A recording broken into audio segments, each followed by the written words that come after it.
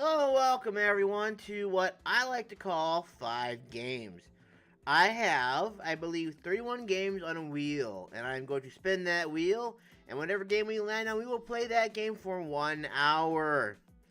Or if it's a short game or either that I get bored of playing it, or something just happens where it's just like, there's really not much more we can get off of this, I will go ahead and I will choose a game to fill in that spot. And last week we played Katawa Sojo, so that would probably be the game that I will continue to play if a game is too short. Alright, so I guess the first thing I want to do first is make sure that everything is working okay. Because it has been quite a while since I have been on Twitch. And I just want to make sure that everything is looking okay. Oh, it's unstable. Well, that figures. Okay, let me go ahead and see if I can do like a little bit of something here. Dude, if only you knew just how much I love you. Whoops. I done screwed up. I done did a goof. Oh, no, I didn't do a goof. Oh, okay, well, I guess it's there. Alright. Well, I think that will probably work. How we doing? Are we stable yet? Are we stable yet? Can I continue on my journey to be the very best there ever was? No, apparently I am still unstable.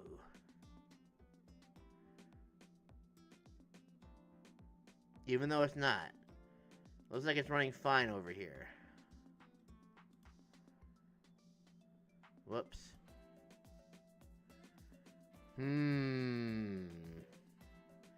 Interesting. Let me go over the other one real quick. Fantastic. Alright, I need to go ahead and do this real quick. Because we are using...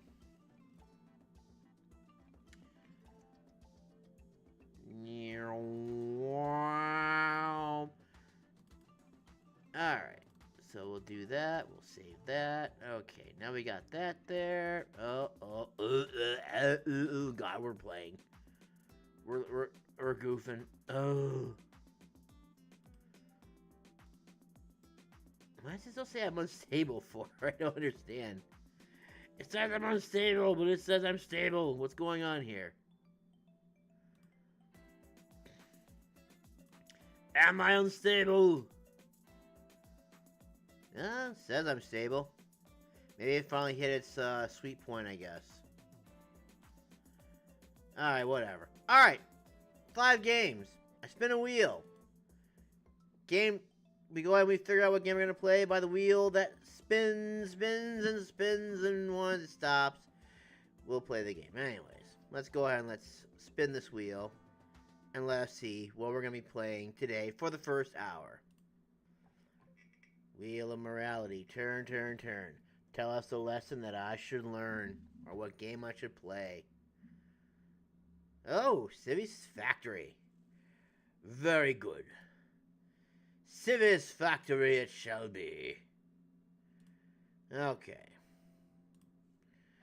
I'm an idiot, and I forgot to go ahead and load up my my headphones and stuff, so let me turn those on real quick while this is loading up, and then we'll get going!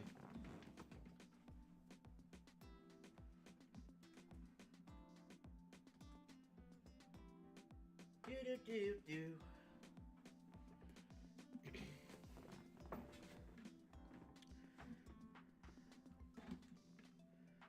Alright. Do we have audio? That'd be fantastic if we did. I do not hear audio.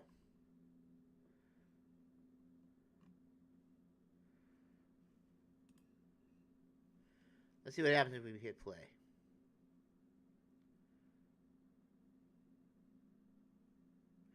You know what the problem is?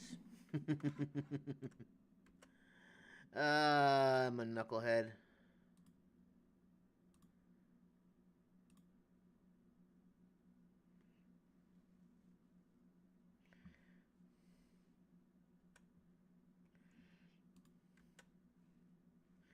But you guys still have no audio because OBS hates me and it likes to go ahead and screw me over. Let's see. I think that one's there, and then this one is here. Let's see if we get it.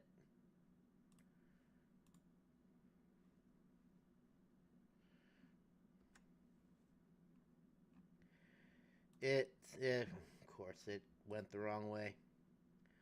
Why would it ever go the way that I want it to go? Hey, at least you can see the game, right? I guess that's something. You can't hear anything, but, there we go. That's better. Alright, so I guess what we should do is restart this now that we got everything all set up properly. Let's do it. See if I can use my controller. It'd be really nice if I could use my controller. Alright, a very small percentage of people may experience epileptic seizures or blackouts when exposed to certain kinds of flashing lights or flashing patterns.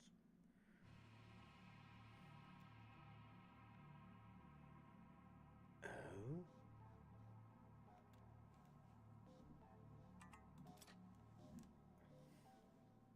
Maybe.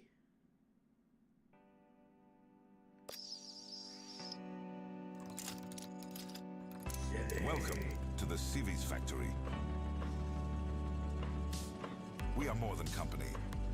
We are family. Ha! Together, Doubt that we are very working much. to fulfill our common dream. We use advanced technologies in our production grid. Our production is managed by our best invention, Civis, biggest artificial intelligence worldwide. Our hard-working team works day and night to bring joy to your homes. Oh, do they really? I'm so Your happy. desires are limited only by your imagination. We produce toys, tools, even jetpacks. Jetpacks!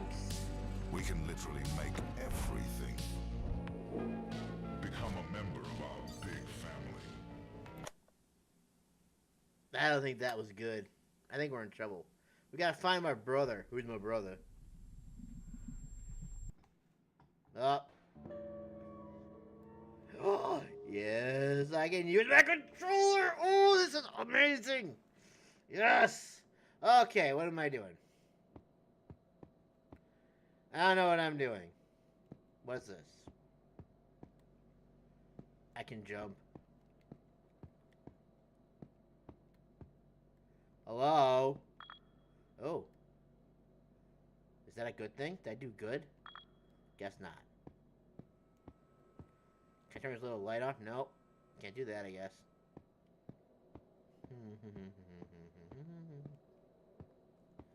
Hello. Dear team, this is to inform you of a critical situation that has arisen on the 3rd floor of our facility. We have encountered unexpected issues that require immediate attention and action. At this time, we urge all employees to adhere to the following guidelines. 1. Stay away from the 3rd floor.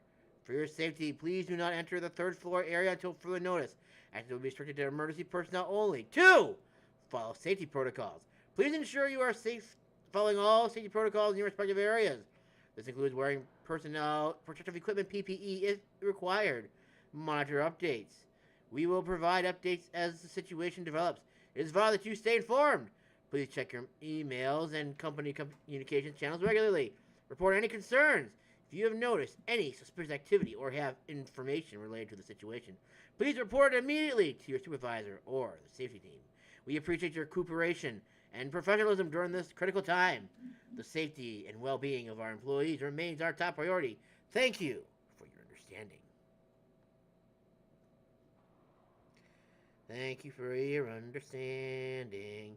I forgot my stupid timer. Okay, we're off. Thank you for your understanding, people. Dear colleagues, please advise that access to the 6th floor of our premises is currently restricted. At this time, only senior management staff are permitted access to this floor. For any requests or inquiries regarding access to the 6th floor, please contact your direct supervisor or reach out to the Corporate Security Department. Thank you for understanding and cooperation. Best regards, James Volt, Administrative Director. Uh-oh, I got trapped. What's this? Ha! Financial health update. James Volt, what is the situation? Our company is facing some financial issues right now. Here's a quick rundown. Declining profits. What's happening? We've been making less profit over the past few months. Why it matters? Less profit means we have less money to invest in.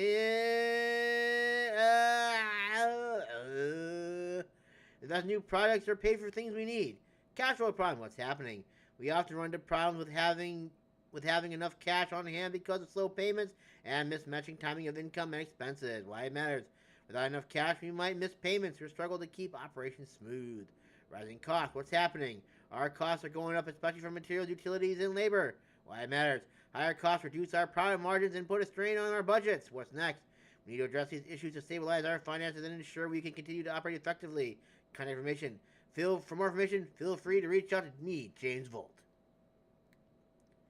Okay, but I still don't know what the heck I gotta do in order to get out here. Are you gonna let me in?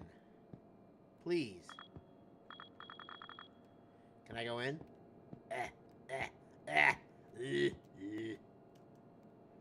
Can I do anything right now? Am I gonna be trapped here forever and ever, amen? Apparently I can't. Wait, what's this? Do I have to flip this?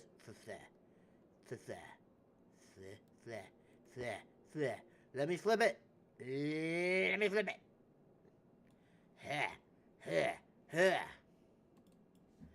Okay, I guess I can't do anything there. Where did I go wrong? This panel is broken. I need a ladder to fix this. Oh, man, come on. And how am I gonna fix it? What do I gotta do to fix it?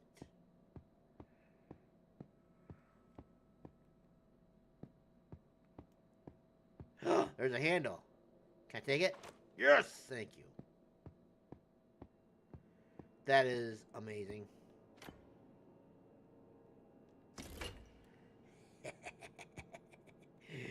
So that means I should be able to get through. Oh, look at that. Okay, I gotta flip the switch now, right?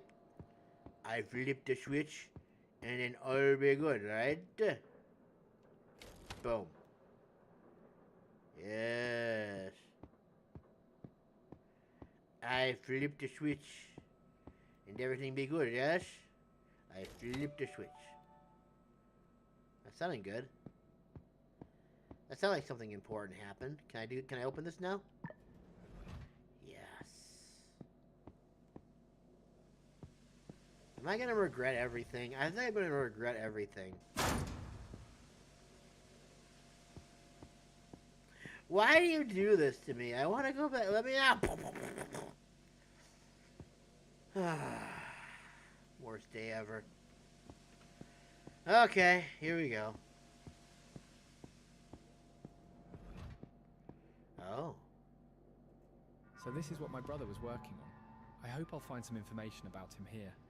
I don't think you're gonna, but you know what? We'll hope for the best. Just because, you know, why not? Hello there. What are you exactly? I don't know, but it sounds like you're running good, so I shouldn't mess with you.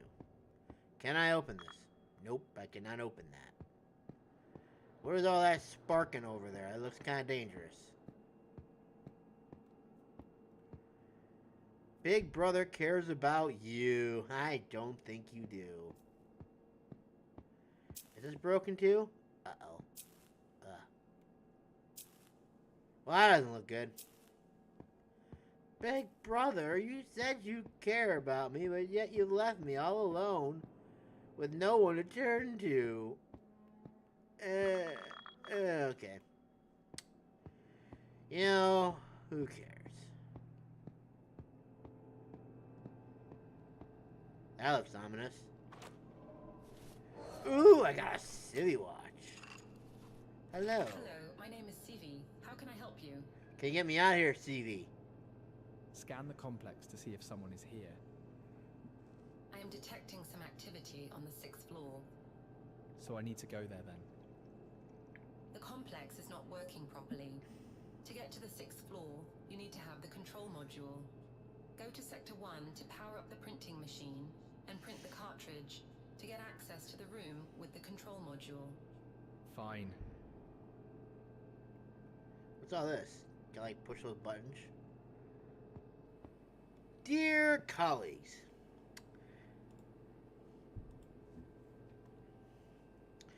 I am pleased to announce an important achievement by our team.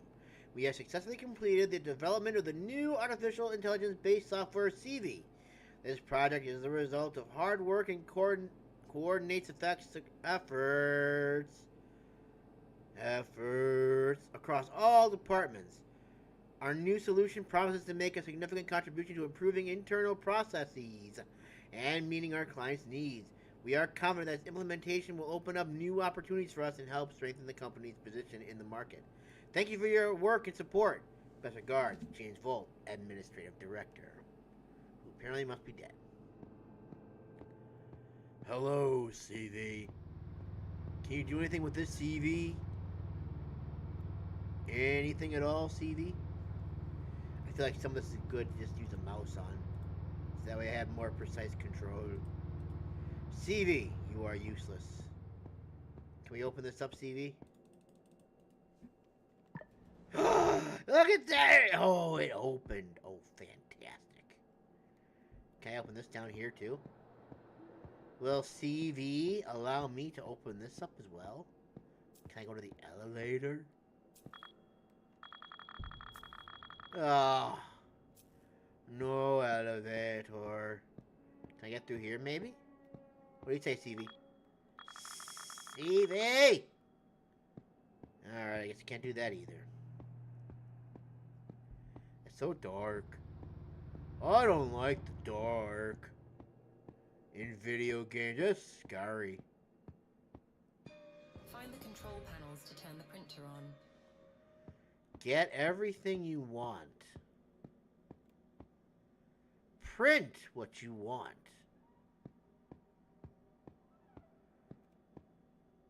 I don't know about you. You're gonna end up chasing me, aren't you? This Why do- mechanism is made for powering up the coils.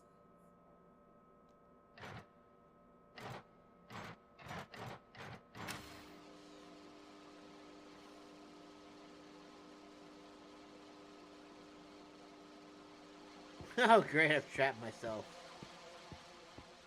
Good job, me.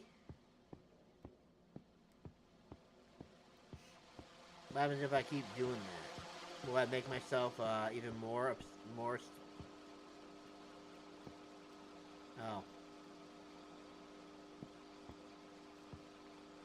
I am going to assume that there's nothing else that I can do here right now. Okay, good. That sounds scary, I'm not gonna lie. God, it's so dark in here. I don't like the dark. What happens if I touch it?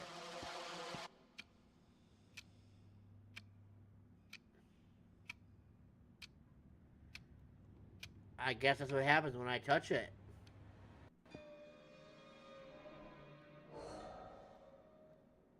Find the control panels to turn the printer on. Okay.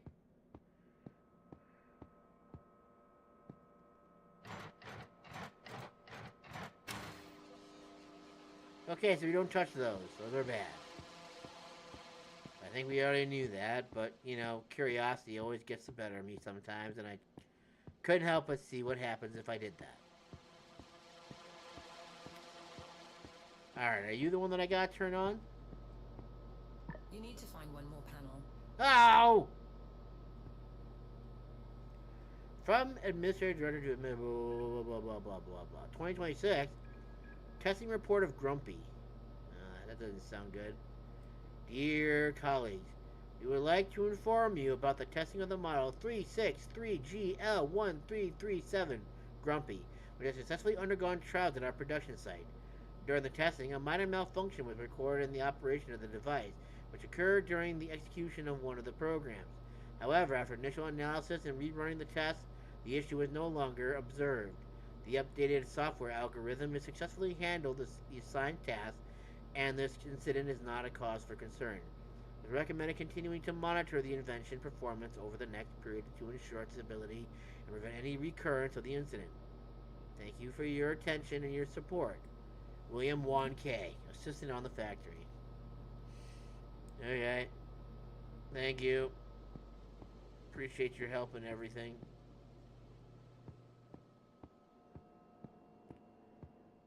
Why is it so dark in here? Why is it so dark? I want to be more bright. More brighter, please. Alright, fine. I guess I can't do that.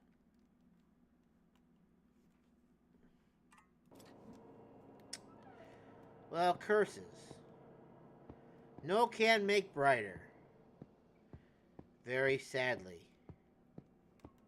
No likey. Also walking very slowly.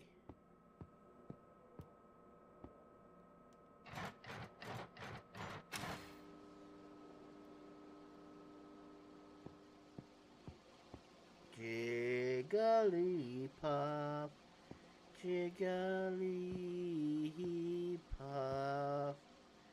Guess I can't commit suicide by jumping.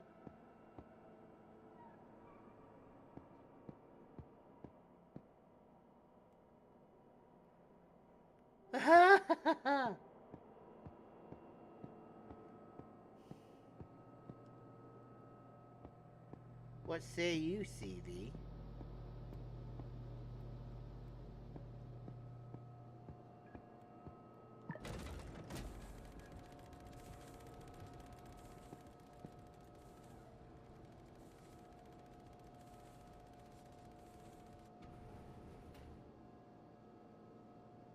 So what just happened? Oh wait, did something happen over there?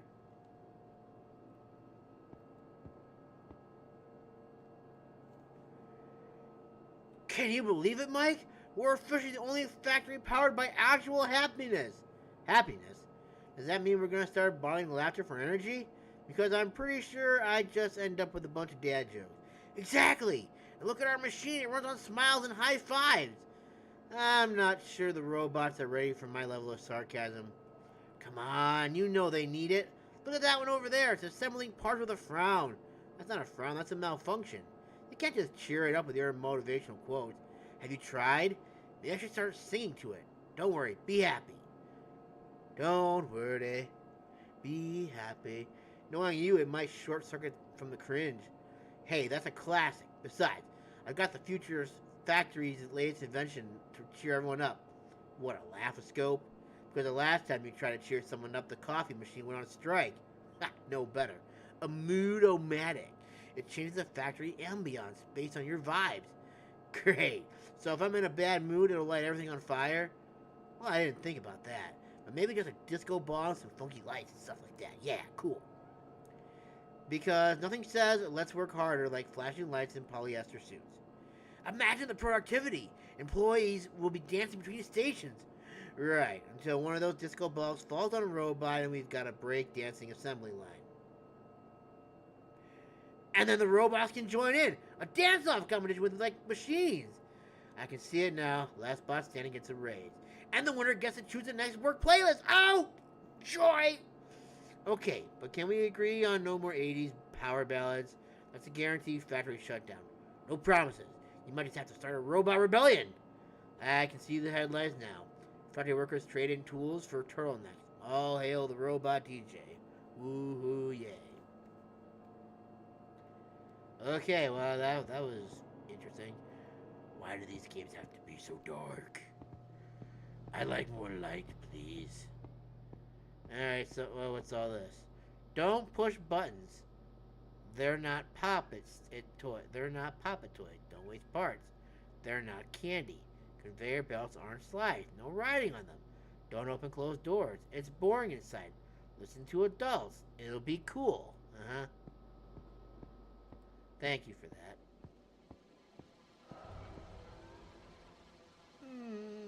Why? I'm gonna let loose something terrible, aren't I?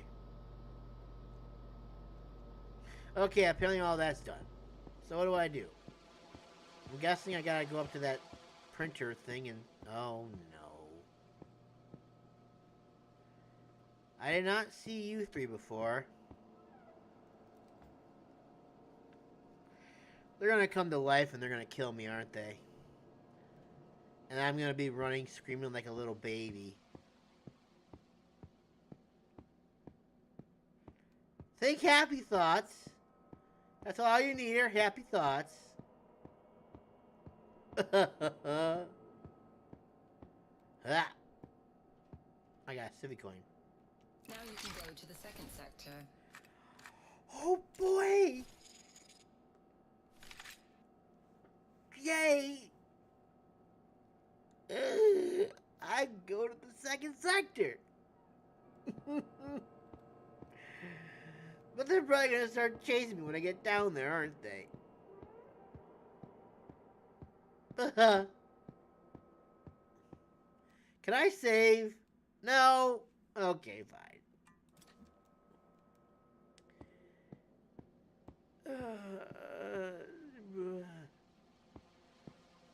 How do I get out of here again? I know if I touch that, I'm gonna die. So that's not a good idea. Oh, it's... Okay, seriously, how do I get out of here again? I think the door probably closed on me. Why do I have to walk so slow in these games, man? Is this a door? Nope, that's not a door. Okay, how did I get in here? I think it was over here, right? I know if I touch this, I die, so I can't do that. I don't think I can get back through here either. Yep, there's a door right there. So, okay. I don't suppose you guys are wanting to help me, can ya?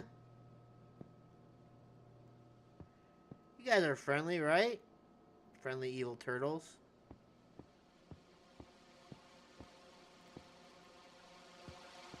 Oh.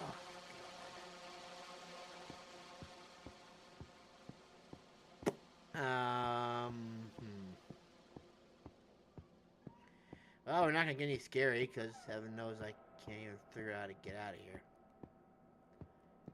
Oh, is that... What's this down here? Oh, that's that little grind 'em, spin 'em up thing to turn the thing on. Nope, can't do anything there. What's that right there? I wonder if there's a way I can jump over there. Probably not. That's my guess. Oh, God. What's this? Nope, can't do anything with that. Where did I go wrong?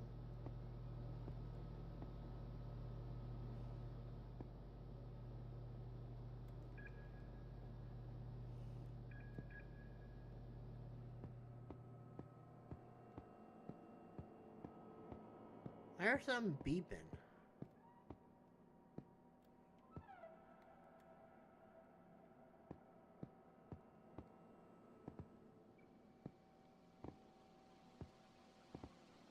So I can turn those off now?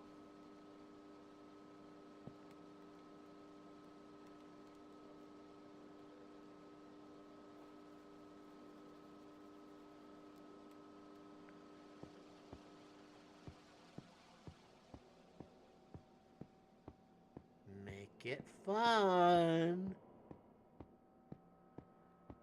Okie dokie.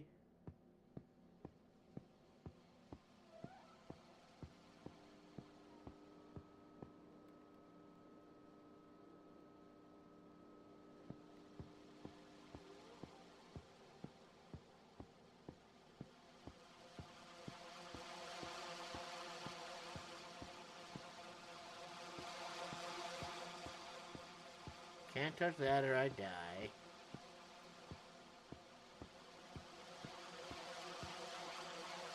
Gotta be a way to turn this off somehow. am I going to continue if I can't get out of here?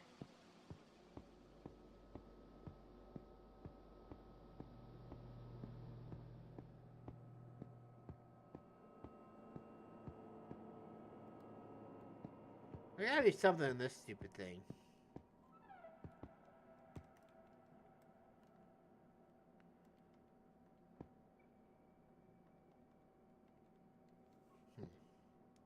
Can I, like, open the door?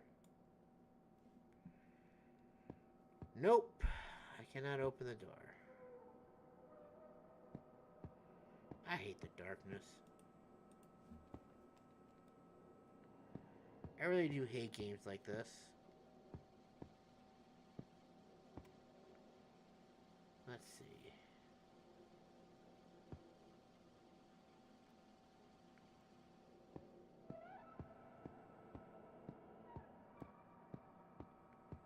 What am I missing?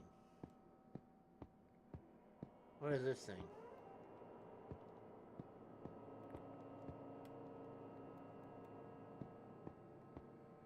Where did I go wrong? Where am I to go from here? Tell me, do I take the wheel and drive? Or do I... Oh, wait, what's this here? Can I open this? Am I in the wrong? Do I trust myself and say... Do I put my foot down?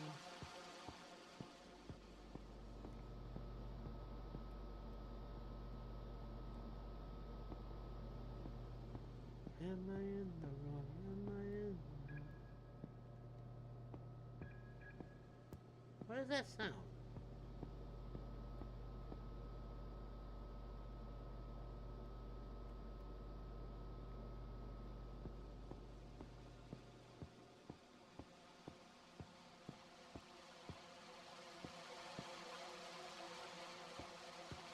Gotta be a way to turn those off, right?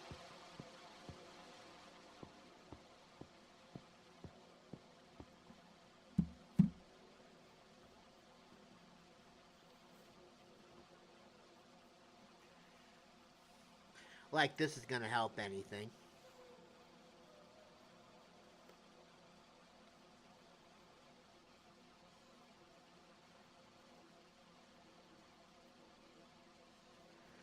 This isn't gonna help me at all, I feel like. Well, maybe it helped a little. Maybe I should turn off my lights.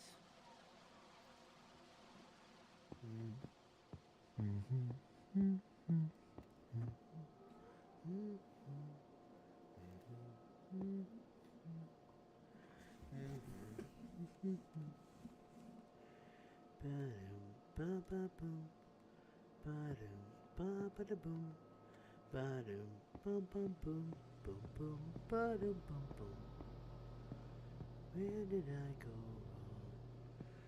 What's this? That's a broken light. Tell me, do I take the wheel and drive, or do I let him steer? Am I in the wrong? Do I trust myself and say,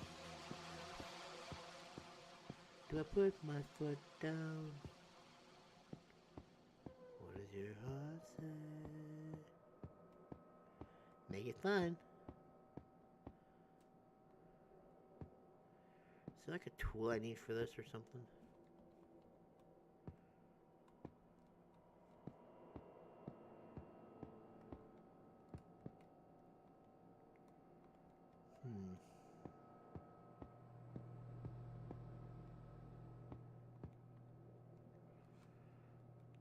What do I do? Seriously, what do I do?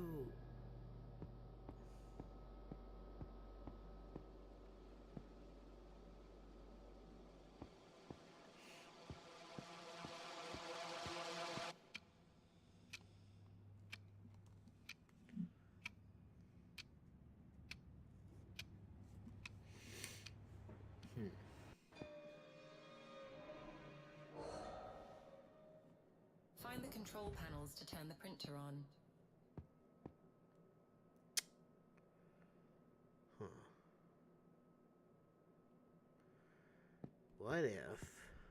do it a different way.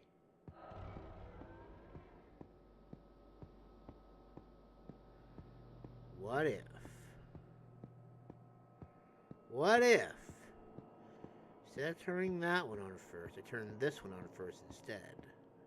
So then I can get access to the door. Then if I do that, I get trapped inside.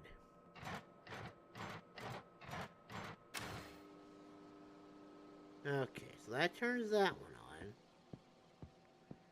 But I still can't get access to it because I'm sure I have to activate them both, I think.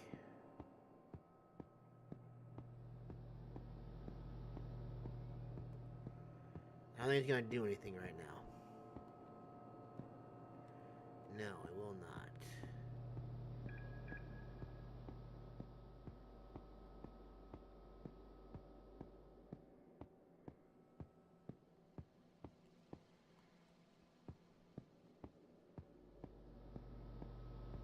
You need to find one more panel. Yep. So what if I just do that?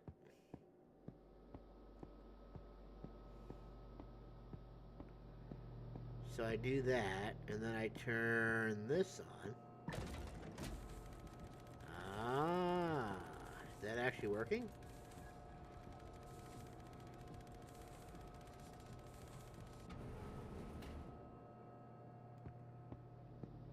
Huh.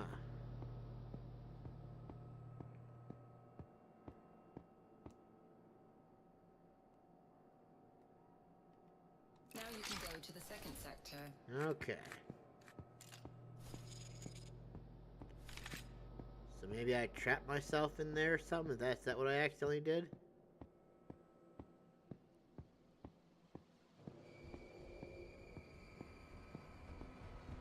This invention wasn't created to harm human beings. The door is locked. You need to find 3 electrical panels to overload the electric grid to open the door.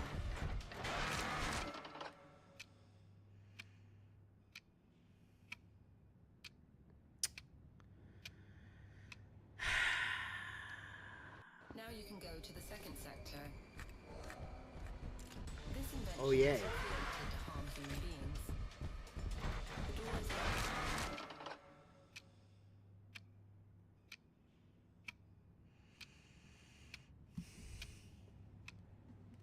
I'm stuck now. You can go to the second sector. Okay, goody.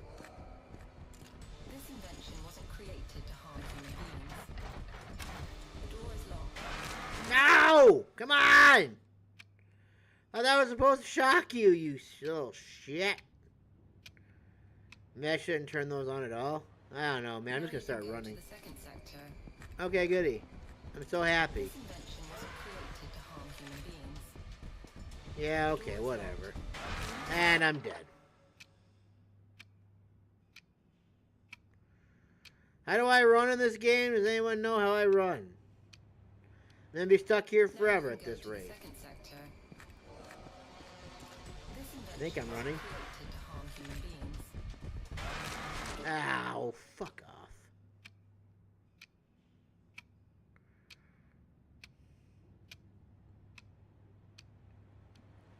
Now you can go to the second sector. Okay, good.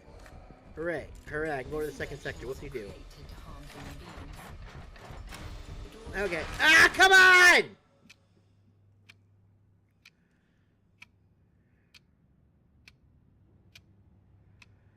Alright, well, I guess I'm just not doing that. Now you can go to the second sector. Okay, goody. I'm so happy. But I'm not happy because I got... What the fuck?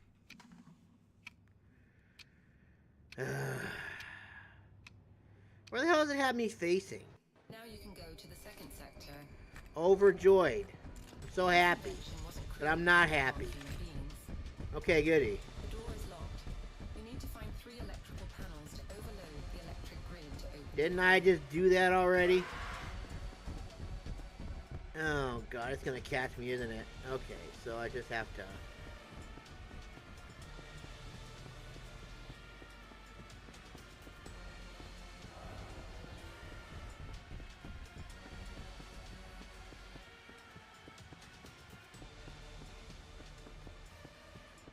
Shit. That's not what I want to do. Oh god, okay, oh god, oh god, oh god, oh god, uncle.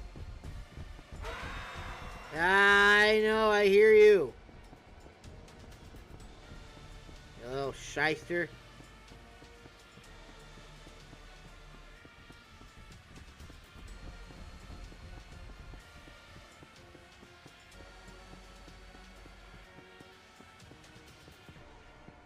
Ow, god freaking no.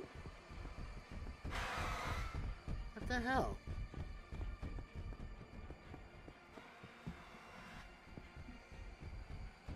Oh god. I got dude, what the hell? Get away from me. Ah! Get away from me, giant stupid turtle. I never liked you.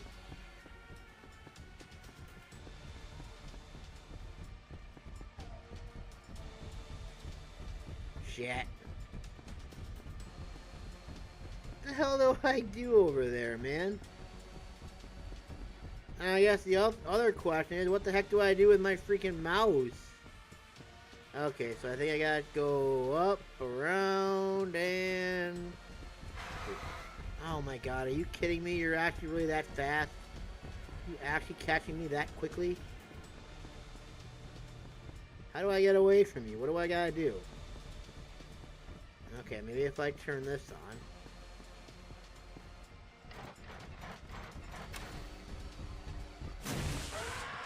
Okay. Maybe that'll give me some time to do something.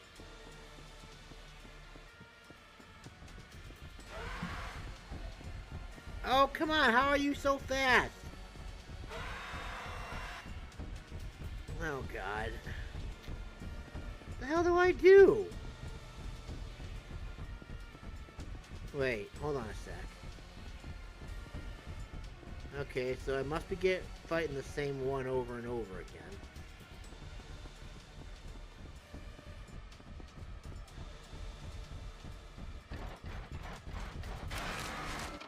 Fuck off. Okay. This is clearly not working. Now you can go to the second sector. Ray? This invention wasn't created to harm human beings. Yeah, but apparently it is now. You need to find 3 electrical panels to overload the electric grid to open the door.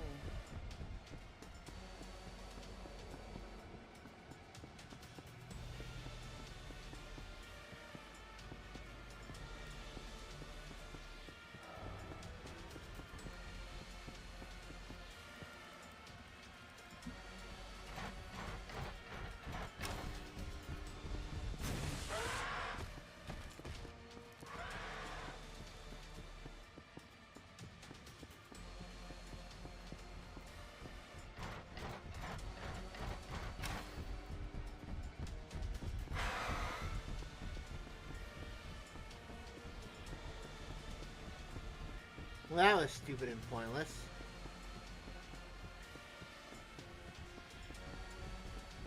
Now I can shock him, but it's just gonna kill me in the process.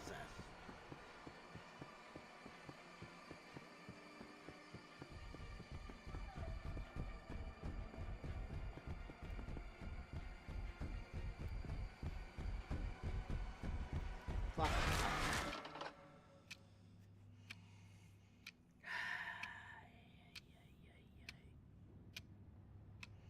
This is gonna be my hour. Now you can go to the second sector. Why is it gotta be so fucking dark? This invention wasn't created to harm human Good. beings. Yeah, that's what it says, but it's here disarming me.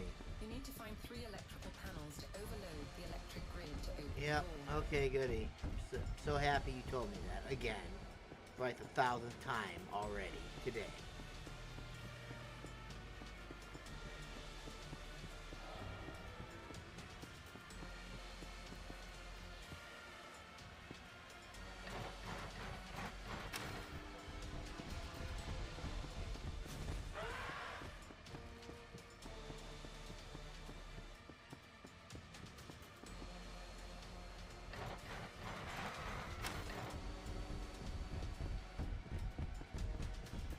Didn't work.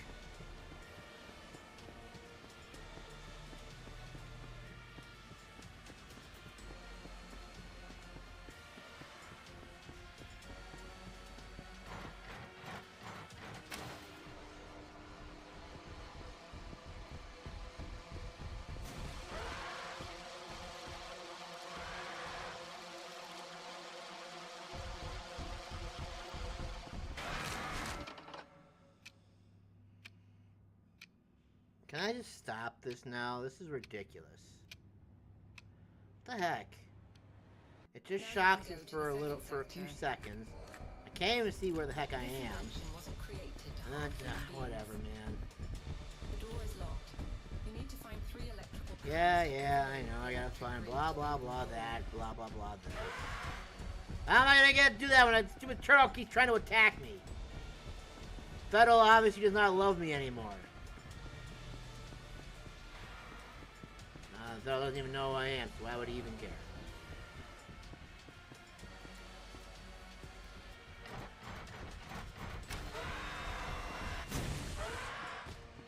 But now it's too slow. Now I can't get this one to activate in time because I'm too slow. So now this guy's gonna follow me forever now because he's got nothing better to do with his time than go ahead and follow a stupid human, I guess. I wish I could go in there, but I can't. Oh wait, maybe I can. What if I do that? It doesn't matter. I'm just trapping myself in here.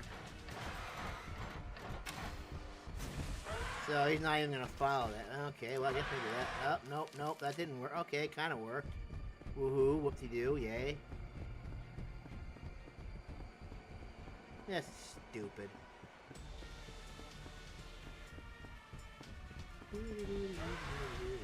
I can't get him to go in there either because...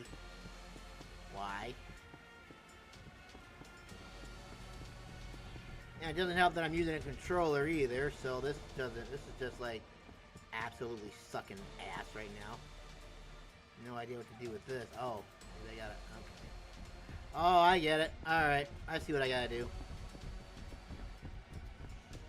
I gotta go ahead and hook those up somehow. It would be nice if I could use my mouse. That'd be really helpful, I think.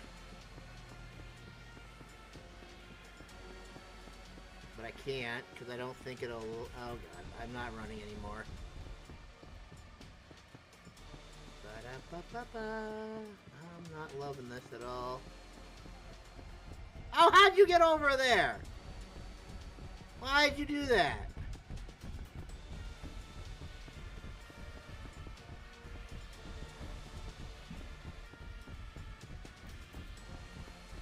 I'm gonna die, because I can't see shit.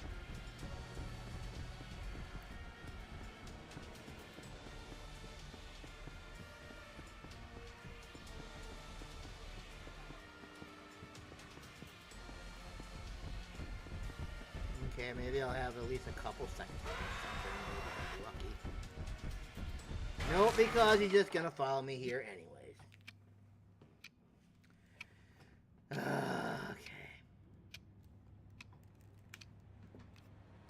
Now you can go to the second sector. Okay, goody. This invention wasn't created. That's awesome, but now I gotta figure out how to do this. Gotta figure out how to do this on the keyboard now because I'm not don't want to use a controller anymore. Because that's clearly not helping me at all. Yeah, it's gotta run with like Now shift you or can go something. to the second sector. Oh, okay, I think This I got invention it. Okay. wasn't created to harm human beings. Yeah, that's what you said last time, and here we You need are. to find 3 electrical panels to overload the electric Nope. grid to open the Right, that's door. not working.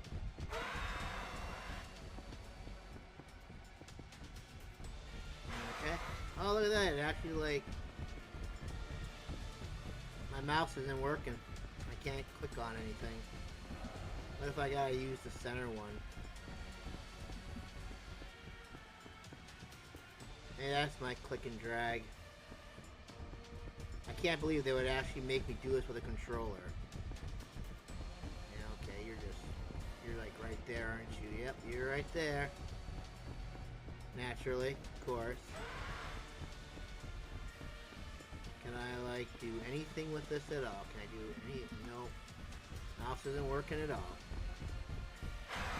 Well, that's lame and stupid.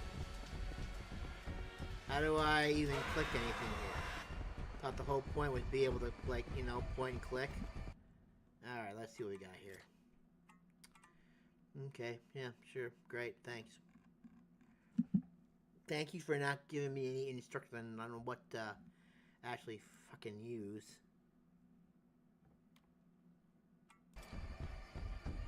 Ah, for Christ's sakes. Why is the mouse not working anyways?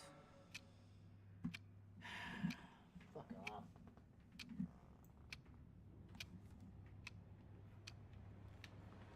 Now you can go to the second sector. Yay.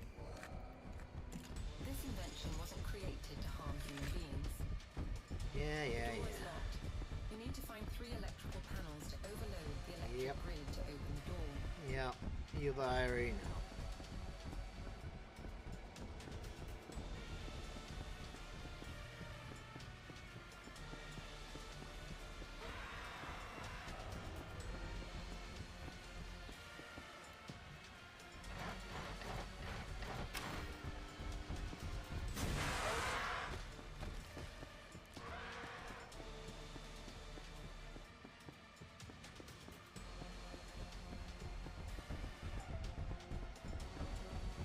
How are you catching me so quickly?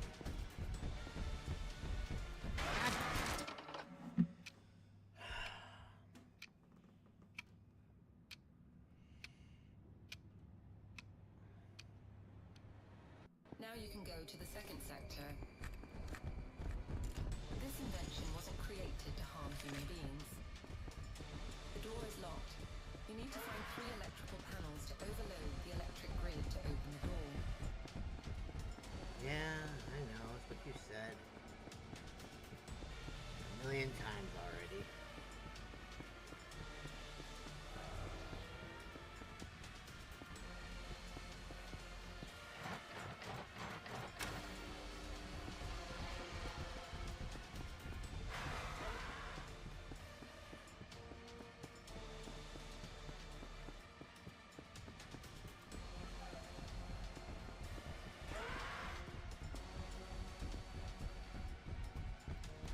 Come on, man. What the hell?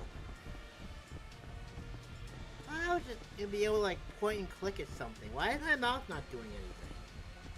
Why is it this? It can't do anything. I don't understand. Why is my mouse not able to do anything? The whole point of having a mouse is to be able to do something. Supposed to be able to maybe like click and drag that over to where it's gotta be so that way I can, you know, figure out the stupid puzzle. That'd be really nice. Now you can go to the second sector. Ah, fuck off, man. This invention wasn't created to harm human beings. Yeah, whatever. The door is locked.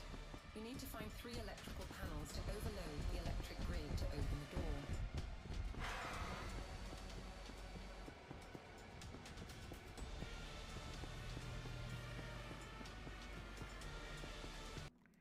You know what? I'm just gonna try something real quick.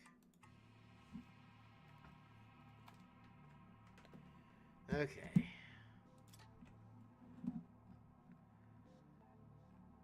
Cheat.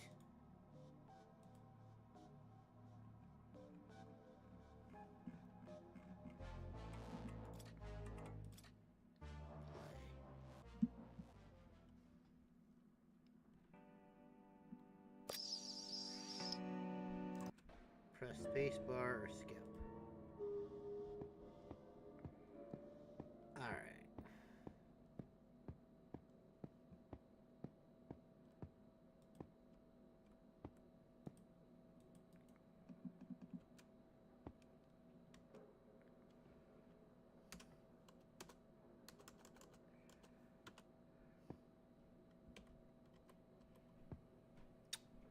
E? I gotta push freaking E? Alright, whatever.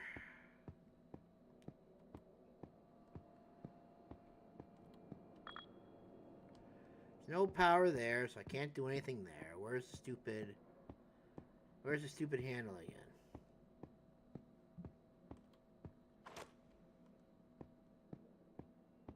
This panel is broken. I Yep. need a lever to fix this.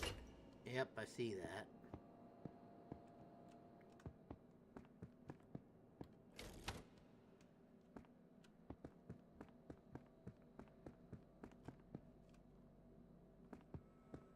Alright, where's that other lever? Oh, there it is. It's right here.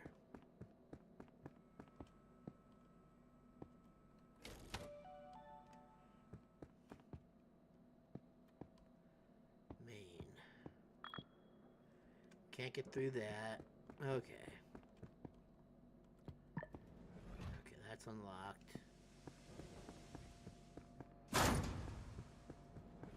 So this is what my brother was working on. I hope I'll find some information about him here. Hello, my name is Sivi. How can I help you? Get me the fuck Scan out the of here. complex to see if someone is here. I am detecting some activity on the 6th floor. So I need to go there then. The complex is not working properly. To get to the 6th floor, you need to have the control module. Go to Sector 1 to power up the printing machine and print the cartridge to get access to the room with the control module. Fine.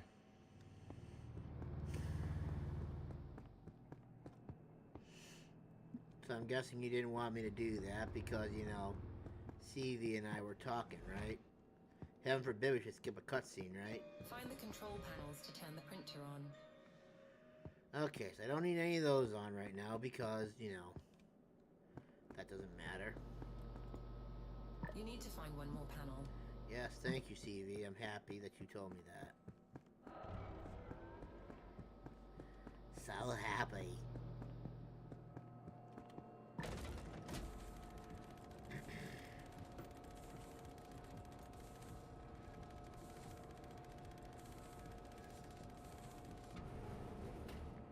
Wonder if I like press and hold that, if it'll just spin on its own.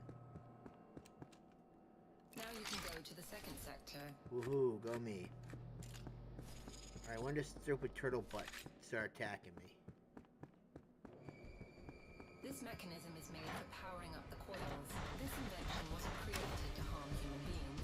Haha, yeah. The door is Oh, come on! You need to find 3 electrical panels to overload the electric grid to Yep. open the door.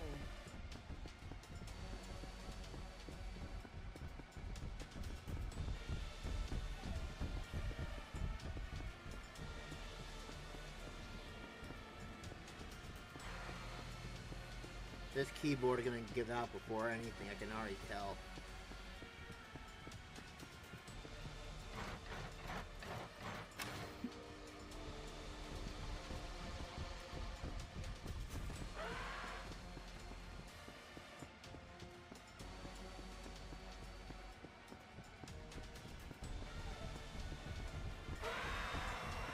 What the hell? How are you so fast? That's so stupid.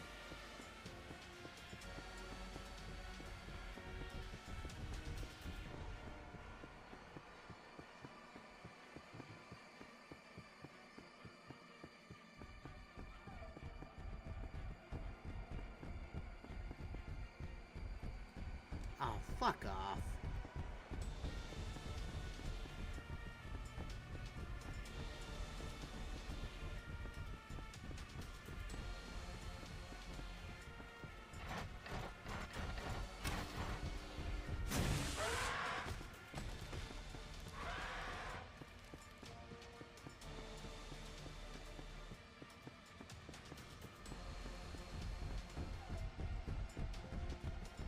I'm gonna run around in circles and hope for the best.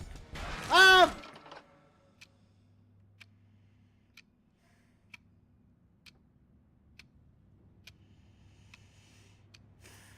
He outsmarted Now you me. can go to the 2nd sector.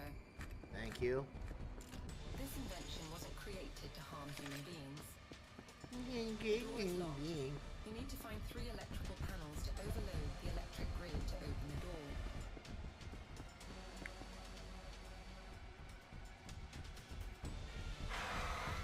Nope, can't do it yet.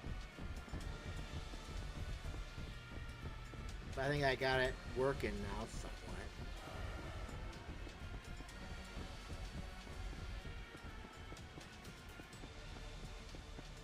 You're not how you use to harm humans.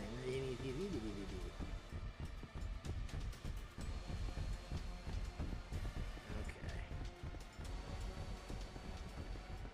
It wasn't designed to harm humans, they said. But it's harming human. If he harming me, am I not human?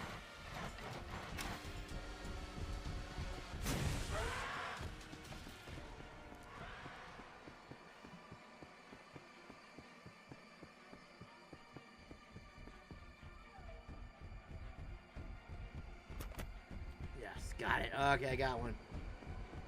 Yes! I think I somehow managed to get. I managed to get one of them. Thank God.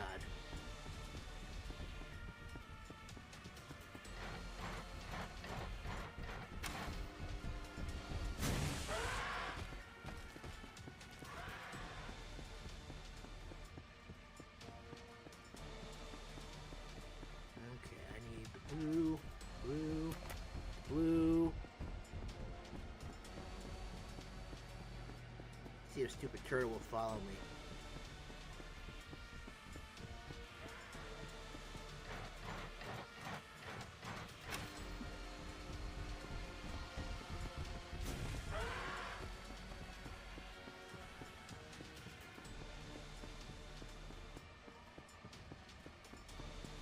Green, green.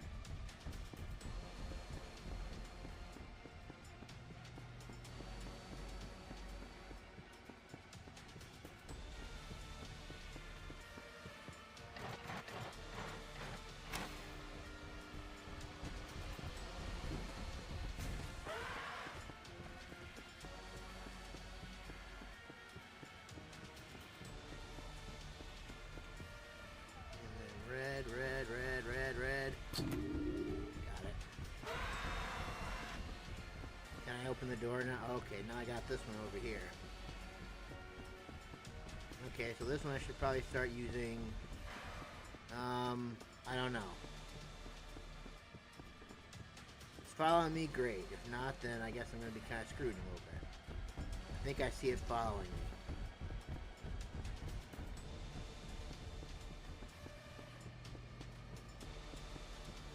Okay.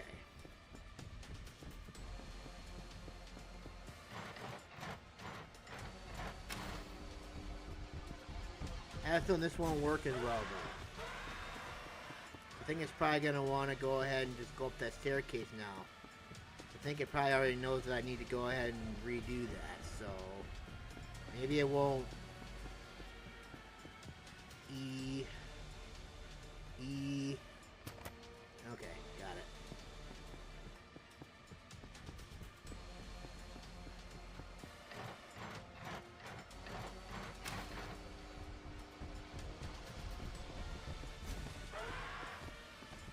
For some reason that keeps working, thank God. No! No! No!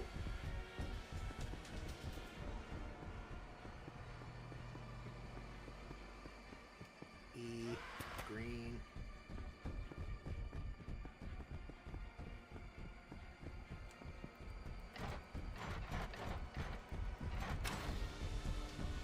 Ow! Fuck off, you stupid keyboard.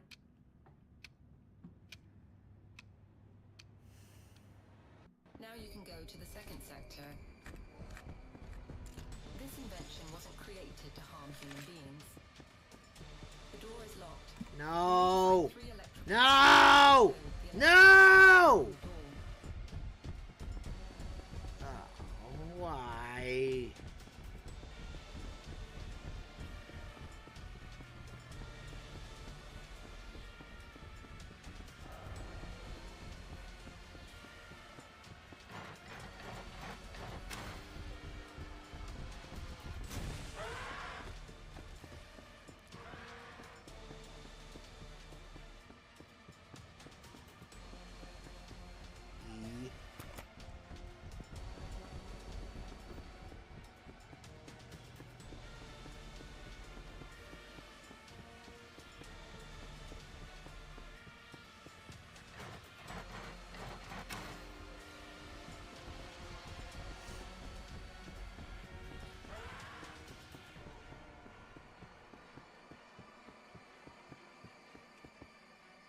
E.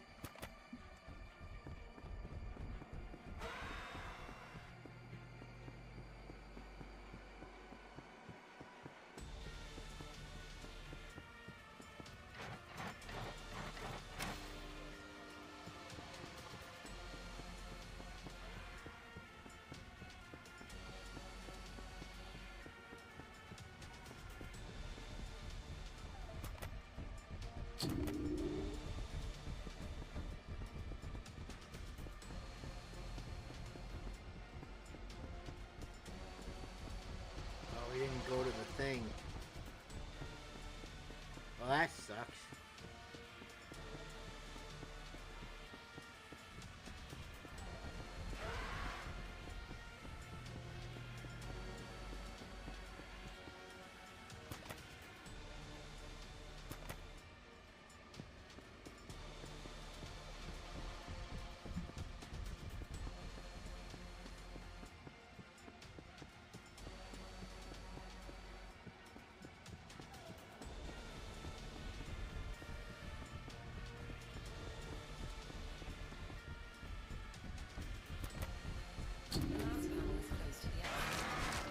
Fuck off! God damn it, I had it too.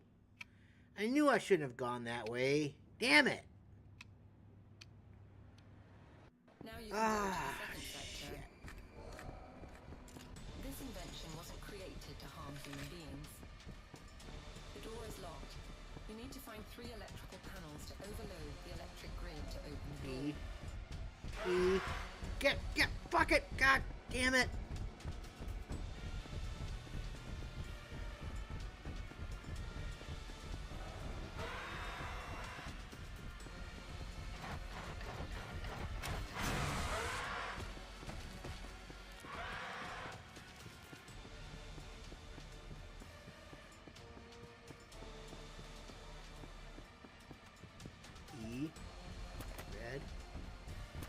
Red.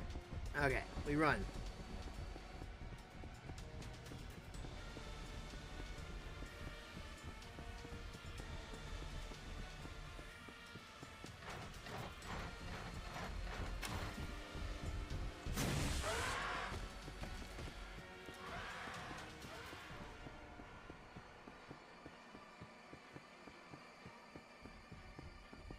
E, pink, E, blue. Got it. Okay. We're good so far. Okay. Prime this again.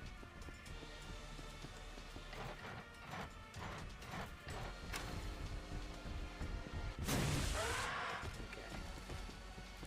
He's been shocked. Goody goody. No, no, no! No!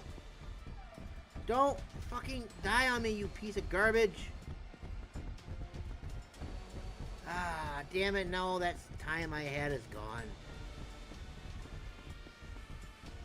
Stupid ass keyboard.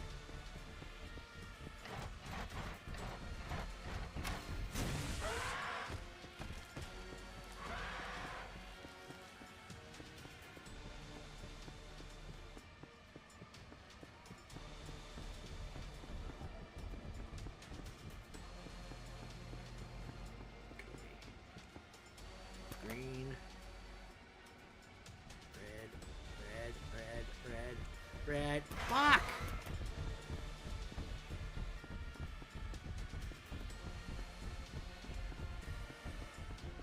Okay.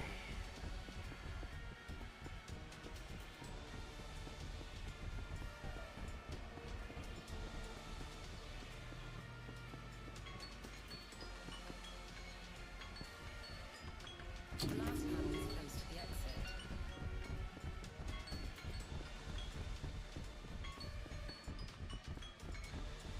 Yeah, I know. No. Where's up? Fuck you. Stupid ass keyboard. That's a sec. Man. Screw off. Now you can... Alright, we're done. I entirely 100% blame my keyboard for that. Stupid thing just kept on dying on me for some reason. I don't know why. We could have gotten that too, and it's so annoying. Piece of garbage.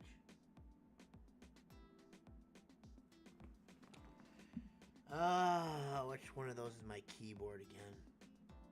You know what? I don't care. We're done with it. Okay.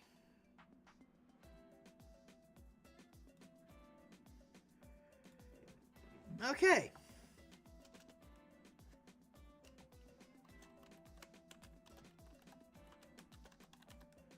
You can play the games here.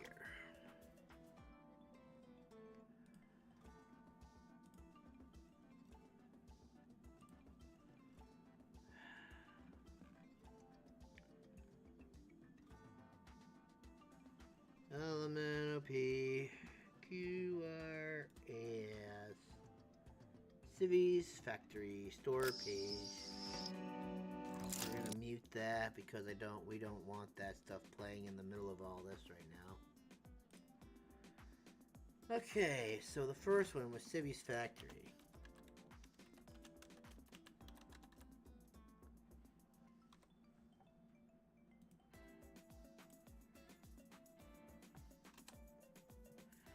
Alright, so I guess my first piece of advice for that game is don't ever play with a controller.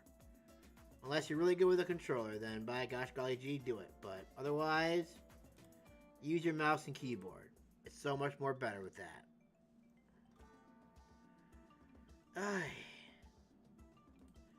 All things considering, though, it was a good game. I did enjoy it.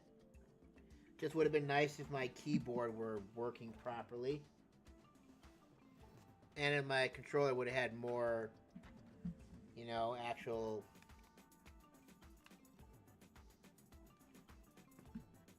My controller is actually better at controlling things. Anyways, we're done with that. We get to move on now. We spin the wheel once again to see what we get. Here we go.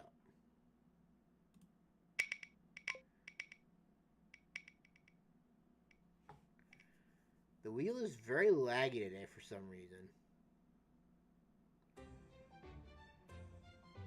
It paints me.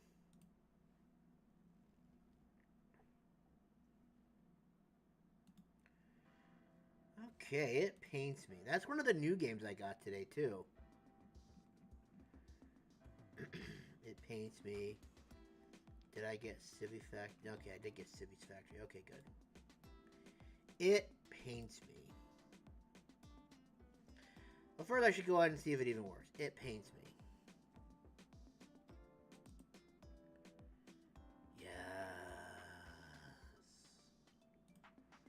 Full screen. Indices.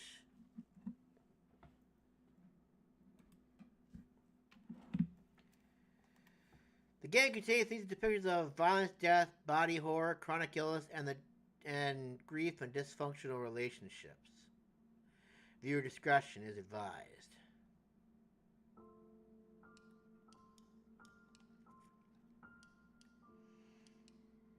Options. Full screen.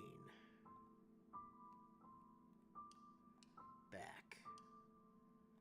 Return. Alright. Let's give it a shot, see what happens. Every night I find myself alone in the studio. Curtains drawn tight, my neat row of paints, palette and brushes in the same place on the drawer by the easel. The canvas upon it sits, as always, unfinished. Marie's half-painted face frozen in silent song.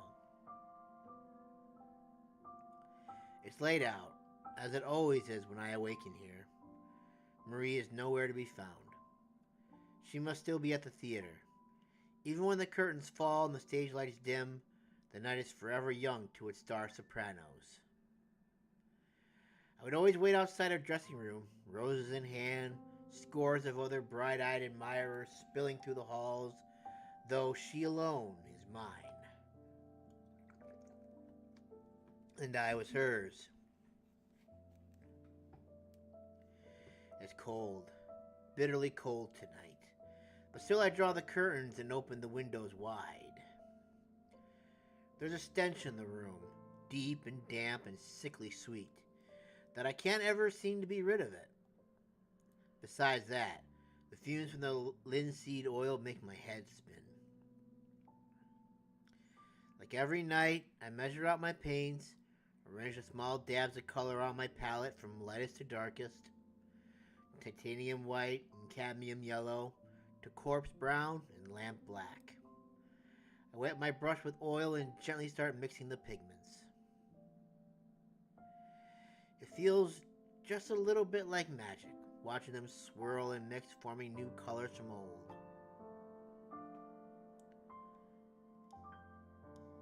I paint her face.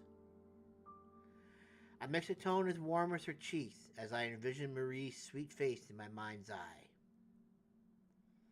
Her lips like roses, the graceful turn of her nose, those eyes that glitter like stars under candlelight. It's no use. I can't focus. Her features are as blurred in my mind as the mess of oil and pigment smeared across my canvas. I sigh and scrape it off with a palette knife and mix a deep blend of black and red for the background instead. I apply my paint with a generous dab of oil, but it seems I didn't have to. The canvas is still wet from last night and the night before. I must have painted and repainted the same background countless times. To say it's difficult to paint by lamp night, my muse nowhere in sight, is an understatement, of course. But lately, these nightly hours are the only time I find myself able to lift my brush. I stop every few strokes. Spirits, it hurts. I had joked that the pain that forced me away from my tailor shop meant I could finally return to my painting, at the very least. I was never any good at humor. Marie had sensed my worries, consoled me sweetly in her voice that could charm stone to life. Oh, Sam, don't worry. I have roles lined up for months. Go ahead and paint. We can still live comfortably. It hurt. A small part of it did, beyond the physical, beyond the ailments, to seek her permission. To be unable to care for my darling, the way I had when we were young, brimming with talent, but crushingly unknown. Well, she had been. I was, and still am, nothing. But perhaps, finally, it would now be my turn to bring my vision to the world. If only it didn't hurt so damn much. Time passes and I still don't manage more than a few strokes. A small patch of dark over an already wet canvas. Or perhaps time hasn't passed at all. The broken clock on the wall would suggest as much. Perhaps the seconds have lain still, the world outside unchanging, and I, the only thing that moves. Have I moved? Is repeating the same brushstrokes like a clockwork doll movement? I shiver and sigh. Perhaps sleep would be a better endeavor. Perhaps the next night will meet more success. I stand, setting aside my paints and palette, and slowly move to shut the windows. I stop. There, out in the front garden, barely lit by a street lamp, stands a figure that can only be Marie. She bids goodbye to another figure, tall and broad-shouldered, and then she laughs. A beautiful laugh. A heartfelt laugh. And embraces him before he makes his reluctant exit on a carriage stopped by the gate. Is she cheating on him? For a moment, I don't know what to think. A friend? A co-star? Perhaps that amiable tenor she mentioned every now and then. I didn't see his face, but Marie's social circle had always eclipsed my own. It must be. But why would he come to our home? Why would she laugh that way? In the garden, in the midst of walking to the front door, humming to herself, Marie suddenly looks up. For a moment, her eyes go wide, and she blinks as if shaking herself from a daze. I instinctively step back from the windows. Perhaps it's guilt that makes me do so. Marie is finally home, and oh, I missed her so. How could the first thing I think upon seeing my darling be the worst thoughts my mind could conjure? For the first time in many, many nights, I feel just well enough to leave the studio. I'll prepare Marie a pot of her favorite chamomile tea. I'll listen as she tells me of the nights, the theater, the 1,000 small anecdotes she never runs out of, and maybe, just maybe, ask her again to sit for a portrait for me, like she used to. house feels larger than it used to. Perhaps I was shut in the studio too long. Still, how could I so quickly become a stranger to my own home? The memories are fuzzy. The years blur together like a wash of oil colors. My mother and I, carrying our sparse luggage, stepping inside for the first time. My stepfather laughing, his elbows on the breakfast table, chattering over something he'd read in the paper. Then, silent hallways and empty rooms. And then myself, welcoming my new bride to these solitary halls, hanging out a newly taken portrait above the mantel. The walls are barren now. I feel the walls in the dark, leaving sticky trails of paint behind, tracing the places where I used to hang.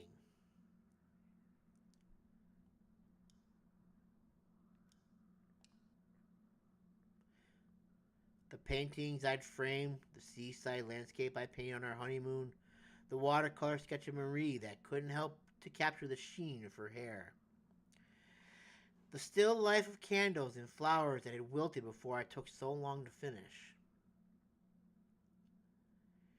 Even the painting of roses in a vase, the first gift I had ever given her. I wanted to bring you some flowers, but I was afraid they would wilt before I saw you next. You painted them. Oh, they're beautiful, Sam.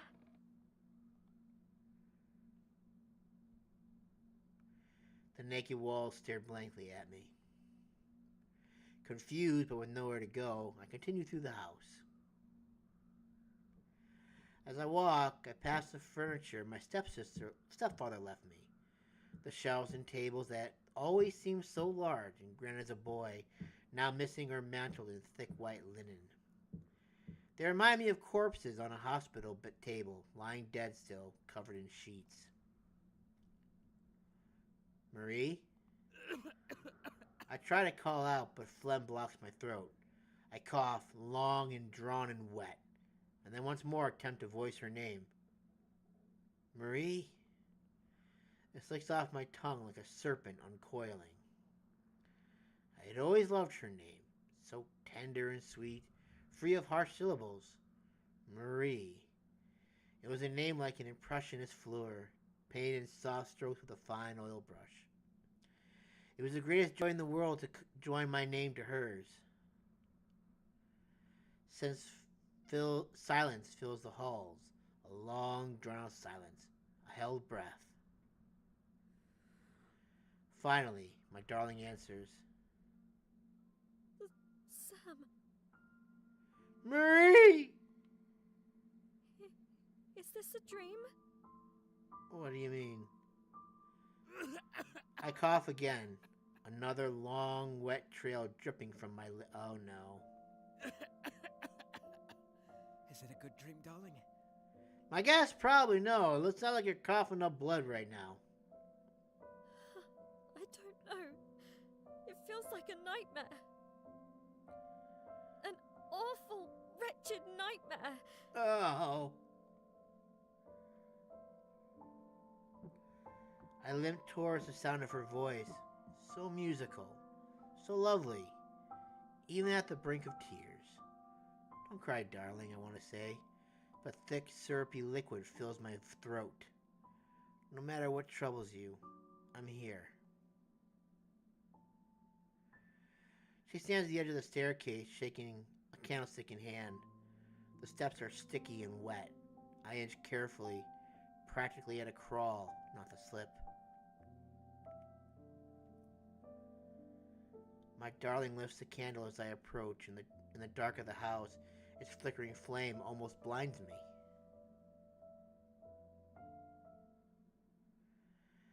I don't see the expression on her face as she screams. Marie? Where are you, my darling? Every word feels like a dagger puncturing my throat.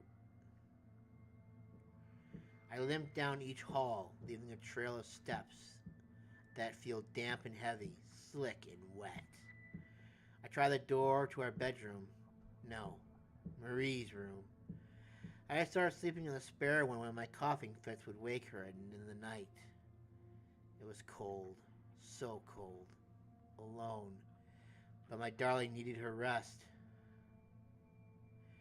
The knob is slick and hard to twist, my hand slipping on the brass. Finally, I managed to push the door open. Though it's completely dark when I peer inside, I know it's empty. No warmth, no flesh, no sound of sweet breathing within. I continue down the hall. I trudge, my steps heavy and wet, trying not to slip over the thick, slick surface. Marie, what's wrong, darling? Please come out. I don't understand. He's probably transformed into a monster, didn't he? The dining room is empty. Truly empty. The shelves where the china and silverware were once neatly stacked now gape hollow. The walnut table is covered in a thick white sheet. The matching set of chairs removed. I rest against the blanketed table. My hand leaves a ruddy smear against the sheet. It must be more paint, though it's hard to make out in the dark. I needed spectacles for quite some time, but Marie had never liked the bookish type. I continue on through the familiar yet unfamiliar house, my steps strained and slow, my breath short, sticky, wet. Marie, where are you? Oh, Marie, it hurts. Won't you come to me? I hear the front door slam shut. Must be freezing cold out. Why has she gone to the garden? I tread to the sound with new urgency, uncaring of the sticky, wet floors, forgetting for just a moment the pain that snaps and burns through my flesh. I reach for the oily, damp knob. Don't! Sam! Please! Her voice rings from behind the door. I don't understand, darling. Have I done something to upset you? Her sobs echo loudly. I never thought an ugly sound could come from my darling's lips. But her words... I love you, Sam. I always will. But I can't bear to see you like this. Please, I beg of you, return to where you came. You can't be here. I've moved on now. Did he die? And he's just a What? ghost haunting the house? Return where? Dearest, you aren't making any sense. Moved on? I'm your husband, Marie. What on earth is there to move on from? Your death? Please remember, Sam. You were ill. You were ill for a long, long time. And you never recovered. I think he died. I know I'm unwell, Marie. But you said we would still... Are you leaving me? Because I can't care for you anymore? Is that it? You left me. You're dead, Sam. Call it! You've been dead for more than a year. If this is a joke, darling, it's a cruel one. Do you want me dead? Is that it? Am I better off dead to you? My darling does nothing but sob behind the door. How quickly I regret my words. Oh, if only I could see her face, look into her eyes, reassure her and see that she loves me still. I twist the knob with slick, oily hands. No! Don't come out! Please! On the other end with a sharp gasp, my darling grasps the knob closed, pushing the weight of her small frame against the weathered door. Don't come out!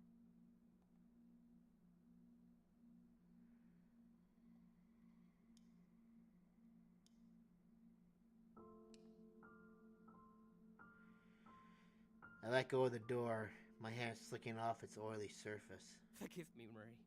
I can see that you don't want to speak to me right now. But whenever you do, whatever this is about, I'll be waiting in the studio. I leave the door. I leave my darling alone, sobbing in the garden. It's dark, so very dark. But dawn will soon paint that dim black sky. I retrace my slick, wet footsteps through the hall, up the staircase, one trudging, damp step at a time. Spirits, it hurts. It burns. I feel no breath in my lungs. My chest could be a hollow cavity, slippery and wet, spilling with hot, sickly fluid. It hurts. Oh, it hurts. I stagger into a tall, sheet-covered object, the linen sliding off with the grasp with my clumsy, slick fingers. It's Marie's floor-length mirror. No. Oh, no. No, no, no, no, no, no, no, no, no, no!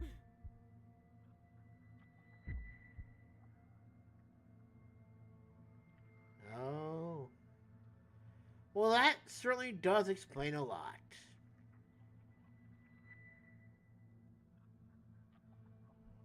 Damn, dude.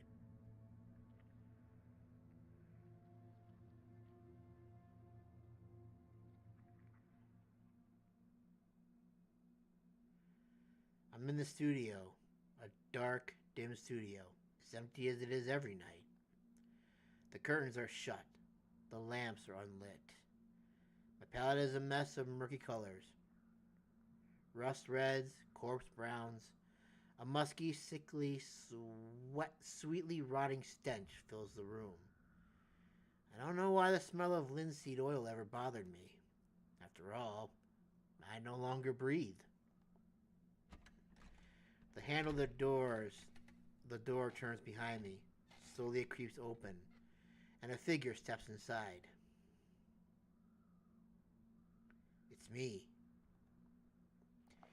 He limps more than he steps in crooked motions against the floor, dragging his body along like a wet, wide brush as swaths of red pool at his feet. I watch him pull himself before the canvas. Samuel. He speaks in my mother's voice, a tone that could swell with warmth or derision, command or dependency, pride or disappointment in a moment's notice. Please, give up your suffering. Give up this. Come back to the earth with me. My hands are too slick to hold my brush. I stab it into my flesh and fix it between my bones, then dip the bristles into his blood. Sammy. He speaks in my stepfather's voice, but without laughter or joy. In the same cadence, I imagined him taking his last breath, crimson staining his uniform, the dog tags cold around his neck. Don't suffer anymore, Sam. You are nothing already. Forget your pain. Return to the void, with us. My brush is drying. I plunge it into his chest, wet it with his oily breath. Sam? He speaks with my voice, hoarse and raspy and tired. So very, very tired. This won't make you worthy of love. Not the world's, not Marie's, not your friends or peers or critics. Come back to our grave. End our suffering. You know I don't do this for love. Then what do you do it for, Sam? I clean my brush with the paint thinner, knocking over the jar that spills across the drawer and onto the wet, soaking floor. I dry the bristles on my worn, rotting sheet, then soak it in the thick, white mucus of his tears. My words are only partially true, just as his words are not fully wrong. Neither my rotting corpse nor my memory of what once was Sam will gain a thing from this toil. I paint the hours away, or perhaps take no time at all. The clock on the wall never turns its hands, suggesting that the world lies still. The seconds never pass, and I am the only thing that moves within it. It hurts. Oh, it hurts. Heavy, syrupy tears flood my vision, fill my throat, my chest, choking me. Every movement of my hands leaves cracks in what's left from my brittle bones. He stares at me all the while, silent, still, like a mirror. If I loved him, I would stop. I would crawl to my grave like he wishes. But I love this more than I love myself. I birth him from within me, and as I create, so too am I born. And he and I are beautiful. Oh, look at that. That looks pretty cool. Ending 2, self-portrait. Ah. Interesting.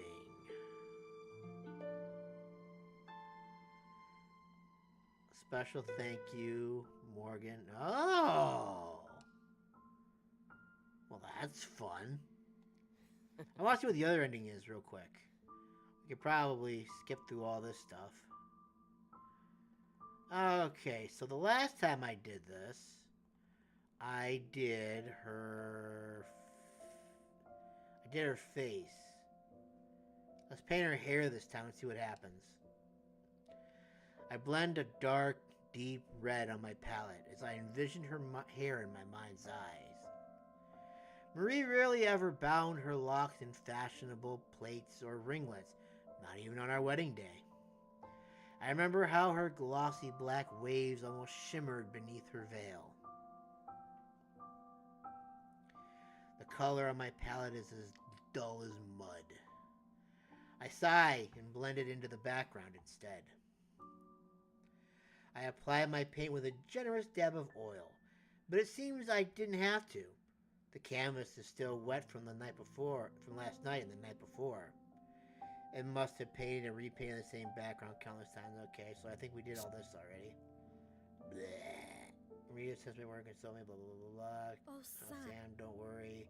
Blah, blah, blah. Blah, blah, blah, blah, blah, blah, blah, blah, blah. If only it didn't hurt so damn much, time passes. Blah, blah, blah, blah. I stop. Blah, blah, blah, blah. She bids goodbye. Boyfriend. New boyfriend, probably. Okay, for the first time like she used to. The house lingers. Blah, blah, blah. Mother and I, stepfather, yada yada. Walls barren now. Okay, let's look at the photographs. Look at this photograph. The walls are laid bare. The pictures that hung on the pale wallpaper are gone. Blurry gray photographs of my parents, myself as a boy, and Marie. Oh, so many pictures of Marie. Each displayed a filigree of frame. Even our wedding photograph, the two of us dressed in fine clothes, I'd sewn myself, smiling. Like fools, even while our picture was taken for how could we wear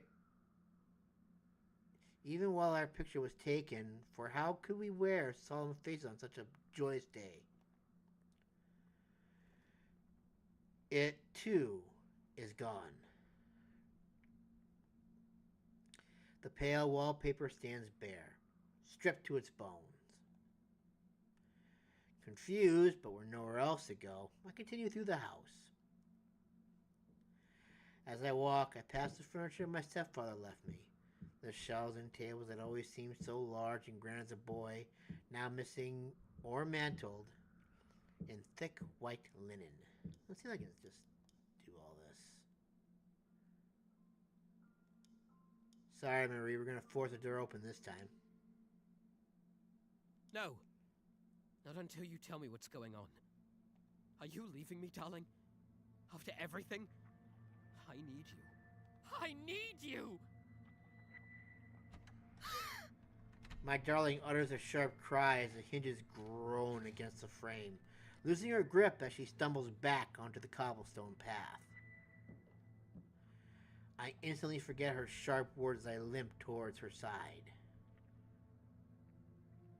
Marie, are you alright? I'm so sorry. Stop it, Sam. I'll keep you alive. Every time I sing, I'll sing for you.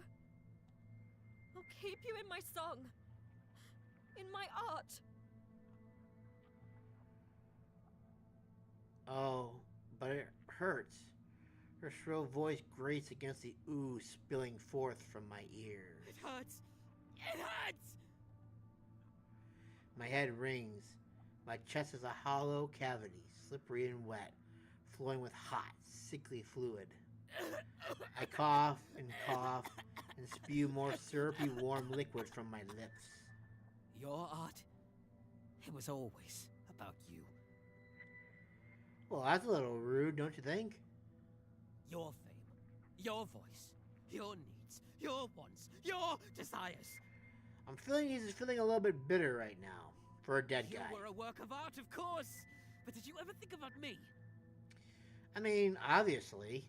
Did you ever think about poor Sam dying alone in a cold, white room? Poor Sam, who couldn't even hold a brush in his hands at the end. So obviously this time he knows he's dead. Poor Sam, left to rot into nothing. A year was all it took for you to forget me. I am shaking her, leaving smears of dark, muddy paint over her pale shoulders.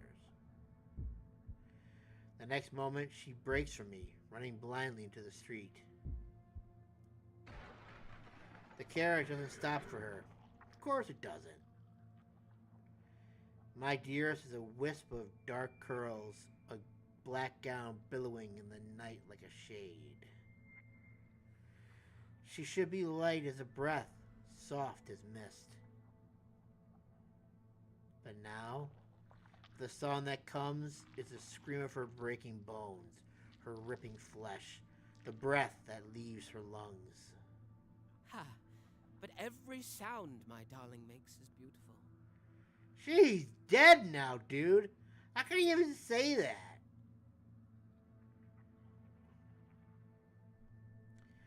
I scoop her mass of flesh and deep crimson hair in my arms. Her blood pools around me, syrupy and dark. A color so deep no artist's pigment could hope to capture. The purest scarlet or vermilion red, a dull stain in comparison. It is not Sam that I see staring back in the deep pool of our blood. No.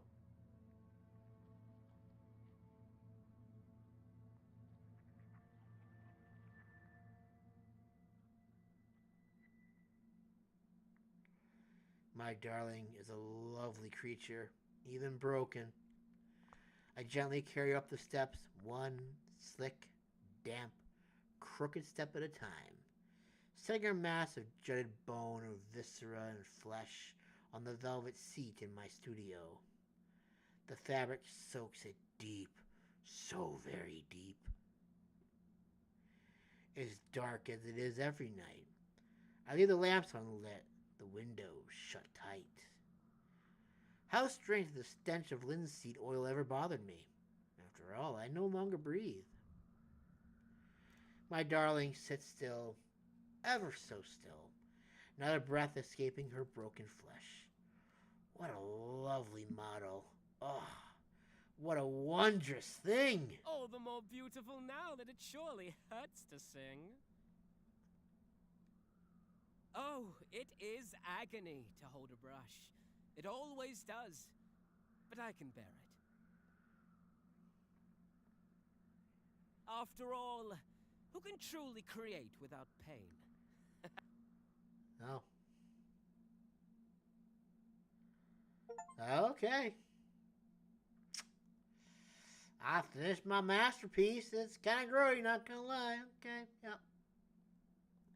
That's how I want to remember my darling. Yeah. We did that. That was the thing we did. Investigate? What's this?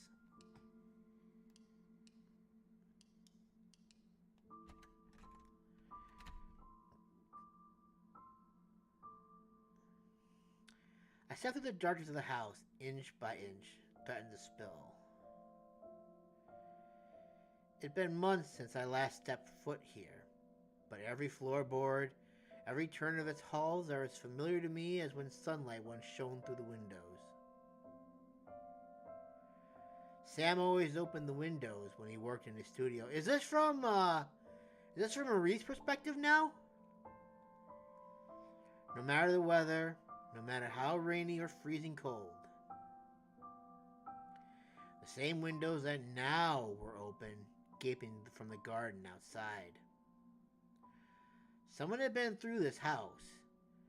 Everything of value I had taken with me months ago, of course, but though I could not bear to stay here any longer, I could bear it even less to let this place go.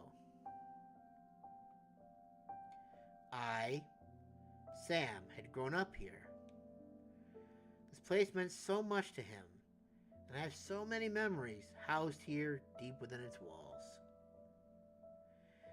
I didn't mean to spend less and less time within them as the years went on. I didn't mean to give Sam less and less. But I did. And then, he was gone. My heels clack against the wooden floorboards as my footsteps echo in the dark. I stop at the doorway of the kitchen. The old rickety shelf gapes out, empty, while the walnut table suddenly stands beneath a muffled sheet. On Sundays, when he wasn't off to the tailor's at the crack of dawn, we would have breakfast together. I remember how he'd sit at that very table, combing through the newspaper, carefully clipping out any new photographs of me that appeared. A sound snaps me out of my memories. Muffled footsteps, not mine. A voice calling my name. My heart stops in my chest. I swear I can hear it. Him. Not the academy student in a hand-me-down green coat full of life, nor the man who waited by my dressing room with roses, almost too shy to present them to me. And not the man in the paint-stained apron hunched over a canvas, eyes locked in concentration. The owner of the voice cannot be that man, but it has his voice. Calling out to me. My mind is playing tricks on me. It can't be. Holding my candlestick tightly, I slowly approach the staircase. Sam? I call, peering into the darkness above me. The outline of a figure stands, its movement slow and haggard. Is this a dream? The shape in the darkness coughs and coughs again in wretched pain. I choke back my own sobs in my throat. Is it a good dream, darling? He finally says. I don't know. It feels like a nightmare. An awful, wretched nightmare. As the figure steps into view, I blink against the flickering candlelight and finally look at him. My darling. Oh, my poor, poor precious Sam. No. What's left of him.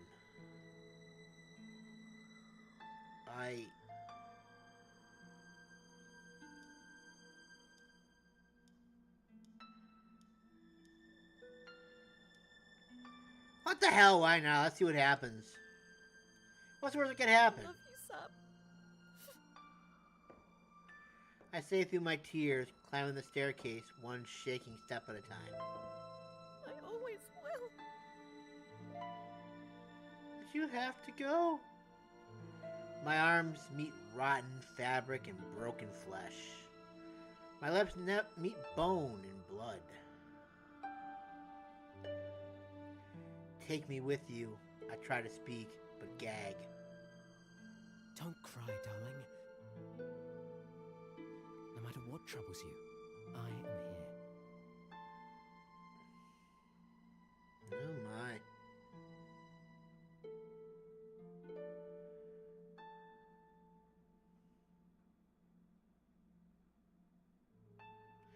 Singer found dead. Beloved soprano Marie Claremont's body found in former residence.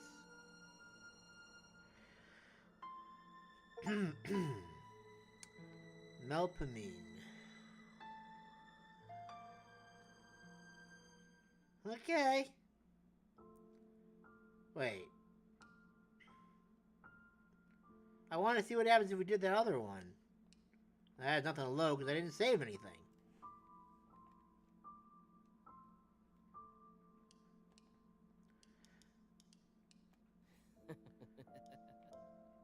Oh.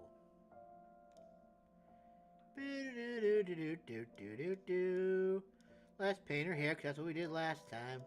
We're going to skip through all this stuff. We're going to look at the photographs. Look at these photographs. I'm going to force the door open. Wait, is that it? Can I not get the other ending again? Okay, let's paint her face. Do-do-do-do-do-do. Do-do-do-do-do-do-do. If you love her, let her go. Ah, here we go. Yes. Alright, let's check this out one more time.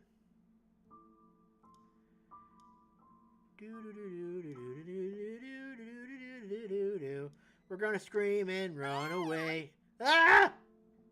Oh, that was it. Ow. Well, that was lame. There would have been more to that. What do we got here? Do we actually complete the gallery? Are we amazing? Can I use my mouse to like click on something? Oh, okay, there we go. Beautifully disgusting. Oh my.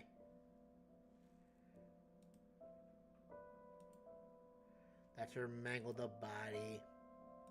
That's the title screen. Embracing the death. The man. The cheater.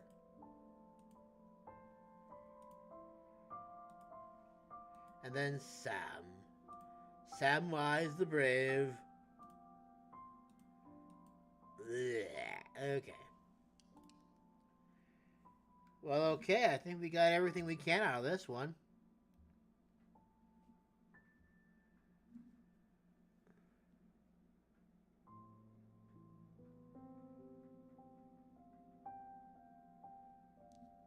Okay. Okay, well, I guess that's it for that. Alright. Quit. Alright. We did good. Nice. Alright, that's 2 games down. Now we get to go and spin the wheel and figure out what we're going to play next. The wheel is very laggy today, and I don't know why. Oh, I should probably take that one off the list now because I pretty much beat that one, so that's no need to play that one again. So we'll take it, paints me off the list. And then we'll come back over here and we'll spin the wheel and see what happens next.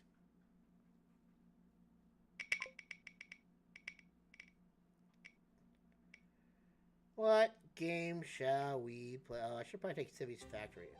None shall intrude. Alright. Sounds good to me. None shall intrude. Alright, let me go ahead and take a couple minutes here to update my thing here. Okay.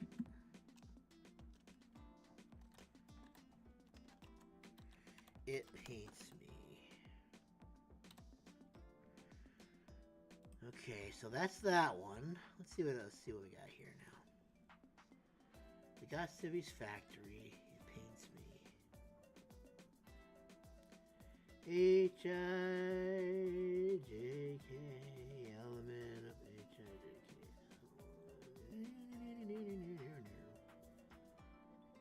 It paints me. There we go.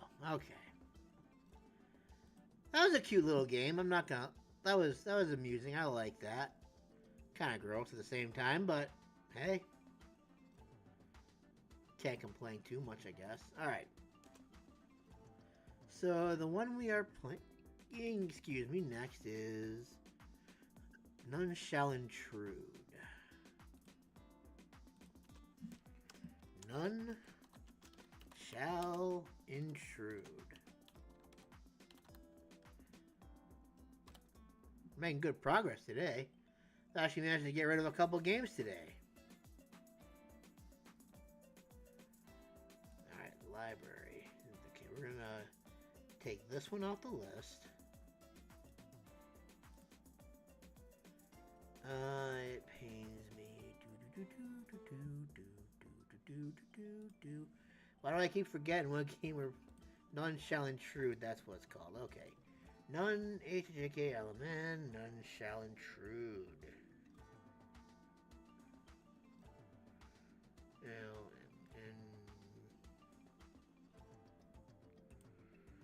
Apparently this one got an update, which is fine because we can actually take care of all this stuff while we wait for that update to occur.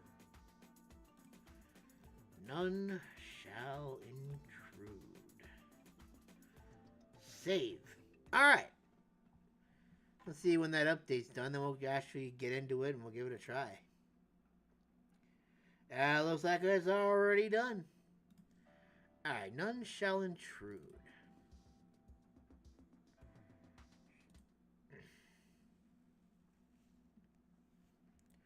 Grab games made with Unity.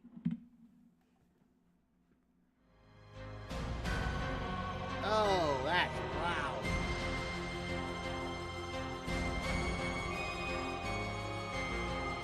Right, turn that down a little bit over here, shouldn't I?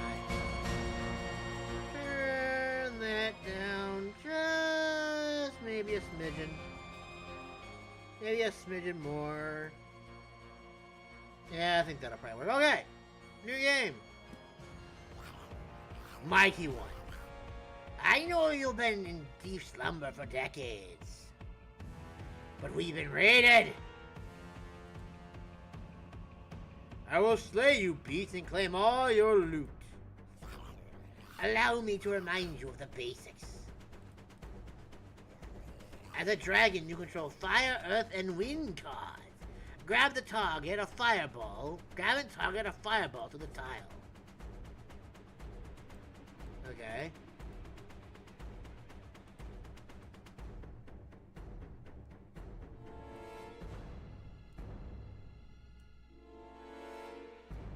Grab and target a fireball to a tile. Okay, great. Notice how the normal tile changes into a charred tile. Each elemental card has unique interactions with tiles. Now, grab to the target the whirlwind card on that charred tile. Congratulations! You discovered your first special interaction! Wind can spread charred tiles to nearby tiles. Here, you can find more information about special instructions you've unlocked. Now, grab a fireball and launch it onto a charred tile. You have now created a lava tile. A lava tile deals 300 damage to any enemy standing on it at the end of the turn. Good job! Let's end the turn here, as you ran out of cards. So your follow, Whelpling. Every enemy hero also plays cards and has a deck. You can check what's the next card they are going to play here. Next, you should remember how to inhale and exhale. This should come naturally to you. Use a momentum card to go into the inhale state.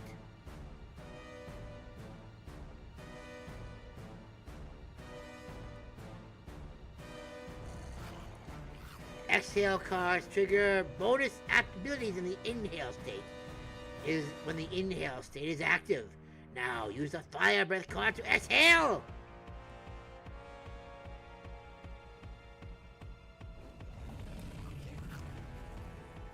As a mighty boss, you change phases as you lose HP. Phase 2 is at 65% HP, and Phase 3 is at 30% HP. When you change phases, you gain +1 attack.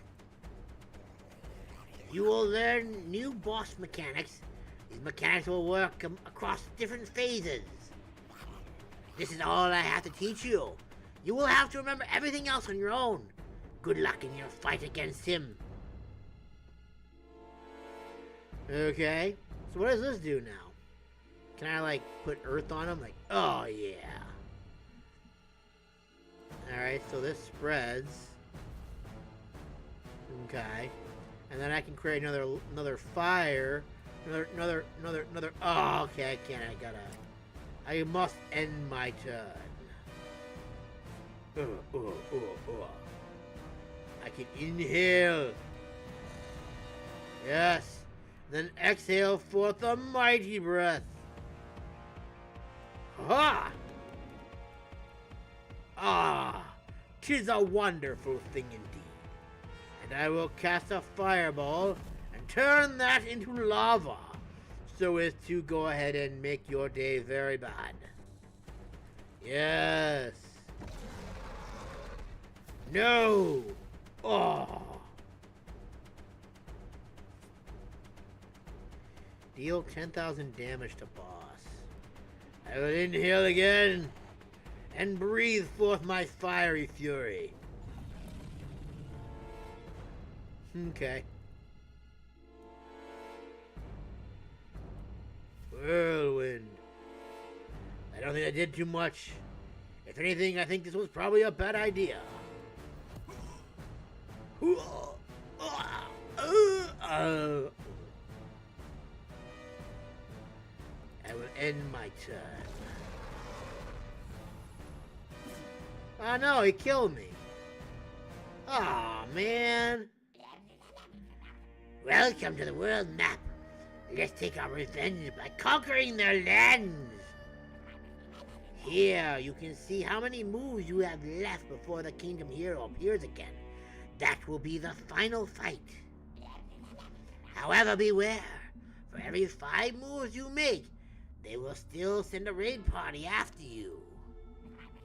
Conquering full regions should give you hefty rewards. Good luck. Okay.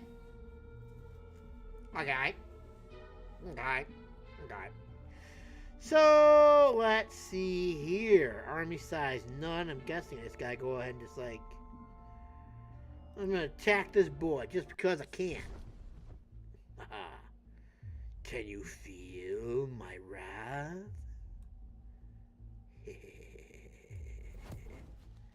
Feel the pain as I blow you up.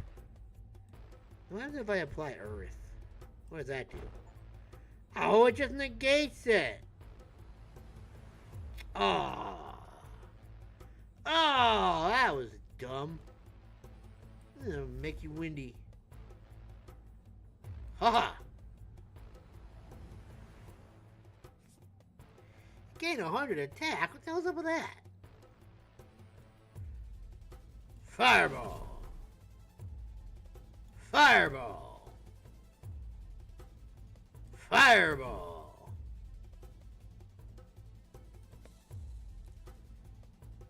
Summon 1 squire. Did he really just summon a squire? What a fool. Foolish. That's gonna apply to the squire, see what happens. I don't know what that's gonna do, but whatever. Fireball. Fireball. Apply fire to a rubble tile. I really could use an inhale, please. I don't have to worry about this so much. Did I get my inhale? I got my inhale. Now I can exhale my mighty fury down upon thee. Oh, yeah, baby. Just because I feel like it.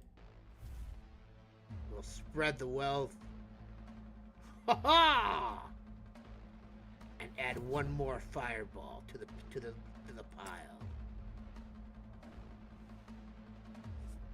Summon all the squires you want, but none shall deter me.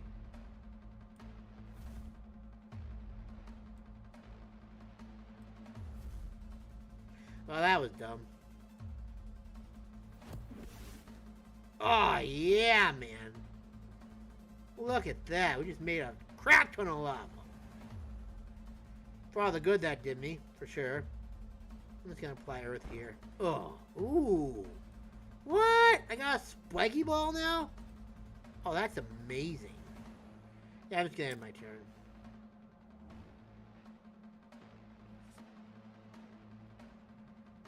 Oh, I should have inhaled. Well, we're gonna get rid of the squire here. Just because he's stupid and pointless. You know, fireball you.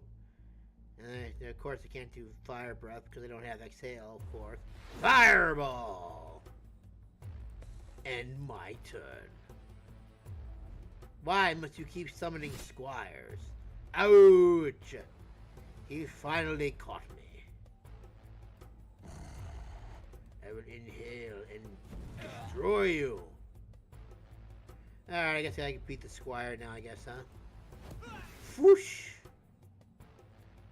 I am victorious. Sweetness! Army without a hero. Reward 100 attack. Blessing or a curse. What is this? What is this event will bring? Let's see. Ha! My mighty dragon, my mighty form is upon it. Okay. Okay. Now that I can inhale without the exhale, right? Let's give it a try and see what happens. Will that actually hold till the next turn, or is it just gonna be end the turn?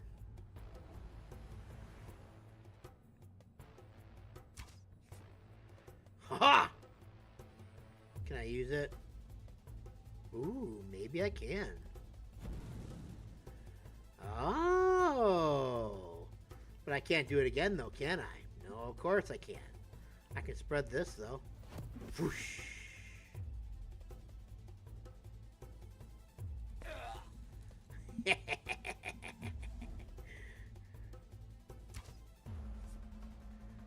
Are you just gonna drown now or something like that, or what? Let's see here. What could I do first? Guess I got rid of this new squire. He doesn't need to be alive anymore.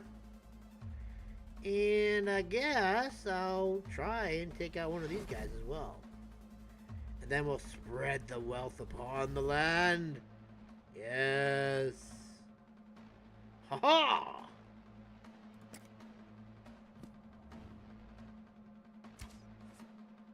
Ouch! I will inhale. I will inhale and exhale my mighty fire upon thee, destroying all of you at once. And then you will feel my thunderous glory.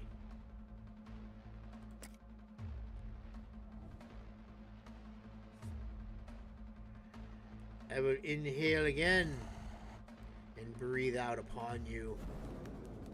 Aw, baby. Heck yeah.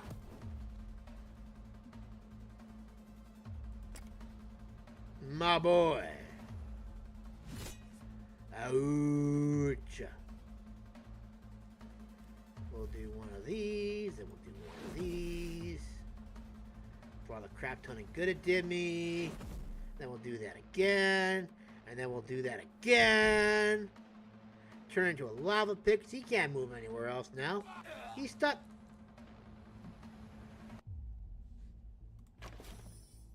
Nice. Firebomb deals 500 plus 500 damage. Damage increases by 100 per lava tile. Ooh, I like this better.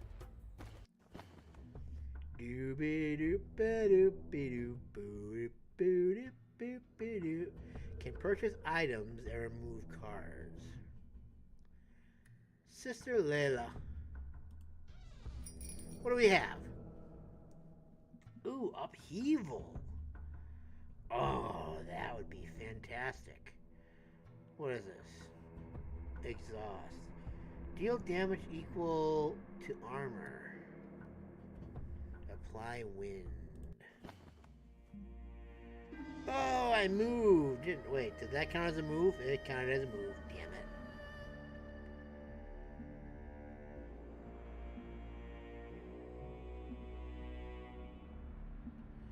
Yeah, scoundrel.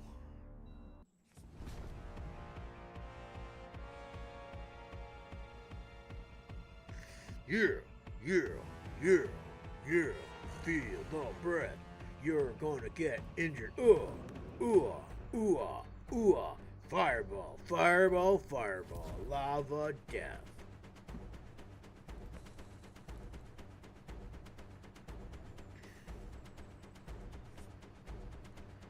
Well, isn't that just a bunch of bull crap? I'm gonna apply wind there, and then I'm gonna do a fireball. Right there. Now she will suffer damage. I'm going to put one fireball right there as well, just to complete the trifecta of awesome. And we'll do that. And now it's all lava. And I guess that's it. Ouch. Yes.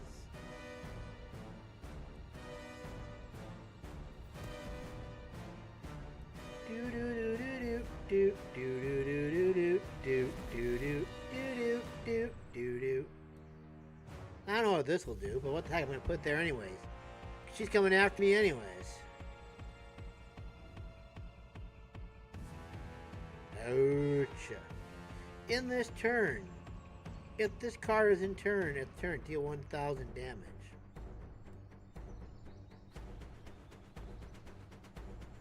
Okay. Inhale. And exhale. Now, is that hopefully 1,000 damage to her and not me? Ouch. Avalanche. If this card is in hand, end of turn. Oh, I getcha. So if I don't get rid of these cards, they're going to do damage to me. I gotcha.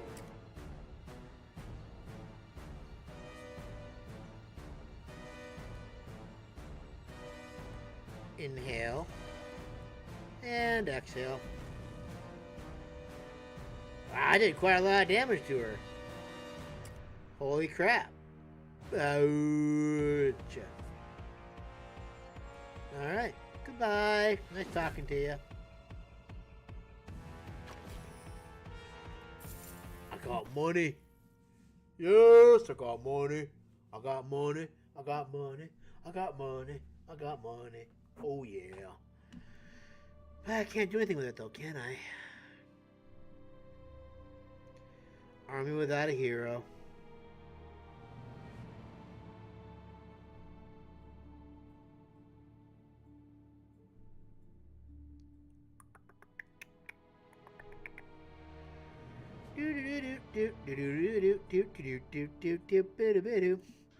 Let's see here. Turn every lava into boulder tile. Oh. It's a shame that's so expensive. Apply wind.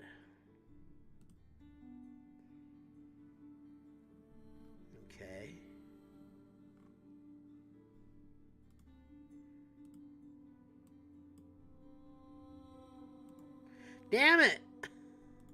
I don't have the money. Ouch. Raid. Ezek the Bard. Max HP 6,000. Attack 400. Give a random target 1,500. Blah blah blah. Give 2 days. Okay. Fight!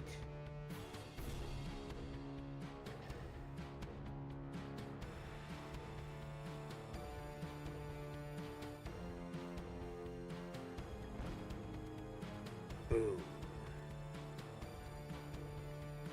Fireball. Fireball. End the turn. Boom, boom, doo doo doo doo doo doo doo. Inhale. Exhale.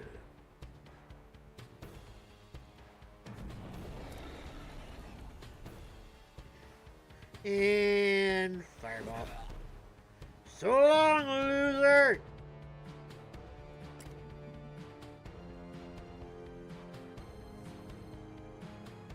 Oh, what the heck? That's not good at all. Goodbye, Bard. 'Twas nice knowing thee. For the short amount of time we knew thyself. Oh.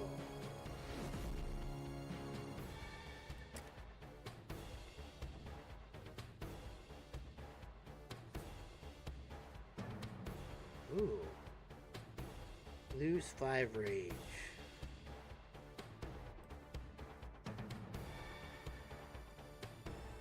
Fireball.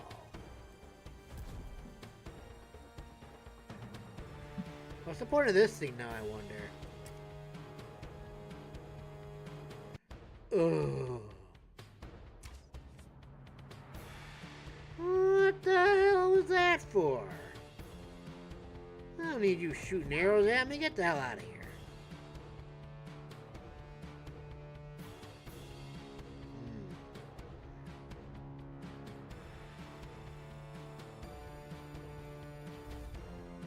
Yeah, I like that. Yeah, I like that even more. Let's see.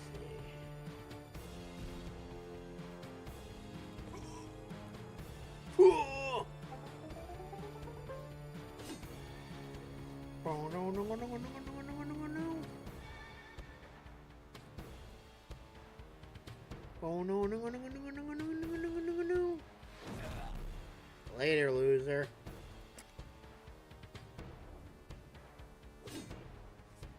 Ouch. Inhale. Exhale my mighty breath. Well, you're closer, so I'm just gonna get rid of you, I guess. And I guess that's it.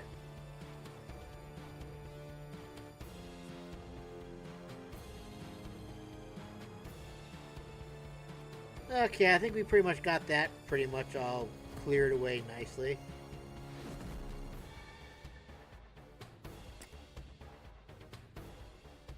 Oh. Ow, that hurts. You making me bleed. Alright, we'll put that there so you can start taking lava damage. We're gonna put this over here so you can take lava damage too. And then I guess I'll just put an avalanche, whirlwind, right here. For whatever reason. I mean, I don't know why I'm doing it, but hey.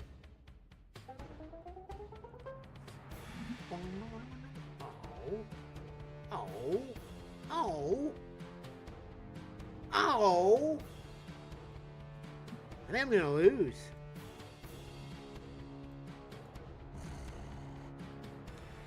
Now what's gonna happen if I go ahead and I do... Well...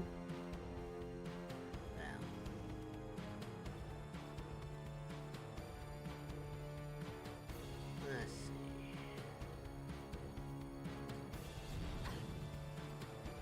Ah!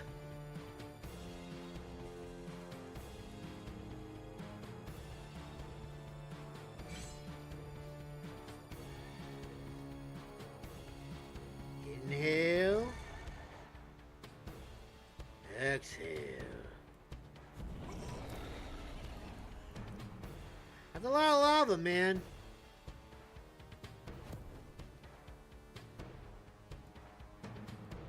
Oh, that's it.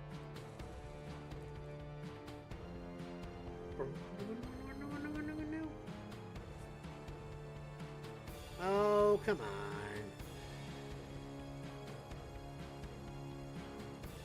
I guess I should start attacking. No. I shouldn't have done that. I should have gone to the guy up here.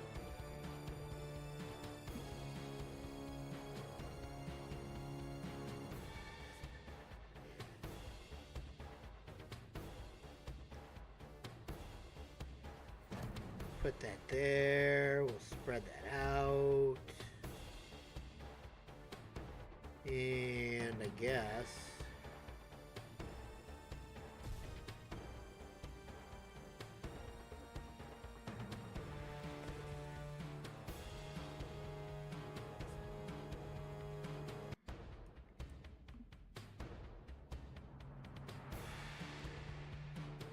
Okay, I guess we'll do this.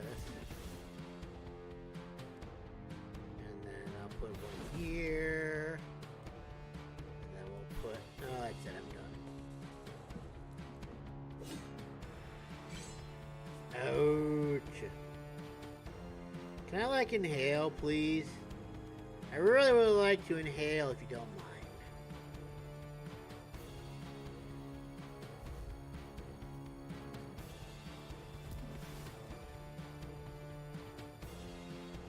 I'm gonna die, and it's gonna be all my fault.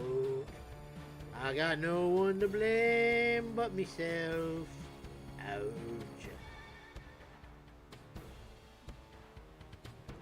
Well, I can inhale at least. I guess that's a good thing, right? What happens if I attack this?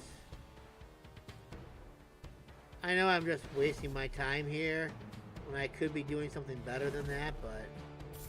Oh, that does nothing.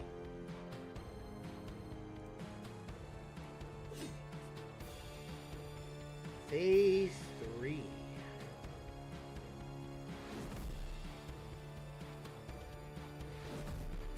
I'm gonna die.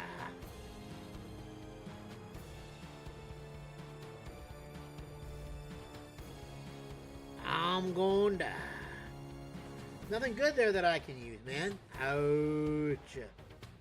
Can I exhale now? I did have that up and running. What the hell?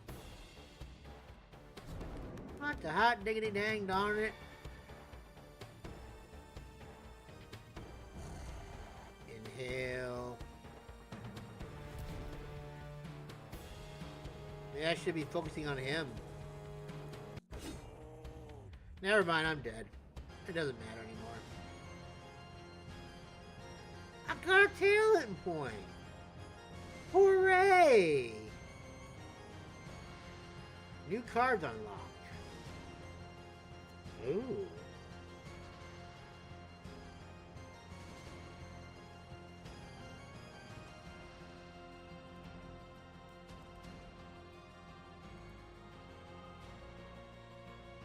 Interesting.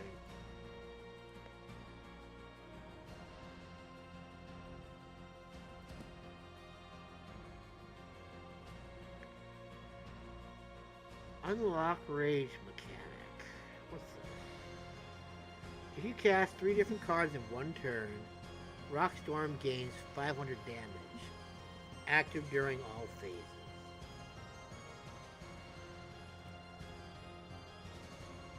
Start every combat with 50 rage. Fire breath damage increased. Which I'm guessing I'm not gonna be able to use right away. Okay.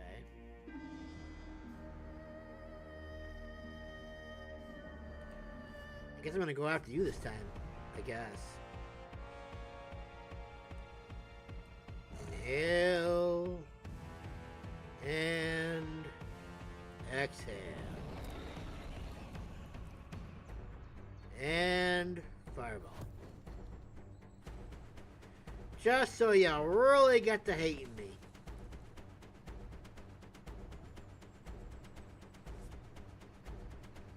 Okay.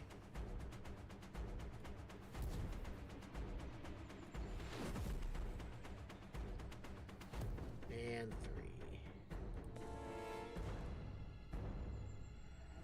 A squire? Why, how dare you? Inhale. Exhale. And fireball. Come at me, squire!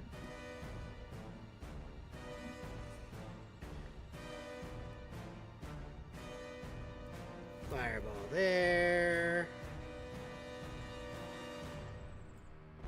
Apply some earth. Blow 'em sky high. And that's it.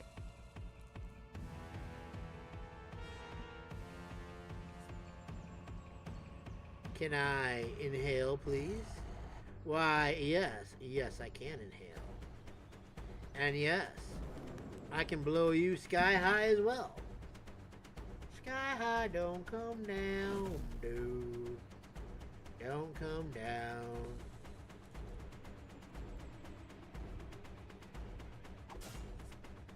Ouchie. I don't need a squire bothering me. Okay.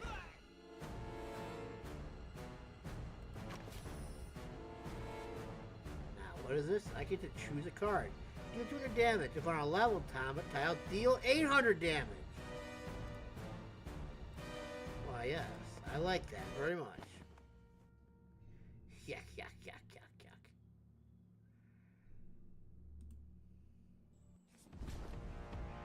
An army without a hero.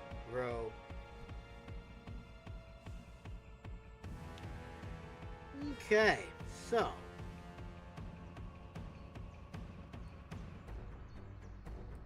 Gonna apply wind. Apply wind. And fireball.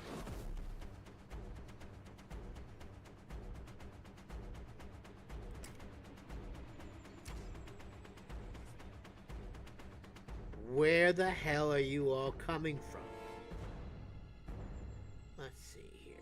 Someone's gonna land on that eventually.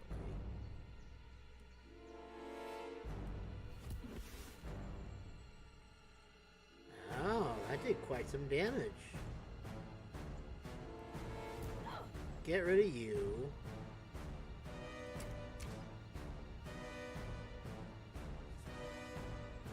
Wow, they weren't kidding when they said it was an army, did they?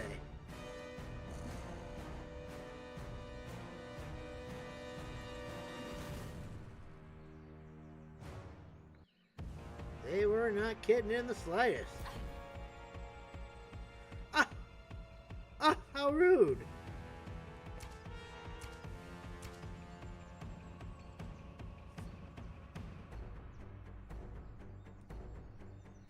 Okay, so let's see.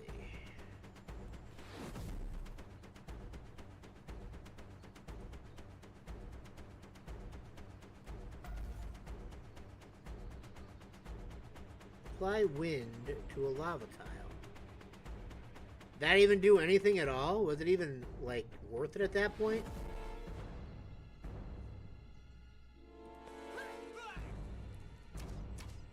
Nice. Ouch. Yeah, I can spread this.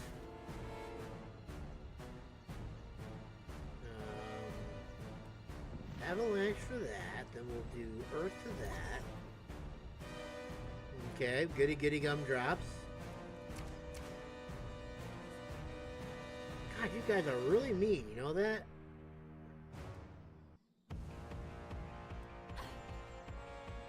That's the first time I was able to use that card. Very nice.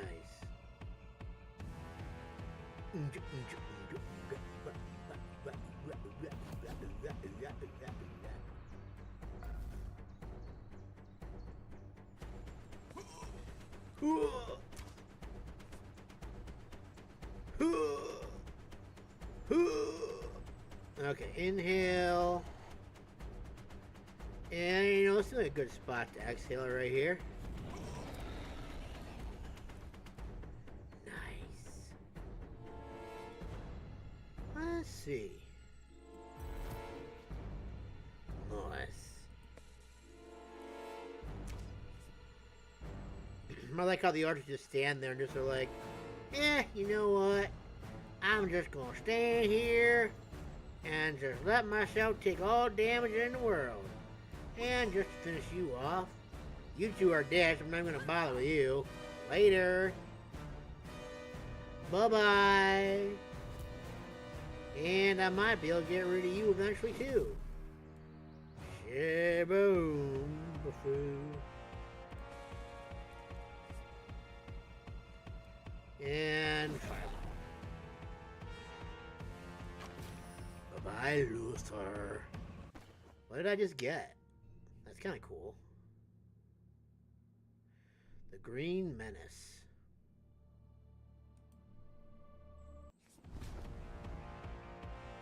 I mean, what's the worst that could happen, right? Draw a pile.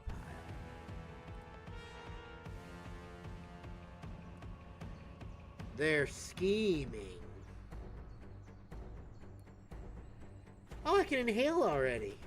Oh, isn't that marvelous? And just because I'm feeling nice and generous. I think I want to hit you, though.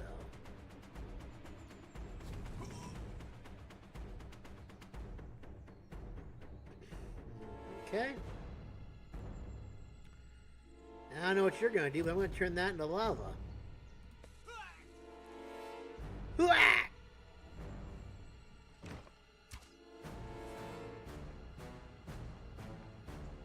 Let's see. I think if I apply this, it's going to do a fair amount of damage. Sort of. And that's not lava, so I can't do anything with that yet. But I can place this like right here. And you're coming forward probably a couple steps too. So I'll put that there.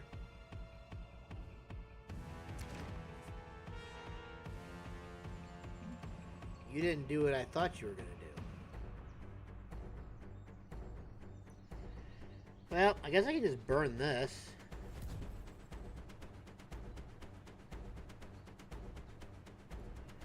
Get rid of you. And I can even scorch you.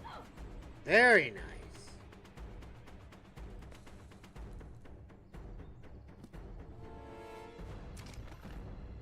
Wow, okay. Look at you. Inhale. Inhale.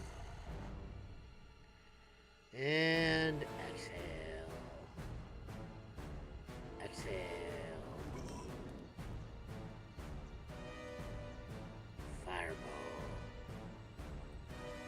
Fireball.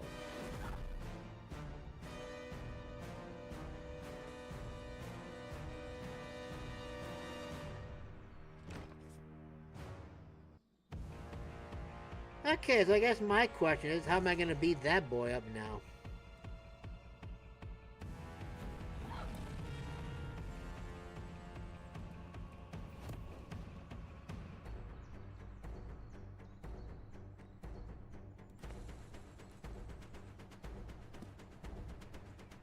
What the hell?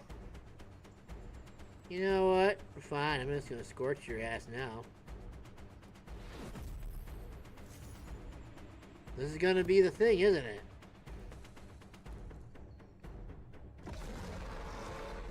Oh my god!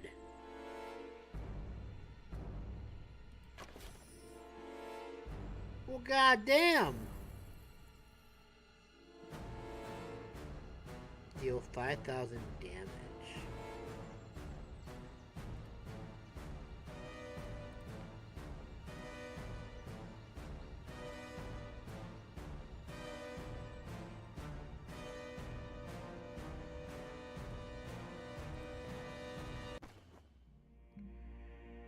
God, I'm so bad at this game. I'm just gonna die. And it's gonna be all my fault. But I can inhale. And then I can exhale right onto her. But I'm not going to, because it looks like I can just do this and just take these 3 out right now. Yes, sir. Yeah, except for I'm just gonna die anyway, so what does it matter?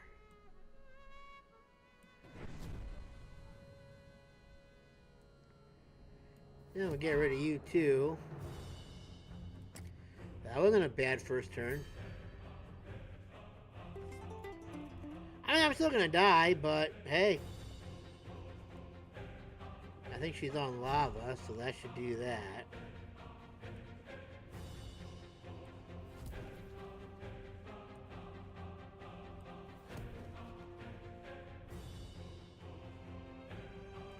Firestorm. Oh.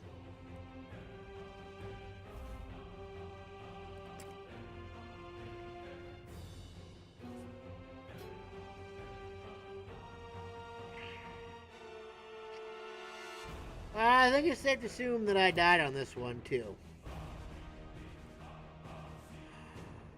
Wait, I don't have to. Oh!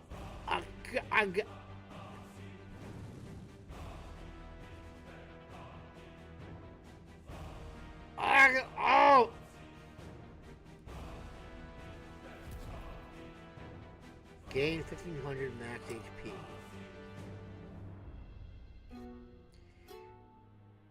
And I died. Great! Ooh.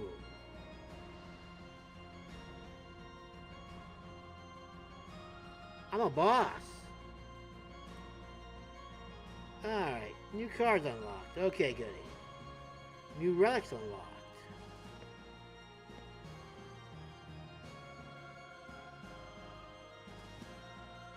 Interesting.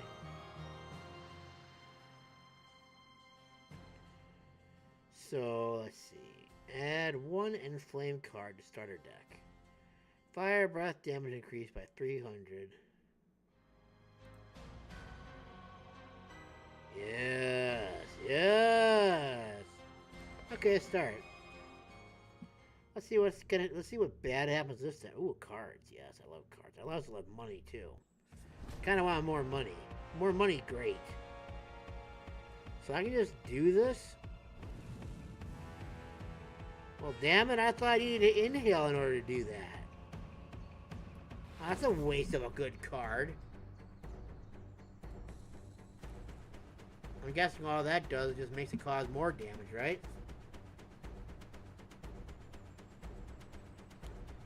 Enter inhale state.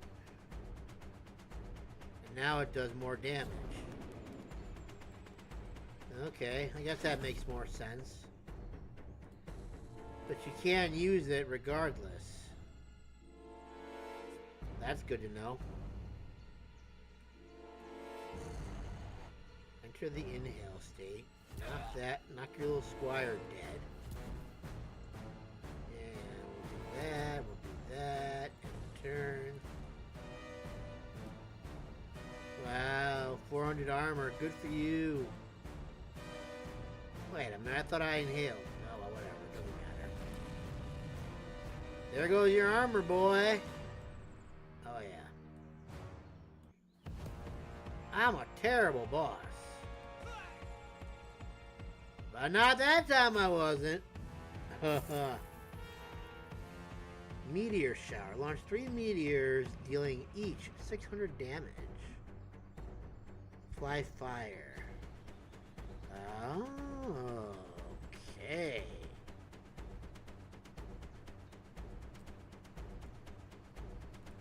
Kind of like that, though, too. Okay, what do we got here? What is this? A series of divine questions emerges as a challenge from the gods, promising riches in exchange for your answers. The very essence of this celestial quiz beckons, testing your wit and wisdom in the pursuit of untold wealth. Answer the question right and win 300 gold. What effect does the wind element have on an ice tile? I don't know, probably nothing.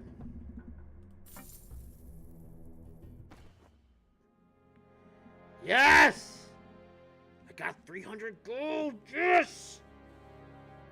Now I gotta find some place to spend it on. Yeah, I'm just gonna go after you. It looks like you got more cards for me. I like cards.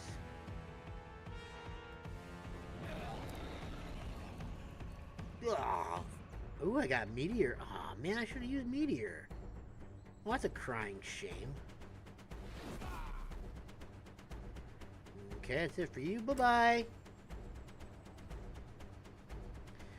And let me guess, those are probably going to heal you, right? That's just my hypothesis. And I gotta start doing damage to you. Holy Bind. What did that do? Oh, get rid of that. Let's see here. Okay, I guess I'm doing that. Fireball. Boop, boop, boop, boop. Boop, boop, boop, boop. Boop, boop, boop, boop. Boop, boop, boop, boop.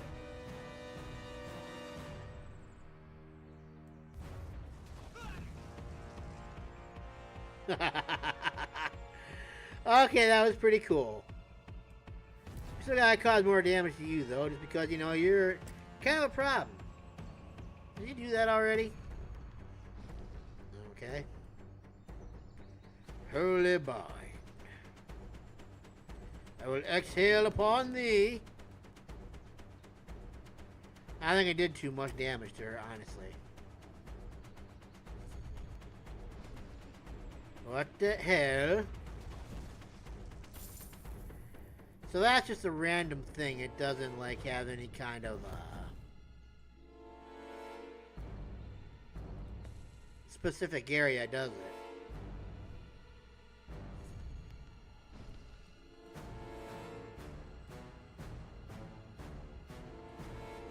Let's see. I'll inhale, and because I can. Man, this place is just gonna be riddled in fire. Get rid of that. Fireball. Fireball. Ooh, what's this?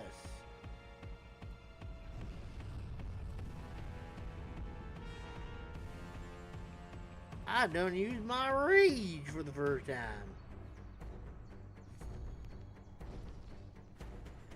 Inhale. Exhale.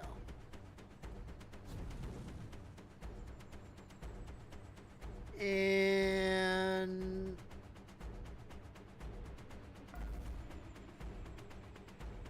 I don't know what that's actually going to do.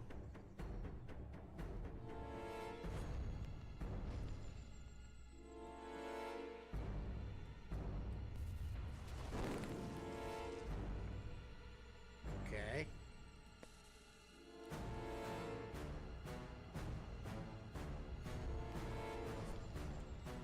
How the hell are you causing damage to me all this time still?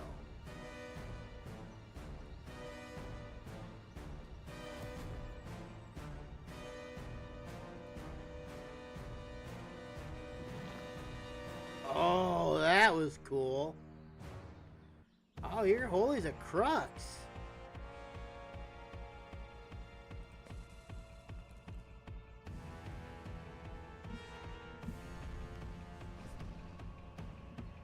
Interesting.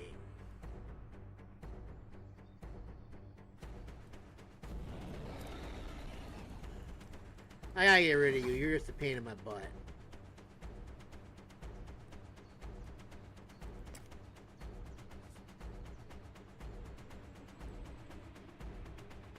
Okay. Inhale. And I'm gonna exhale right upon thee.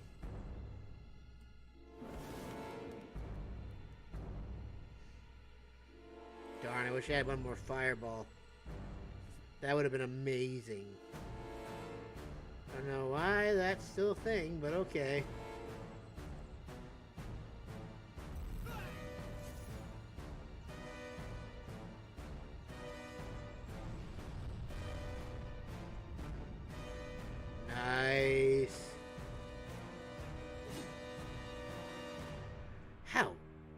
dare you, sir?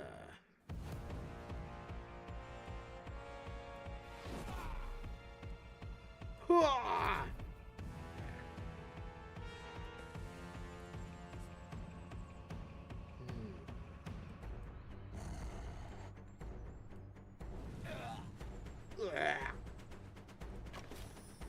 You hath been defeated by the dragon. Ooh, I can summon a whelp? Hell yeah! Unbridled Rage. There's 1,000, but draw 2 cards. You know what? Why not? Let's do it. The Region Reward. Okay. That's cool. The Geminates.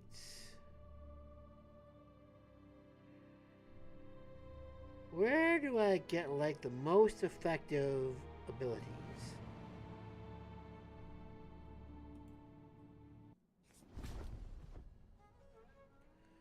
One of the twins gave 500.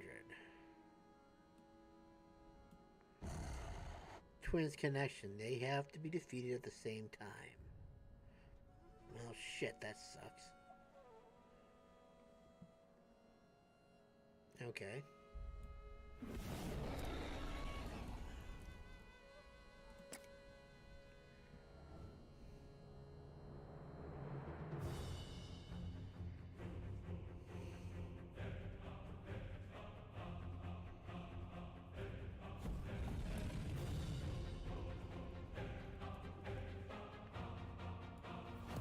Do that.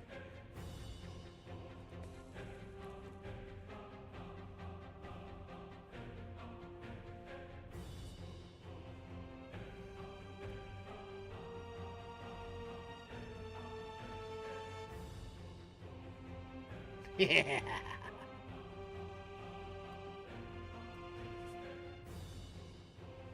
Well, that was kind of pointless.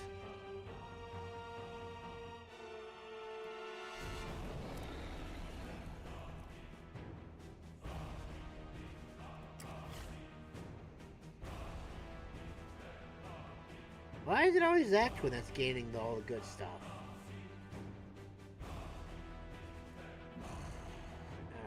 I gotta do more damage to this twin here.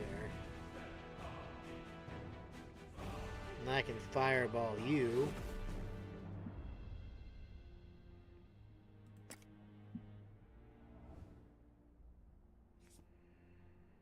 Okay.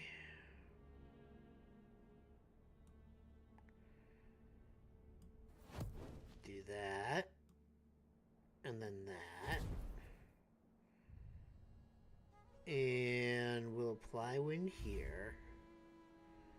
We'll also apply wind here. Oh. Well, that's fascinating to know. I mean, I wasted my time, but hey. It's always the red-haired one. Wait.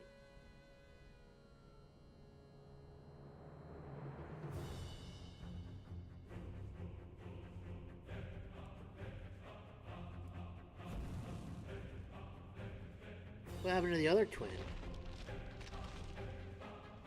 Oh, did they disappear? I saw them. Saw someone taking damage. Doesn't matter.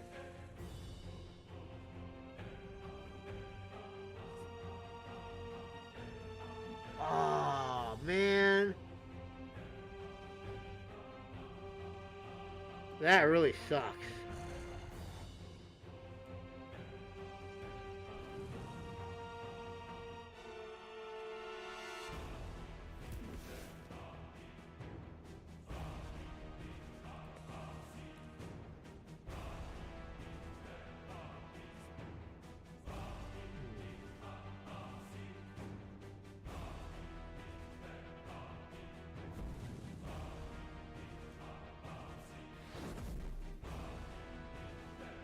I think the twins got me.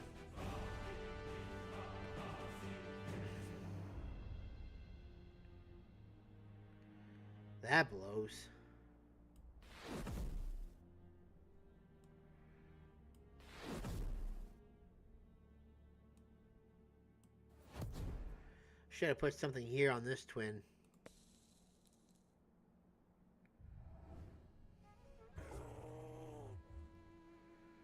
Oh well.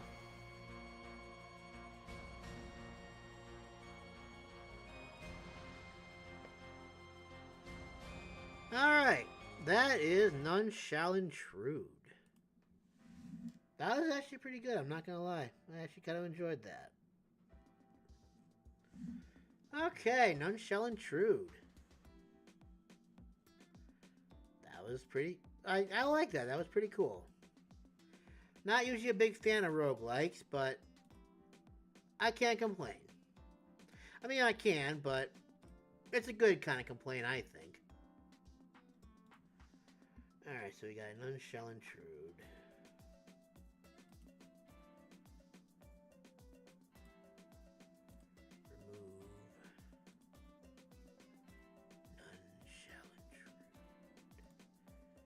Off the list before we spin it again.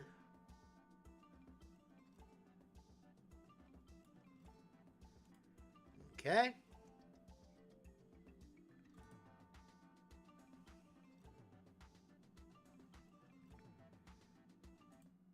Game number 4.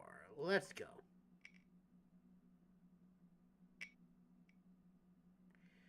You can do it. I believe in you.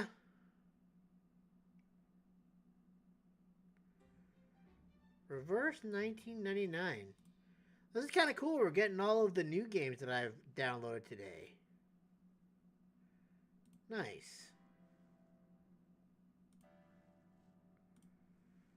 Reverse 1999.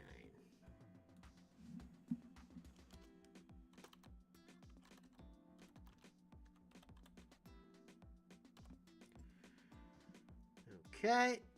Put that in our little Steam thing there.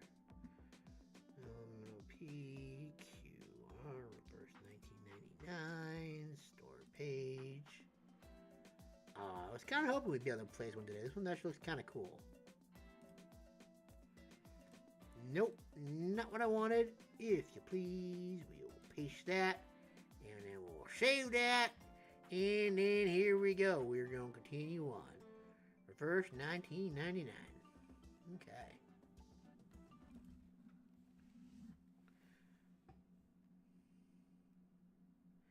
English voice pack, download by default. Well, yes, I would like that, please. I mean, I guess I could do them all, I guess. Rich user experience based on English with a modicum of line dialect. Okay, whatever. The update weighs in at about 284.20 megabytes. Do you wish to download? Yes, let's download. The Arrival, Dissolve Time. It is only fair to say the 20th century is a good time. Parties, the Millennium Countdown, the Y2K Panic, the 50-inch color monitor, and a sleepless night. We had it all. But look back, my friend. For a race forgotten and left behind by the progressing world because of their talent. The knowledge of when Arcanus became Arcanus is now lost in time. Once there are many of them. Innate ability, a glow in you which may be dim, but would never be erased. Strange effects come with it. Sometimes it is strong. Sometimes it is only fair to say the 20th century is a good time. But look back, my friend, for the past goes back far. Yes, I would like it at full screen, please. High, low definition. Enable to play videos more smoothly in low definition. Once enabled, the compatibility cancel. Yeah, I'm not doing that. Okay. Let's see if I gotta do anything stupid with this. Guess I'm gonna log in with Steam. I agree to all. Even though I don't see why. I just... Okay.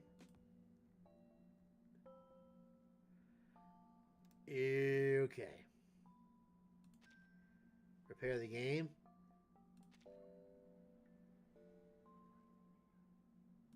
Okay. That's obviously quit. What's this? Sure you want to quit the game? No. Log out of current account? No. Okay, here we go. Reverse, 1999. Let's start. Please wear a headphone, for we have... Okay, whatever. It eluded us then, but that's no matter. Tomorrow we will run faster. It's raining. No, it is not. Stretch out our arms further. It's the And storm. one fine morning, so we beat on. The storm Boats is against the coming. current, borne back ceaselessly into the past. Francis Scott Key Fitzgerald.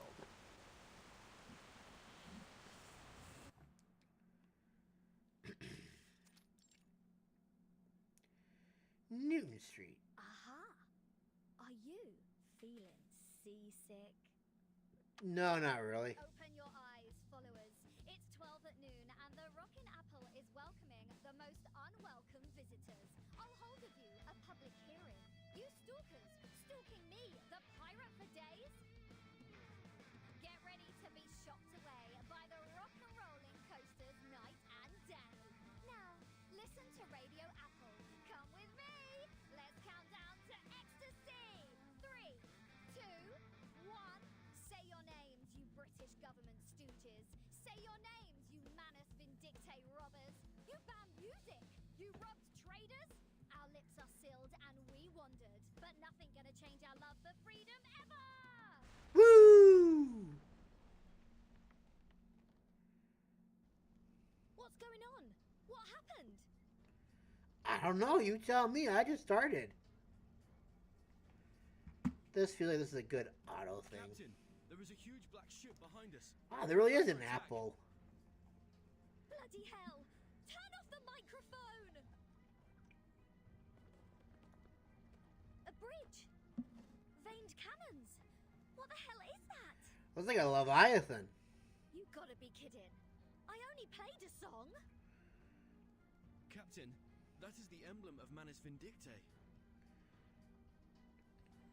The wind is wuthering. Manus Vindictae. Those terrorists? Why? Is it because of my little thing, or... Ah, I get it. What do you get? Enlighten me, please. Your accomplices are here. Remember, What? you're still captives of the pirate Regulus. Order them to hold fire, or I'll...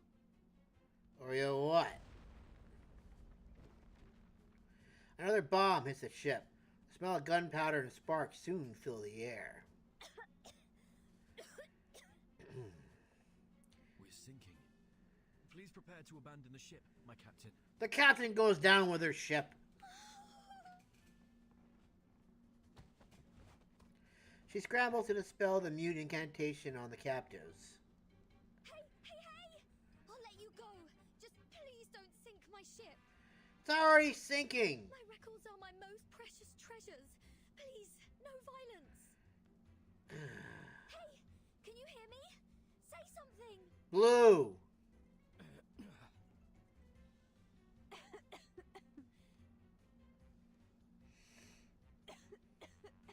We're not with them.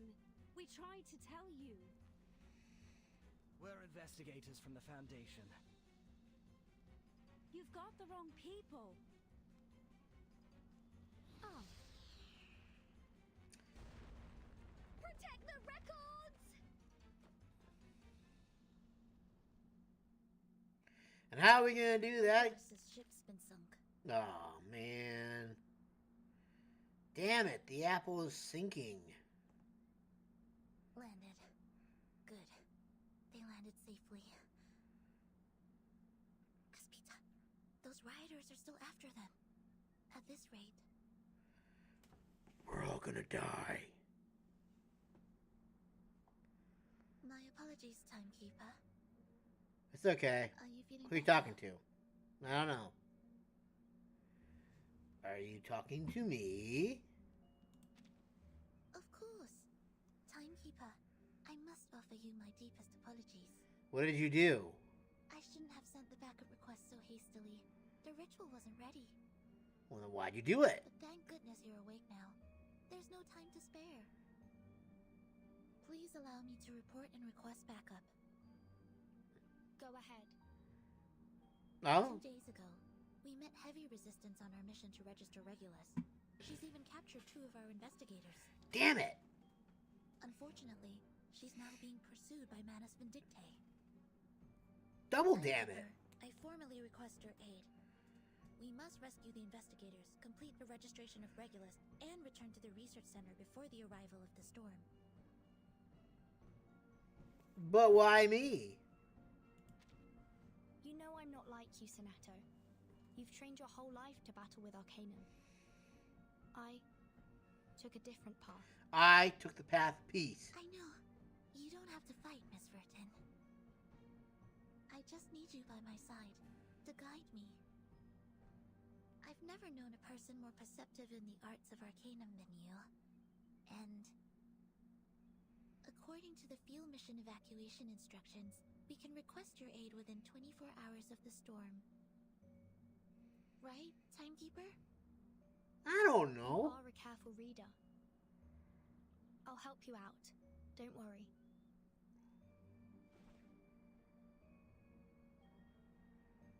$50 seconds. 50 minutes left. Come on, let's move. Never mind, 50 minutes. Please use this. It'll send us directly to our destination. A floppy disk? This is... It's a floppy disk. A portable floppy disk containing the arcane skill teleport. I used one just now to bring you here. Ahem. They're still under experimentation, so they're not entirely stable. Madam Z only gave me 3. But if everything goes well, they'll save us a lot of time. Envision the destination, speak its name, and the teleport ritual will begin. Okay. I see. Oh. Tap to enter a name. Instructions. Is this gonna be my name? You know what? I don't care. I'm gonna... Confirm. Confirm. Yes, that's right. I've seen you before. This name is permitted. Wait, something is different. Your name is Vertin? Or...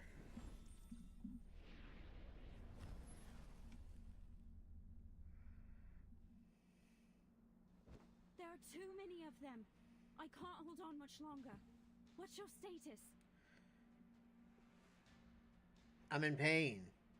Oh, it turned off auto on me again. The way back is blocked. I'm still trying to break through. Can we get back? Before the storm? Hopefully.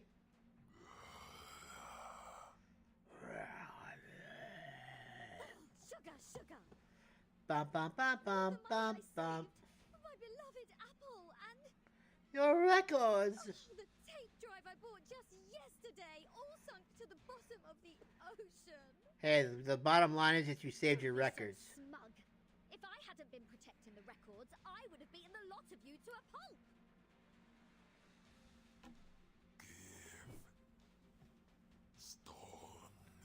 What? Stone. Oh, what are you doing, you bastard? Destroy. My records! Records. Pete Townsend, the John Thunderfingers live show! Well, that I'm sucks. gonna kill you! Captain, Yeah. behind you!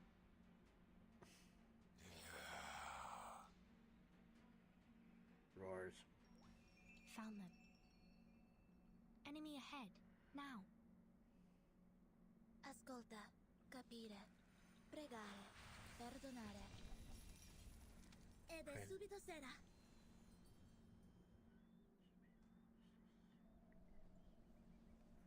As the light shines, the enemies disappear in the blink of an eye. Your worst That nightmare. incantation. Could it be? It's the Sonata? chief investigator. Yes, the chief's here.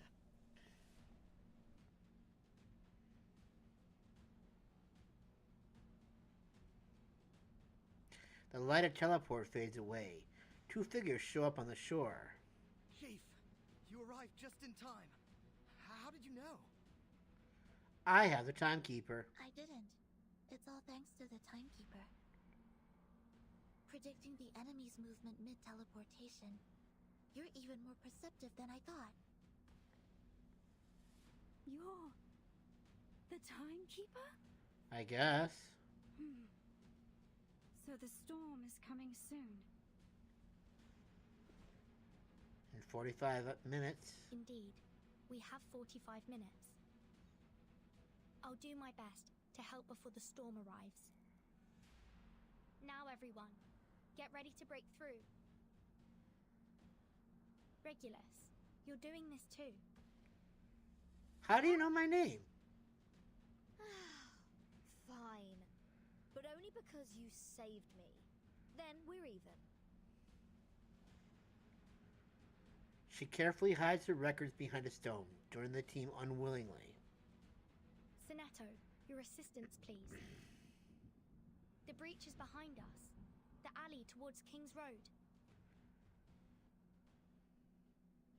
I can't wait anymore! Oh. The enemies are attacking.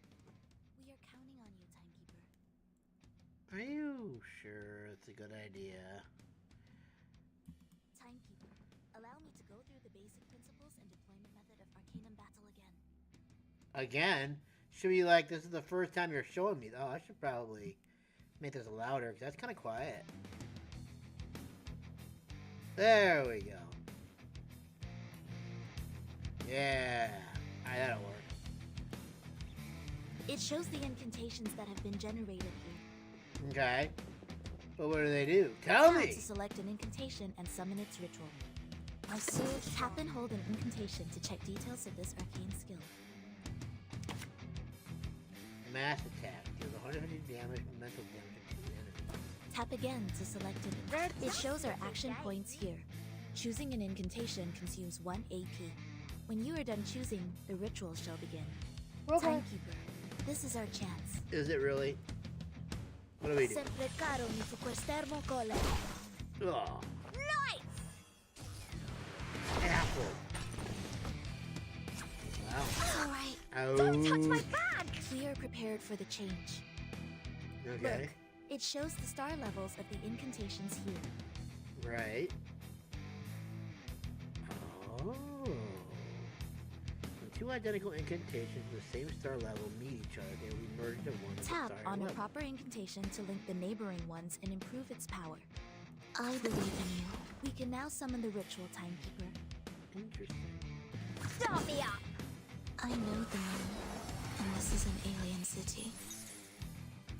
Left hands up! Now right hands up! We did it! We broke out of the enemy's encirclement. Yay. Thank you for your decisiveness, Timekeeper. Oh no, Soretto. Thank you for giving me the details I need to succeed.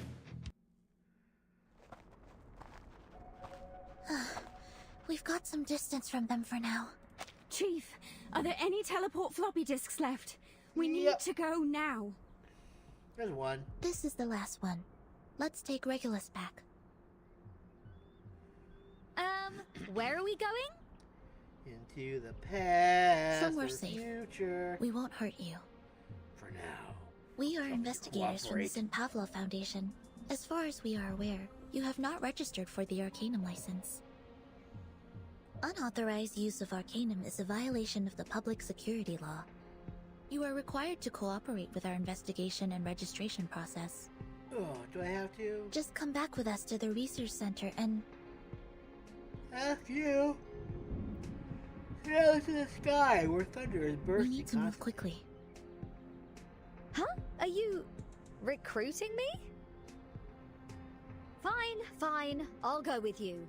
But could you show me the floppy disk first? No, don't do it. Sure. She's Go gonna ahead. use it. No, don't do that. Wow. So incantations can really be recorded and read. A floppy disk that stores advanced arcane skills. Oh, awesome. If only I could take a look inside. So this is where you start the ritual. Looks like a signature will work. That's right. I heard you're a fan of technology. Everyone get down! Ambush!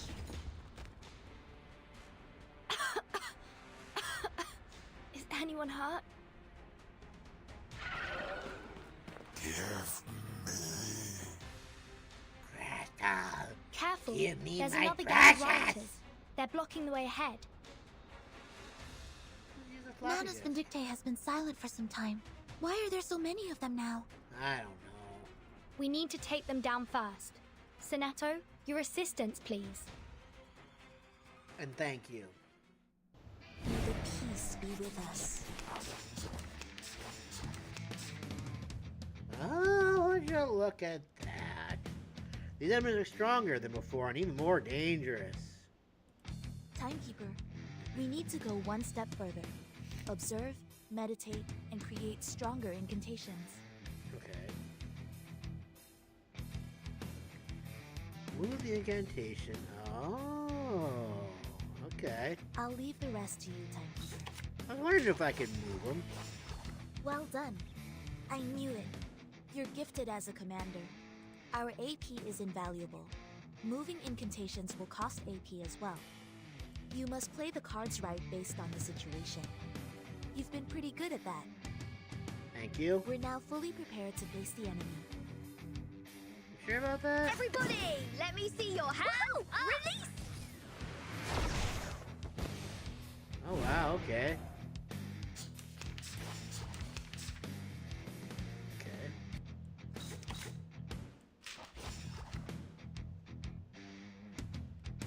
So I guess the idea is to use this, I guess, right? Sempre caro mi fu quest'ermo cole.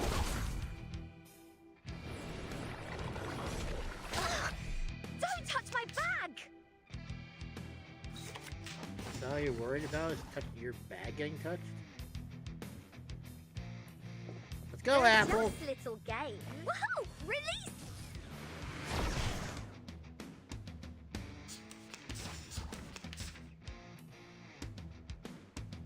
Okay. So I can do My one, sword sharp. and then Start two. me up! So long lives this, and this gives power to thee. Left hands up! Now right hands up!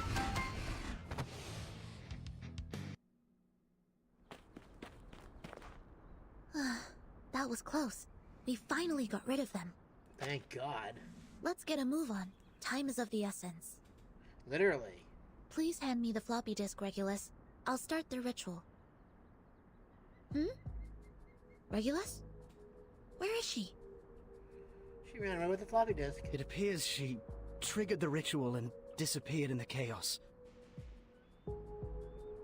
Wow. Yeah, you really are dumb. Beam of light flashes between the rock and the distance. She must have been in a rush leaving all that behind. We'll have to make our way back on foot. Chief, we need to give up the Regulus mission. The longer we stay here, the more likely we are to be caught in the storm. As I'm sure you know, Chief, if that happens, you'll be disqualified as an investigator. Let's split up. You return to the Foundation and make the report. As Chief Investigator, I will stay until the last moment. What are you going to do after Regulus's registration? The storm is about to come. Express gratitude, salute, and see them off. Never disturb the lives of the registrants. You haven't seen the storm yet, have you? I'm not qualified. Thus far, you are the only one who can move freely during the storm. Have you found out where Regulus usually spends her time? Or anyone who knows her? Yes, she often turns up in the West End, hanging around Carnaby Street and King's Road. She used to buy records at a store on Kingly Court. She may have returned there. Oh, and be careful. She can control light with her arcane skills. Good to know. I see. Let's go, Sonetto. Are you coming with me? I thought you would leave after we defeated those Manus Vindictae. Thank you. It's nothing. I have my own mission. Also, in Kingly Court.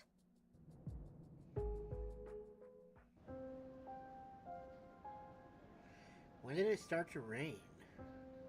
The cityscape was reflected in the puddles, swaying cheerfully with the ripples. The fashionable city, the optimistic people.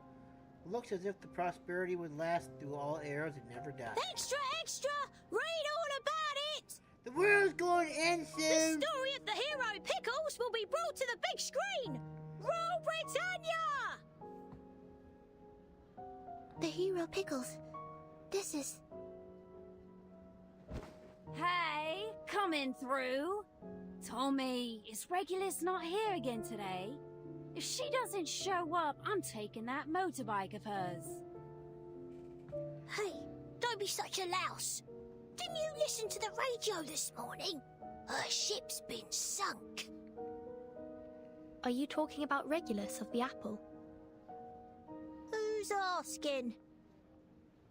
I'm her friend. She left something. These are... Her records! Look at the records. The newspaper lets down his guard. There's a good chance she's in the cafe over there. Just don't draw the attention of the coppers, eh? Thank you very much for your assistance. You're very serious. If you really want to thank me, just buy a copy of the Times. See? It's all good news on the first 2 pages. That only comes along once in 1,000 years. Somehow I don't doubt that. I'll take a copy, please.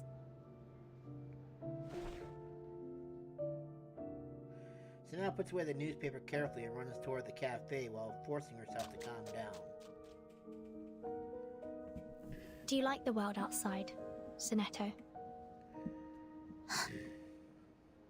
No, I'm PC just... simulator, huh? I'm just curious. I'll throw it away when I've finished. Please don't think too much of it.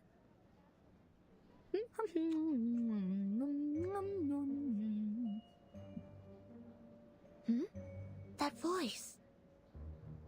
Timekeeper, look at that table. You didn't think we wouldn't find you, did you? A piece of bread is floating in the air above a table of the cafe, disappearing little by little. Yummy! Oh, it's so good. One more Earl Grey with brown sugar, please.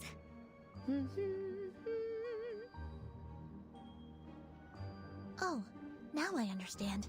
She's using an optical arcane skill to make herself invisible. Sanaa takes out her pen quickly and points it at the cup held by the invisible one. Am Himmel Wechselmann die Bohnenbilder.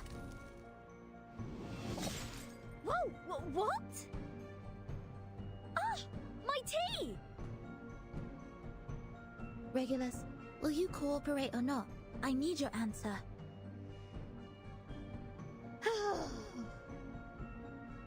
The Foundation is an authority working with the government. If I register with you, my location will be exposed. You'll know where I am, no matter where I go. That's kind of the point. I'm not doing it. Very well. Sanaa sighs and looks at the sky. Seems to be her habit before a battle. May the peace be with us. May the peace be with us. So, you sabotage my arcane skills? Who cares? I'll just go invisible again. Okay. She's just gonna expose you again. This will give me away this time. Catch me if you can. Well, time to change my strategy.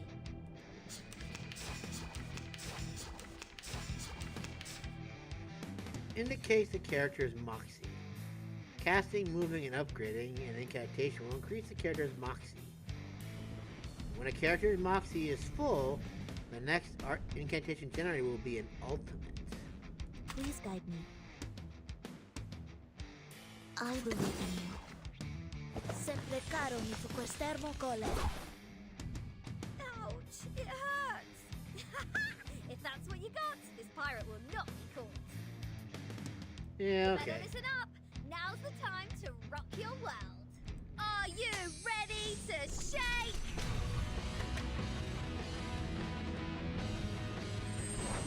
Woohoo! Release! Do not worry, Timekeeper. I now have enough moxie. I see this. I can see further and hear better. I can now summon a stronger ritual capable of unveiling the useless facades.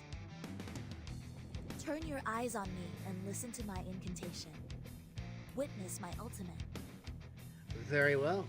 Let's do it. Depicts the world I have never seen before. This seems pretty dangerous.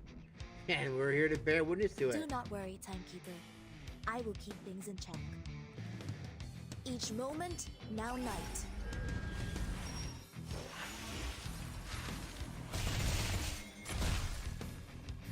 Ouch!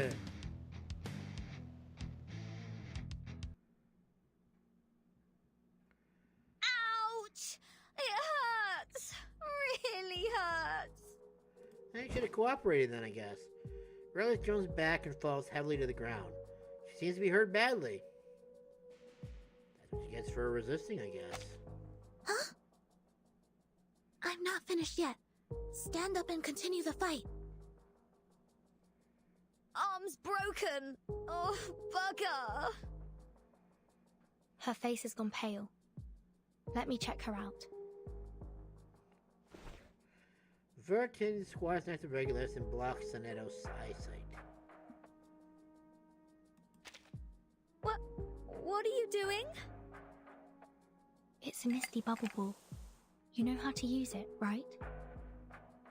Huh? I need your help, so until you can give it to me, I'll help you out. Meet me at the bookstore on Oxford Street. Now, push me. Shocked for half a second, Regulus pushes Vertin away with great strength. Bang! Timekeeper!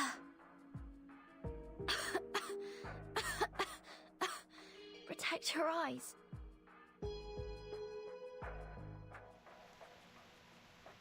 I was careless, but we should be fine. The effects of the misty bubble ball only last so long. She can't have gotten far. Sonetto, are you really going to continue the mission? The storm will arrive shortly. If you don't go back now, it'll be too late. At least, let me search these doors again. It's the same determined face she put it on before every exam. Snell strides over the rising puddles on the ground and runs into the department store. Where to go now? The bookstore on Oxford Street? No, of course not. But to the place where she never agreed to meet at. Whoa! You scared me! Didn't we say the bookstore? Exactly. Isn't this the bookstore? Misty bubble balls have an easily traceable scent. Sonetto will be here any minute. So what do you want from me? I don't want any part of this. Relax. I'm not going to take you to the Foundation. I simply ask that you go somewhere safe with me. Regulus, I need you to brave the storm with me. Brave the storm? Shh. She's here.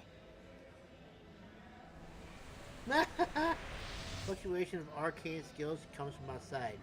Vertin takes a mustache from the table and sticks it to Timekeeper, Regulus' face immediately. any progress on your end? No. I'm sorry. You're shaking your head. That means... the mission. We've... failed?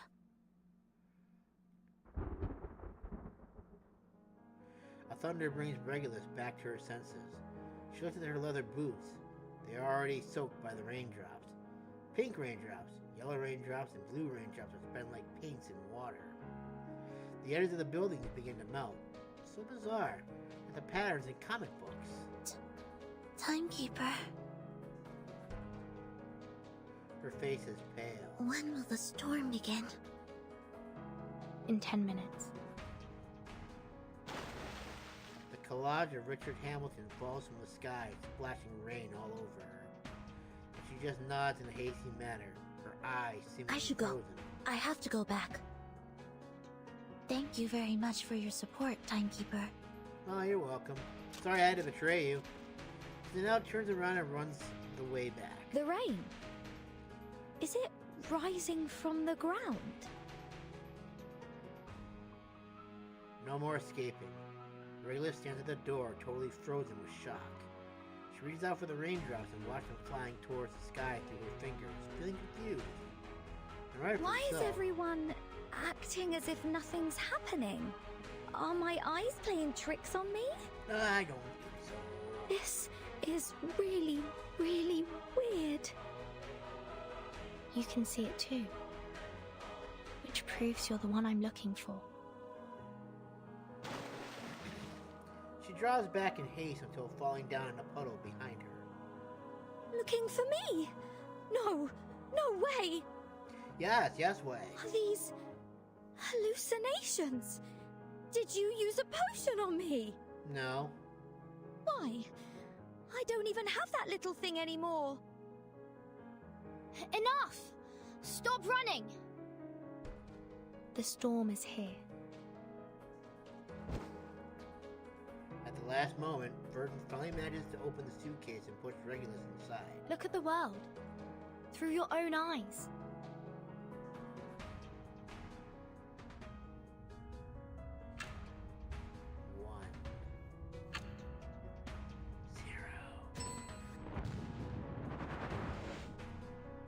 What?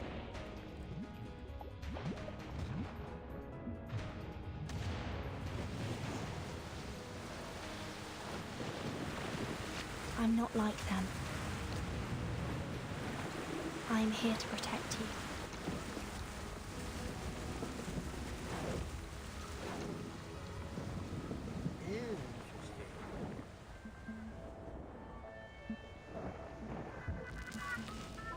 $19,439.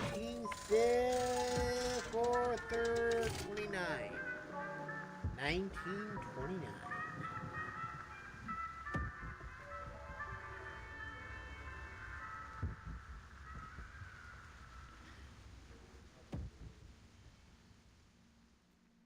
Okay, this is pretty cool, I'm not gonna lie.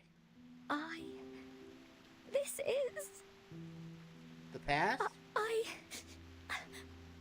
I don't get it. It's all right. It's just the end of an era. And you survived. You've braved the storm. My experiment succeeded. Thank you for your help. What experiment? The end of an era? What do you mean? I don't understand what you're talking about. Relax, Regulus. I will tell you, but not here. Say this with me. Ne ilu milde en dion bona nocton. Hold my hand. Let me take you into the suitcase. The suitcase? Close your eyes. One. Follow me. All the way down to the end of the path and into the depths. Of hell. It's dark. I can't see anything. Take your sunglasses off then. Where are you taking me? To the end of the world.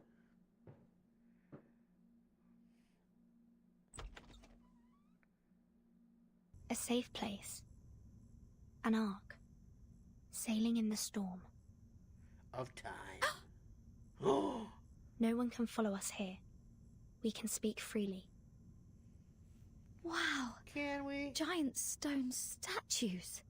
Huge electronic machines. A whole wall of photos. And a bunch of Please. empty frames. Allow me to reintroduce myself. I am Vertin. I'm from the St. Pavlov Foundation, the same place as the investigators you just met. We actually grew up there together. I'm the timekeeper. I keep track of time in the outside world. That is to say, I'm the one who records the beginnings and ends of eras. You're saying that these photos here are... The ends. Huh? It's Lewis. I know him. Looks Yes, like they got the Challenger I in took there, this too. photo several days ago. He was selling Hoover upright vacuum cleaners in the West End and thought photos would help business, so he gladly posed for it. Why did you take a photo of him? How's he...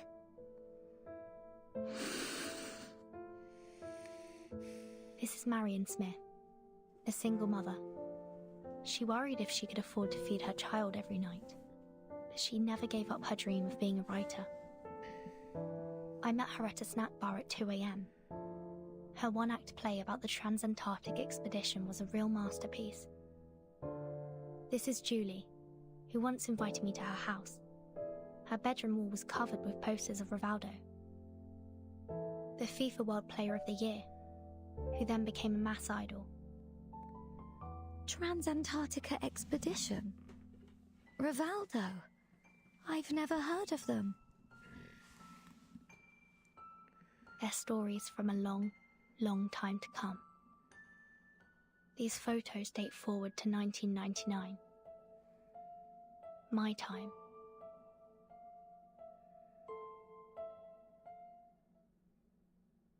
Our time is going backwards, Regulus.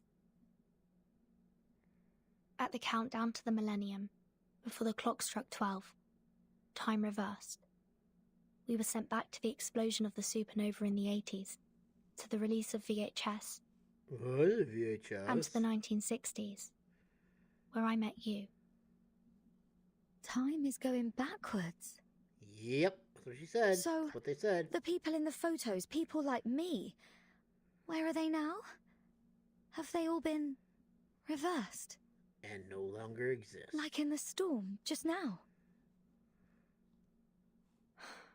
Maybe. I doubt I'll ever see them again.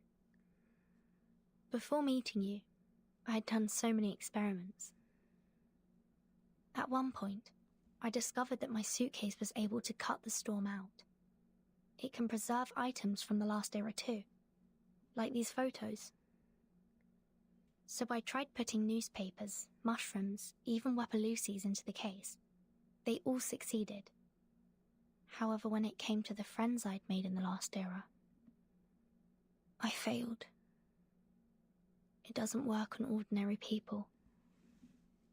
Maybe I should just record the time, be a silent, emotionless observer. Act as the Foundation has asked me to. But why are we... Because we can see the mutation of the world? The unusual happenings before the storm have left a deep impression on this apple. I think so. When you were out at sea, broadcasting on the radio, Regulus cried out, "Shout it to the full moon." It was the beginning of the month. There couldn't have been a full moon that day. The real moon was to your west. There were two that night. I realized that you could see what I see in this world. So, I decided to try it again. One last time.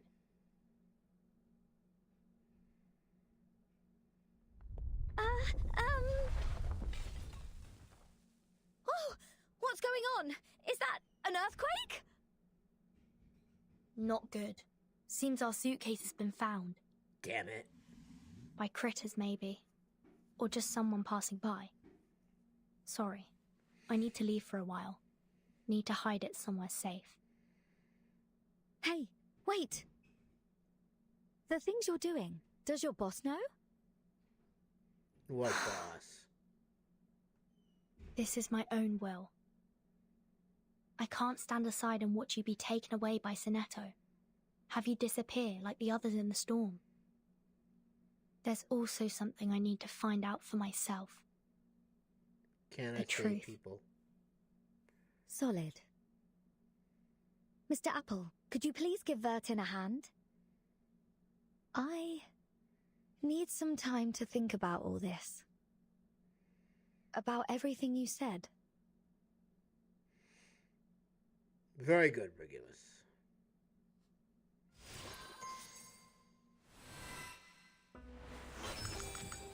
Greetings, madam. I'm here. I see this. Hello, Apple. Tap here to return to the story. Interesting.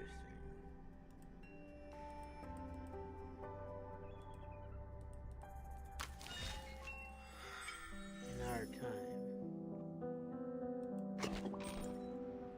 Wretched brats.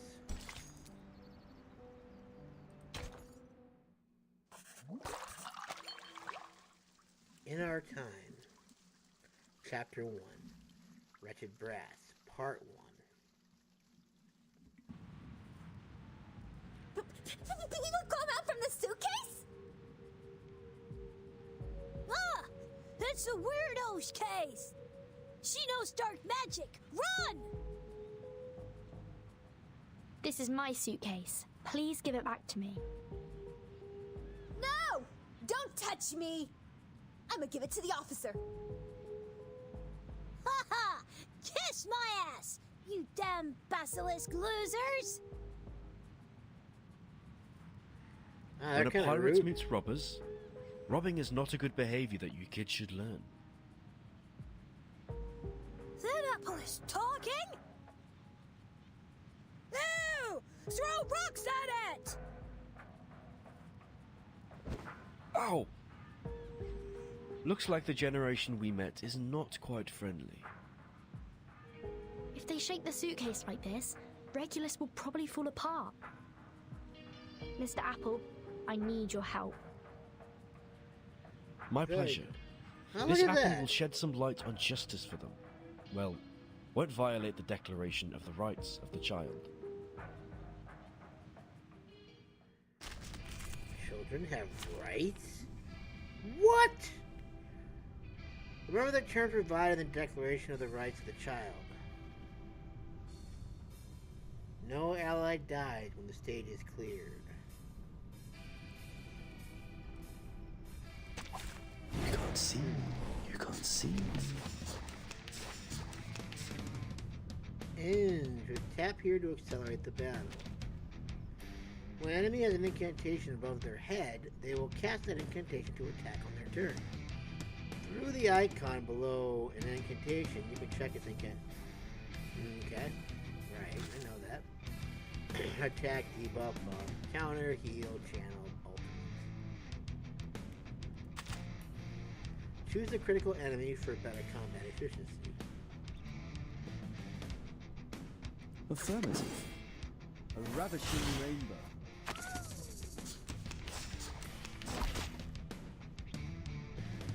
Okay.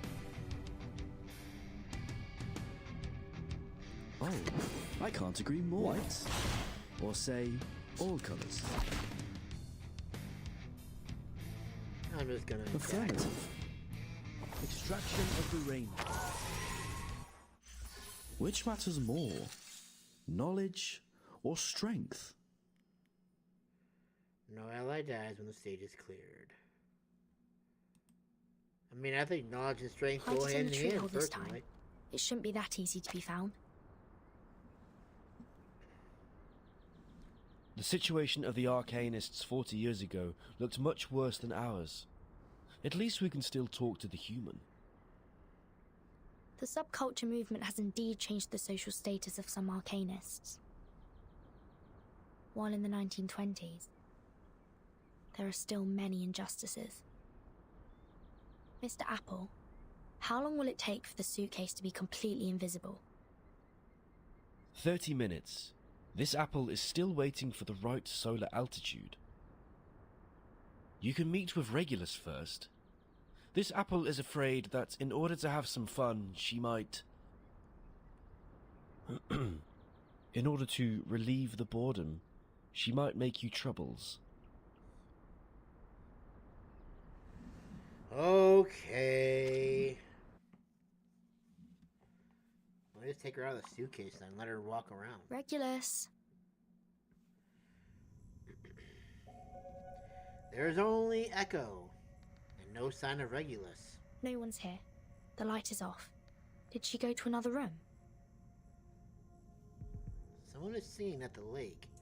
The sound carries into the room faintly. Regulus, why are you there? The outside scenery keeps changing and changing. What has remained unchanged for ages is a lake and an old spinning wheel. The records! Don't nick my records! Her voice doesn't sound right. I should go and take a look. Humans are not immune to the storm. Tap on a summon to enter the room of the lake. Okay.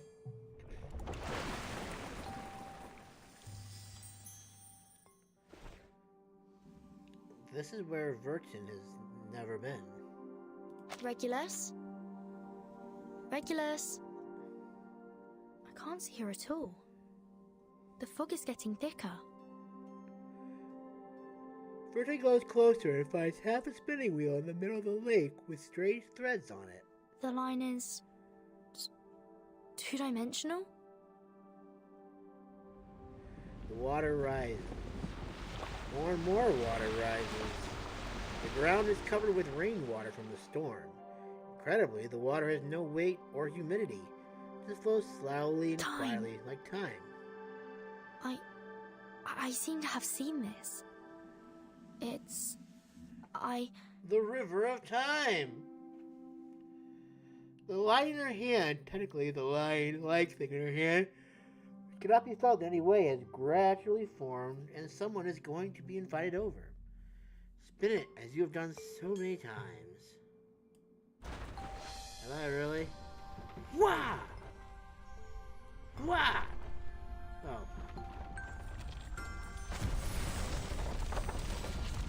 Lafroge, whatever. Someone familiar. Is it Regulus? The lake is overflowing. It's cold, just like a flowing line. Wait, where am I? You're with us.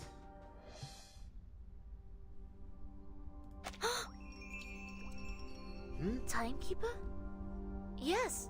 I'm just thinking about how to find you. May I ask, where is this place? We're in a suitcase. Did you use the advanced arcane skill of Feroi Around? Number 0002626031000008 to send me over? No, it should not be this. Sonetto? Why is it because I touched that line? While Sonetto is immersed in the joy of the reunion, someone is snoring nearby. The fog lifts and reveals Regulus. Now she's sleeping soundly with a rock in her hand, in her arms. Regulus? Madam Z is right. She said Regulus was with you. What? Regulus. She seems to be asleep. Well, I am also a bit, quite dizzy. Why did you all black out? What happened? I don't seem to be affected. That's because you're the master of time! On the lake, the spinning wheel is still shimmering. Do I spin it again? I should come back and check again later. Take them away first. The sound of water is left behind her. To be continued. I must prepare my team for the worst. Okay. And are you gonna make me go ahead and, use my stuff? This is where you get to check your crew.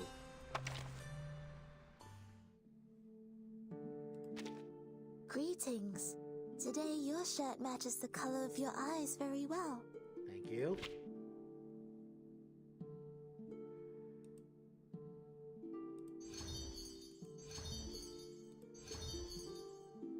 Now return to the story. Well, we're gonna keep leveling her up. You got new mail. Oh my god. Today's reward. 3,000 dust. Thank you. Okay. Thank you. What is this? Roar juke?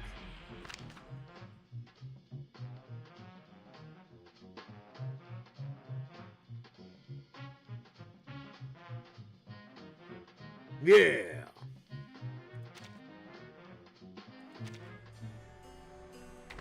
What else was there? Oh. Oh, I can level up?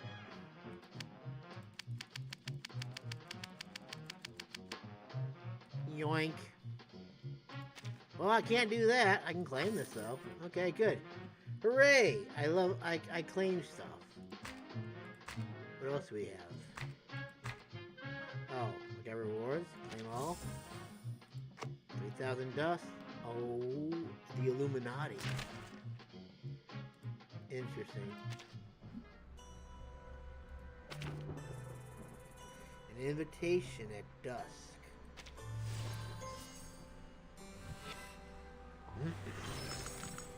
Hello, Timekeeper. I've long heard of your stories. Hopefully my visit won't trouble you too much.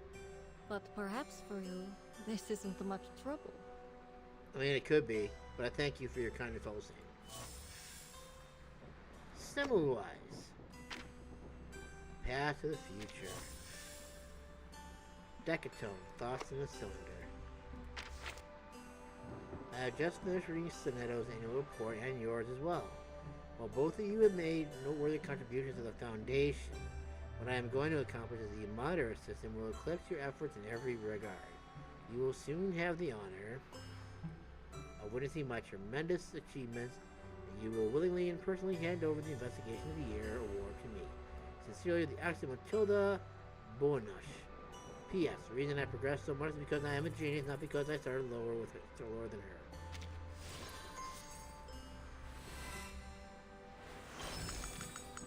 Hey! Why are you here? I don't know, you tell me. Is it Mitsune Toys also? Yep, I was here. I got me Matilda. Unilog.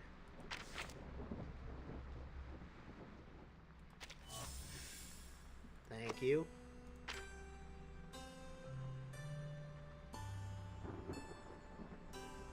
I guess I'm gonna go. What's this? 8 daily letters. Ray.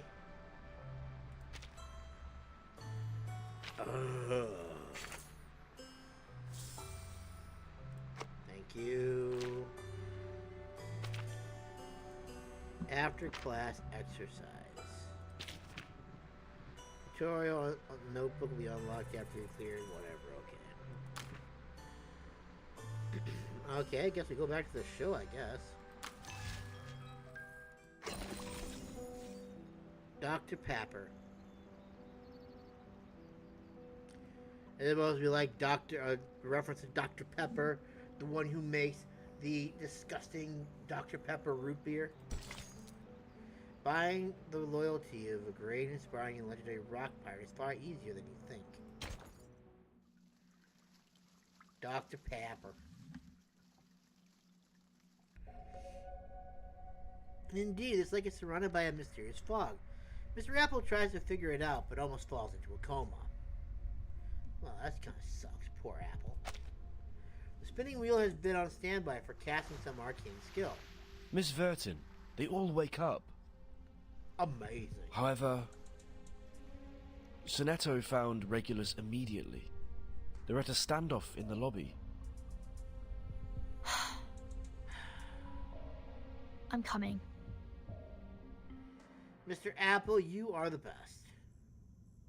You are awake. How do you feel? Any discomfort?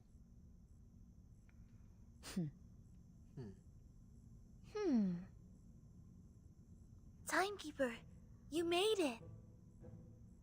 I heard that you caught... No, you gained the trust of Regulus. When I returned to the research center, the committee informed me that Regulus would join the Foundation as our colleague. I don't think she ever said that. I am here to convey the committee's commendation and your next mission. I did not expect that you would just summon me. In the future, if possible, I hope you could show me the incantation. I would also like to learn it. No! Regulus, we are very glad to have you. However, you need to go to the Foundation and the Scientific Computing Center first to complete the registration process. As an Arcanist talent rated S, we will provide you with the best equipment for scientific research. Right? Maybe?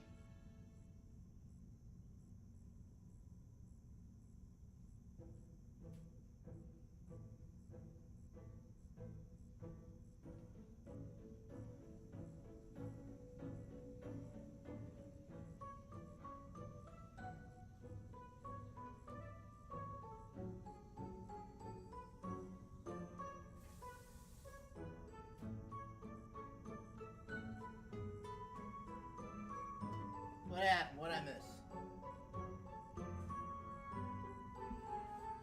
This is a mistake. This is not what we wanted to do. Yes, it's a mistake. A bloody huge mistake. Right on. Tell him. Which star said she was ever going to join the Foundation? Ridiculous! Is this pirate really so easily recruited? The institution, Vertin told me, is a place where the storm can be avoided. Free use of arcane skills is guaranteed, and Dr. Pepper is even free for 365 days. Exactly. If it is a place full of serious old men, Regulus must not be interested in it. Sorry for this Apple's interruption. What? No. The Foundation is definitely not a place for serious old men. That's where Vertin and I grew up, and there are many other interesting people like us. Young people! Vertin, don't just stand there. Talk to them. Explain that. Who knew Miss Sinetto could be so panicked? Well, at least the Foundation is not that horrible at all. I should have more training.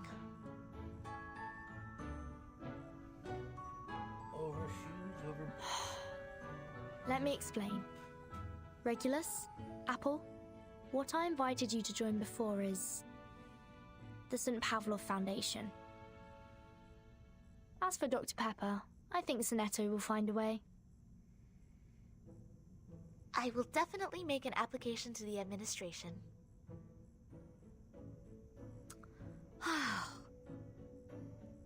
Fine. For the sake of 365 days of free drink, I'll join you. It shouldn't take too long to go through the procedures, right? I've got a bunch of belongings to pack up. Vertin, you, come and help me? Sure. 3 of them leave the room. None of them come back.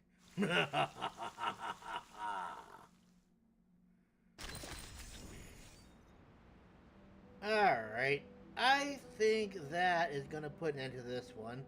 I know we still have like a little bit of time left, but it's only like 30 seconds. And I don't want to go ahead and just start something new. And what can we summon? We can summon, what are we able to summon?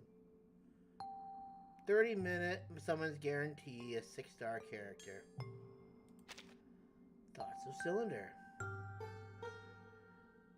Interesting. The first drop of rain. Sure, why not? Let's do it. Let's spin the wheel and hope for something that good. Yay.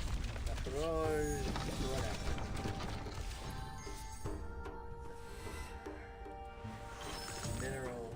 Congratulations! You are about to unveil the truth of this world. Welcome to Head Onion, a show to reshape your conception.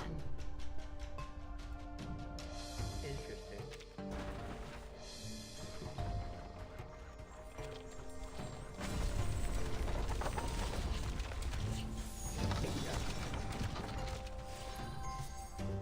That was a 4-star. Would you look at that? Oliver Frog. Special Commissioner of the London Climate Management Agency. 3 hours from getting off. Okay, let's start. Oliver Frog. Interesting. Just like Cezanne's The Kitchen Table, Balthus' still life with a figure. Well, I think Caravaggio's Basket of Fruit is better. I just came out of nowhere. What can I still summon?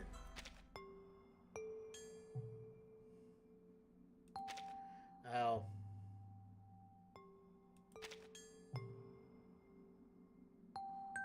That looks interesting. Spathodea. I have Summon Wise already. Oh, I feel so special. Ammo. Ray, delete red. Okay, yeah. Okay, settings. What is that? Apple. The apple. Yeah, okay, fine, let's do that. I'm first? I'm first! What does that even mean? I want to leave. How do I leave? I know how I'm gonna leave. I'm just gonna go ahead and just do this little trick here and just be like, okay, bye-bye, close. Boom, gone. Okay, bye-bye, you gone. Bye-bye. See you next time. Anyways. What are we up to now? That was our 4th game already? Okay. Well, Painting was kind of a shorter game too, and I don't think I actually finished that whole thing. I mean, we didn't do too bad with that one, all things considering. Alright, one more. Let's see what we got. Let's see what our 5th and final game is going to be.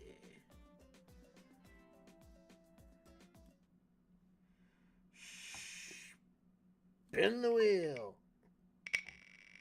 Spin the laggy wheel.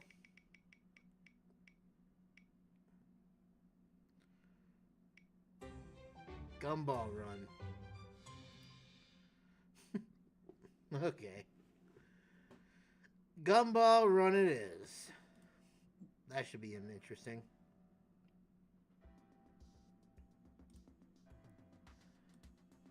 Save that. Shut that down. Gumball run. Gumball run. Gumball run. Alright, Gumball run.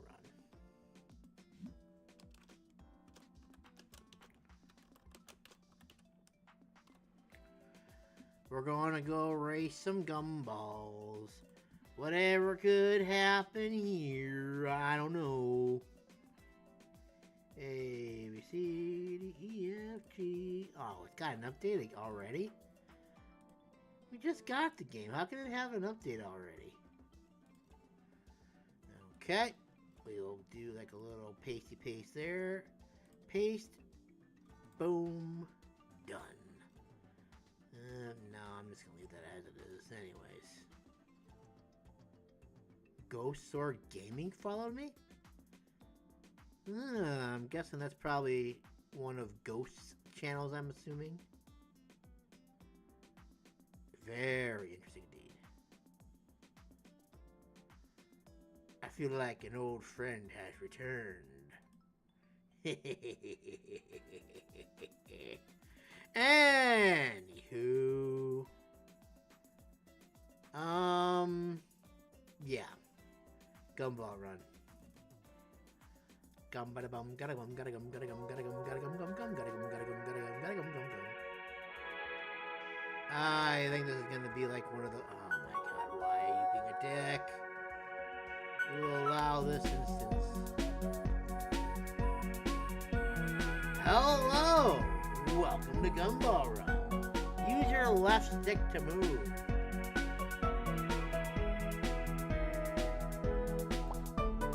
Oh boy. Press A to jump. Or X, I guess.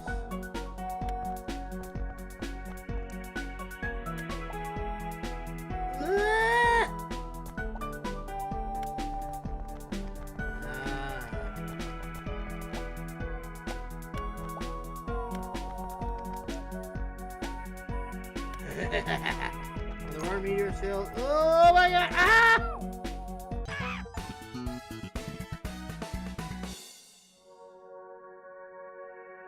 Okay. Let's race. You know what? Whatever. I'm just gonna do a break. What's the worst that could happen?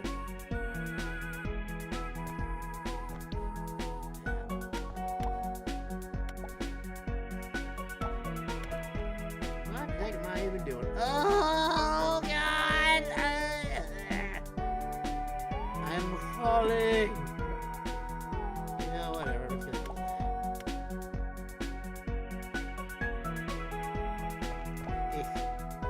Yeah!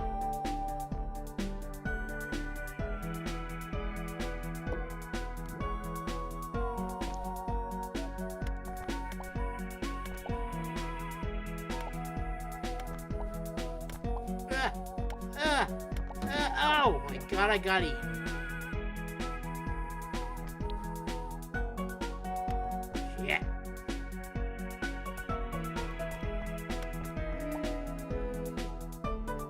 Oh.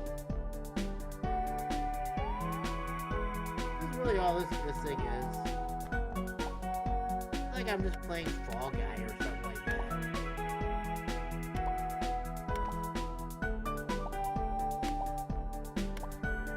No, I don't want to get eaten again!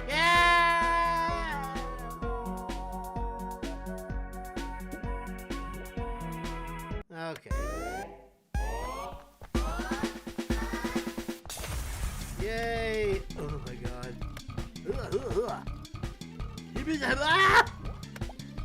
This is Fall Guys. Only it says with gumballs. Give! Oh boy!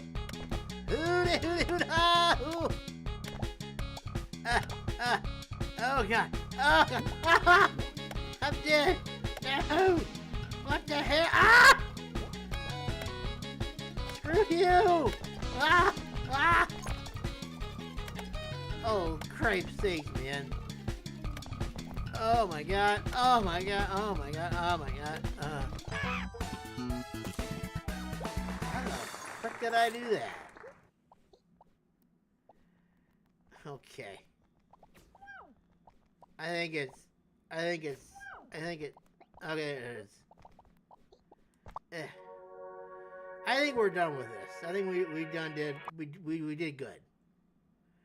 I think we did good. Yes. I think we did very good with that one. Yes. Okay. Yep, that was a game. It's basically Fall Guys with gumballs. That was exciting. Okay. Yep. Okay.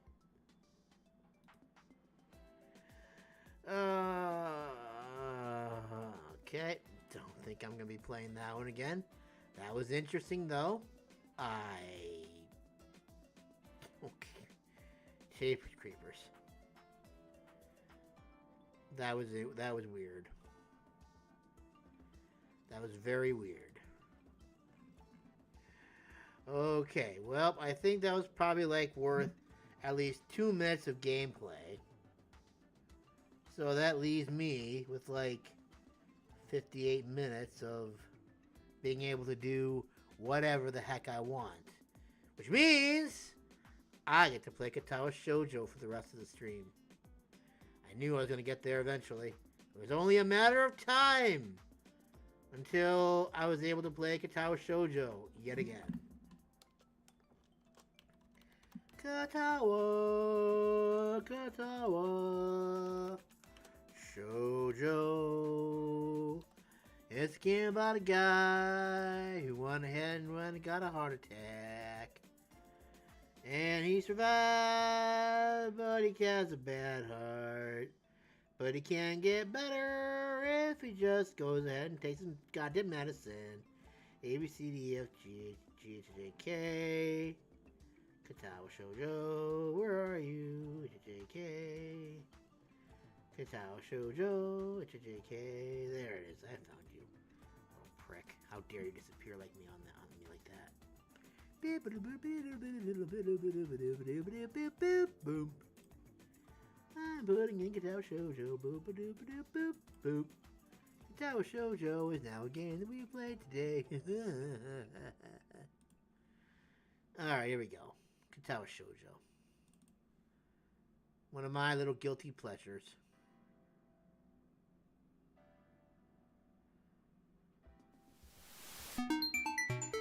Probably I can't get to. Boom! There. 4 Leaf Studios. Oh, what's this? Oh, we got a new picture! That's probably because I'm probably working on her route, I'm guessing, right? Anywho.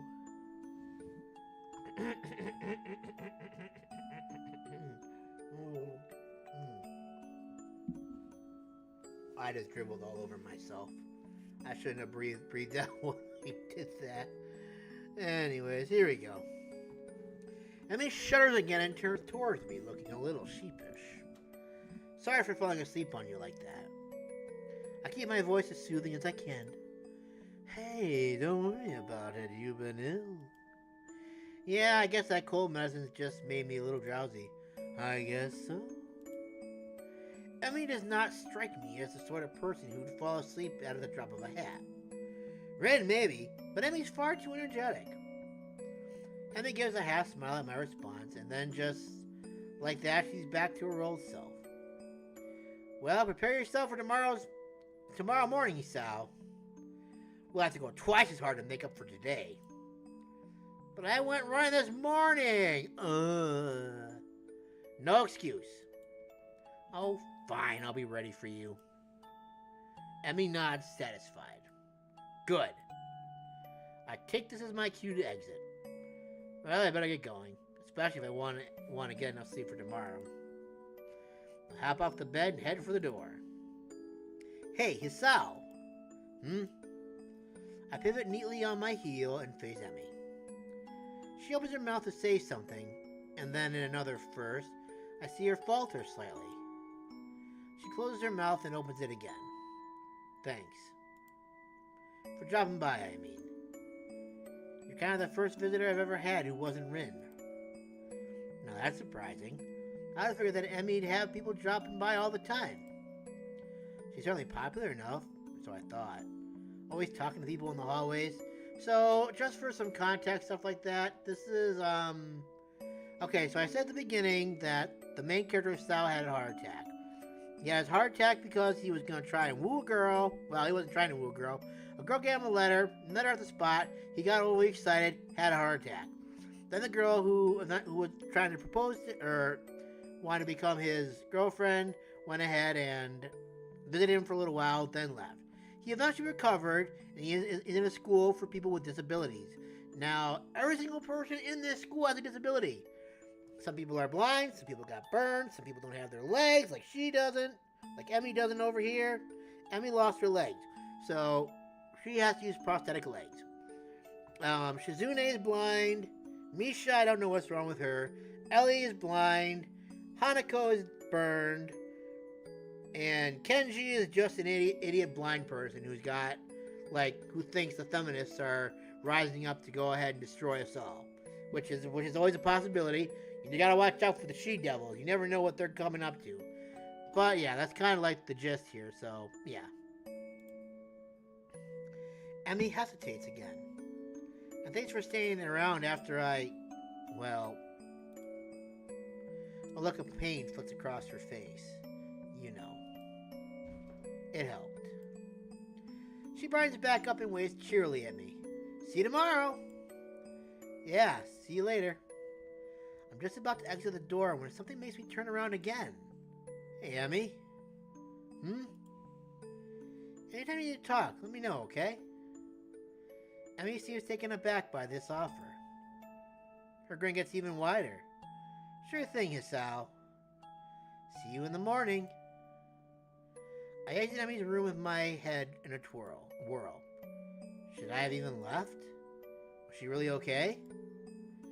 I want to turn around and march back down the hallway, open the door and tell her I love her.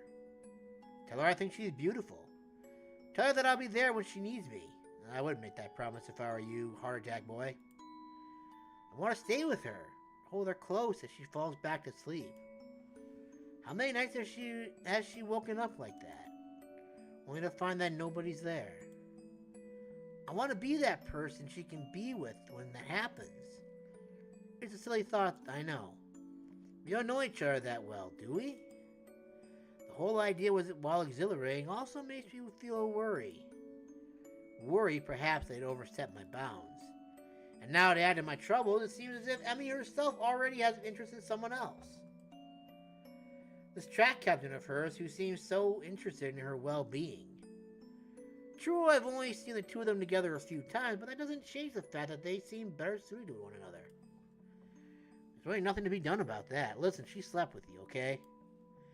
I need to take my mind off of this whole situation. I've got homework to do. Maybe that will distract me.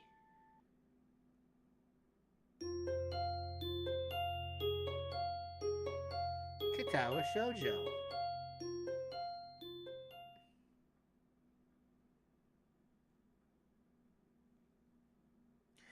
A night of restlessness has left me feeling fairly groggy this morning.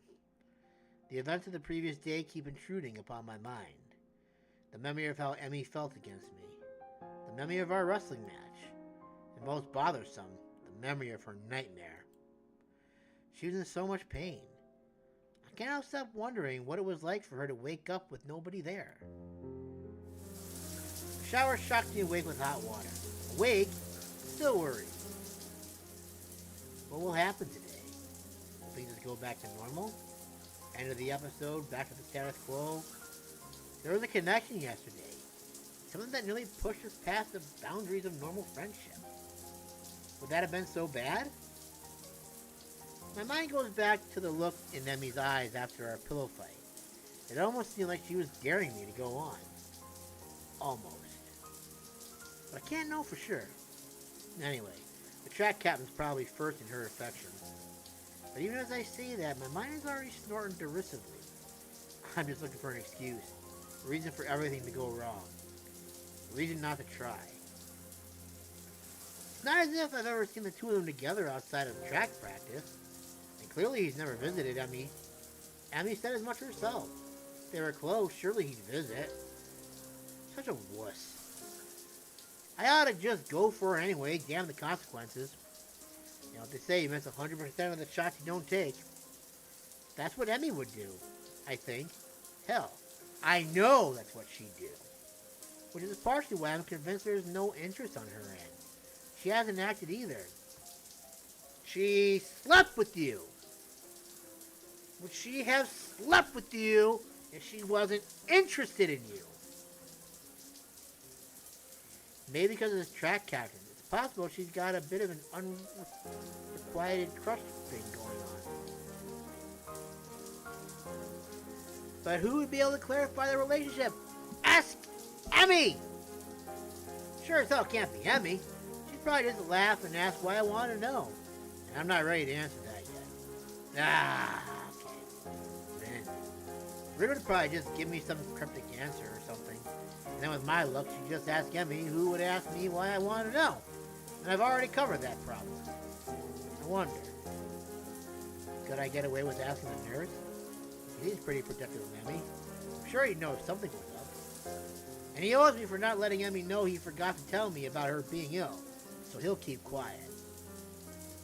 What if he asked me why I want to know, though? I can shake him off. Let's say I'm curious as a friend. He'll buy that, won't he? course. That settled it. After the run, I'll talk to him while Emmy's waiting outside the office. There's no sign of Emmy when I arrive at the track. She's still too ill? I decided to give her 10 minutes. A little early. She was ill yesterday, so she takes a while to show up. It shouldn't be surprising. Still, I'd hate to just waste my time, so I occupy myself by stretching and pacing back and forth anxiously. What if I went too far yesterday? What if she doesn't come because she's embarrassed? What if... You're early again, Asao. I'm impressed.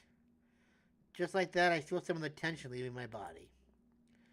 Emma seems to be bright and cheerful as usual, with no sign that she was even ill the other day, much less had a less than restful sleep. Still, I have to ask. Sleep well last night? It's just a throwaway question, small talk. Sort of thing people ask them when they bump into it in the cafe while getting their morning coffee. But not for us. At least, not for me. I don't know if Emmy realizes that I'm actually concerned about how well she slept last night, but the question does give her pause. After a short moment of what seems like her genuinely pondering this, she nods. Yep, sure did. Was it because of me? Did it actually help? Or are you just saying that to get me to stop asking questions? Good to hear. Emmy grins and begins warming up. So, ready to begin? Am I ready? Of course I'm ready. I was born ready. Emmy laughs at my bravado when we take off running. I keep a steady pace the whole time, breathing steadily. I still feel dead at the end, but at least I don't gasp like a fish out of water now. Emmy is positively beaming after the run today. Nice job, Asao. You're improving. You'll be half as fast as me in no time. This last line was delivered with a teasing grin that I've grown all too used to. Oh, how exciting! Emmy begins to run her sprints while I take a cool-down lap. She's really pushing herself today. By the time I'm done with my lap, she's laying across one of the bleachers looking exhausted. Goodness, not pushing it a little too much today, are ya? You just did have a cold, you'll recall. Emmy gives it a noise snort and sits up. Bah! I'm just trying to make up for lost time, that's all. I went twice as hard today, you know. A good run always gets the kinks out, you know. Clears the mind, too. Oh? Emmy nods vigorously. Yep, it's a great outlet for that sort of thing. She does not explain further, and I don't ask. I suspect I know the real reason she went so hard today. Being sick had nothing to do with it. Something's bothering her. Maybe the nightmare. Maybe something else.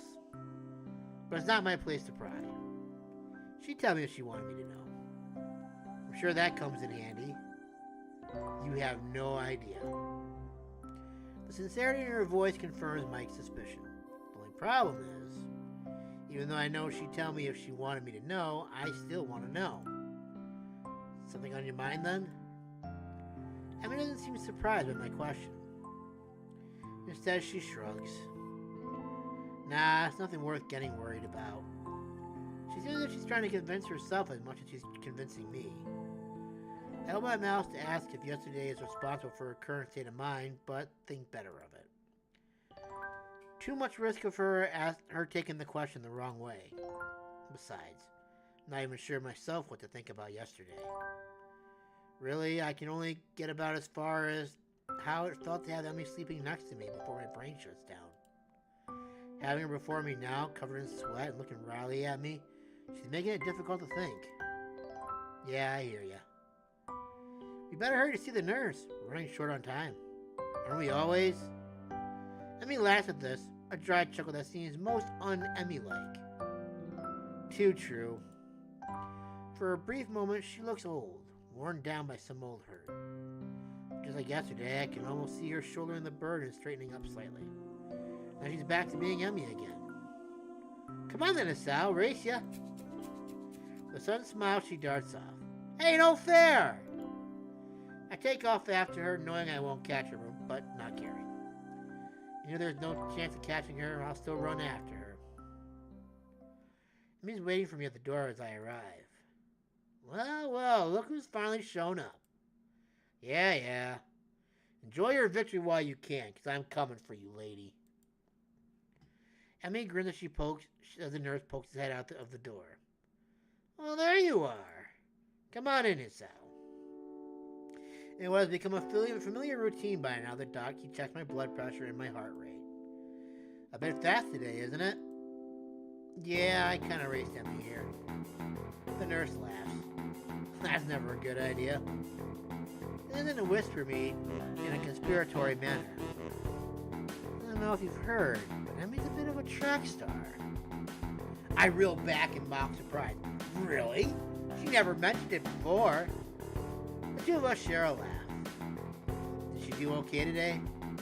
Cold seemed to bother her? Why don't you ask her? He rolls his eyes in exasperation. Of course I'm going to ask her too, but she'll tell me that she didn't have any problems with regards to whether or not she did. So I'm asking you because you're her friend, and you'll probably tell me if she had trouble today. When he puts it that way, it makes a lot more sense. She seemed pretty good today, even if a little more tired than usual. She was already feeling better when I dropped by yesterday, so I'm not that surprised. The nurse nods, though I notice he tenses slightly when I mentioned yesterday's visit. Well, that's good to hear. I figured it was just a 24-hour thing. Emmy tends to recover quickly from colds and the like. Hey, speaking of Emmy, are she the track captain? Well, you know. A look of suspicion crosses his face. Why do you ask?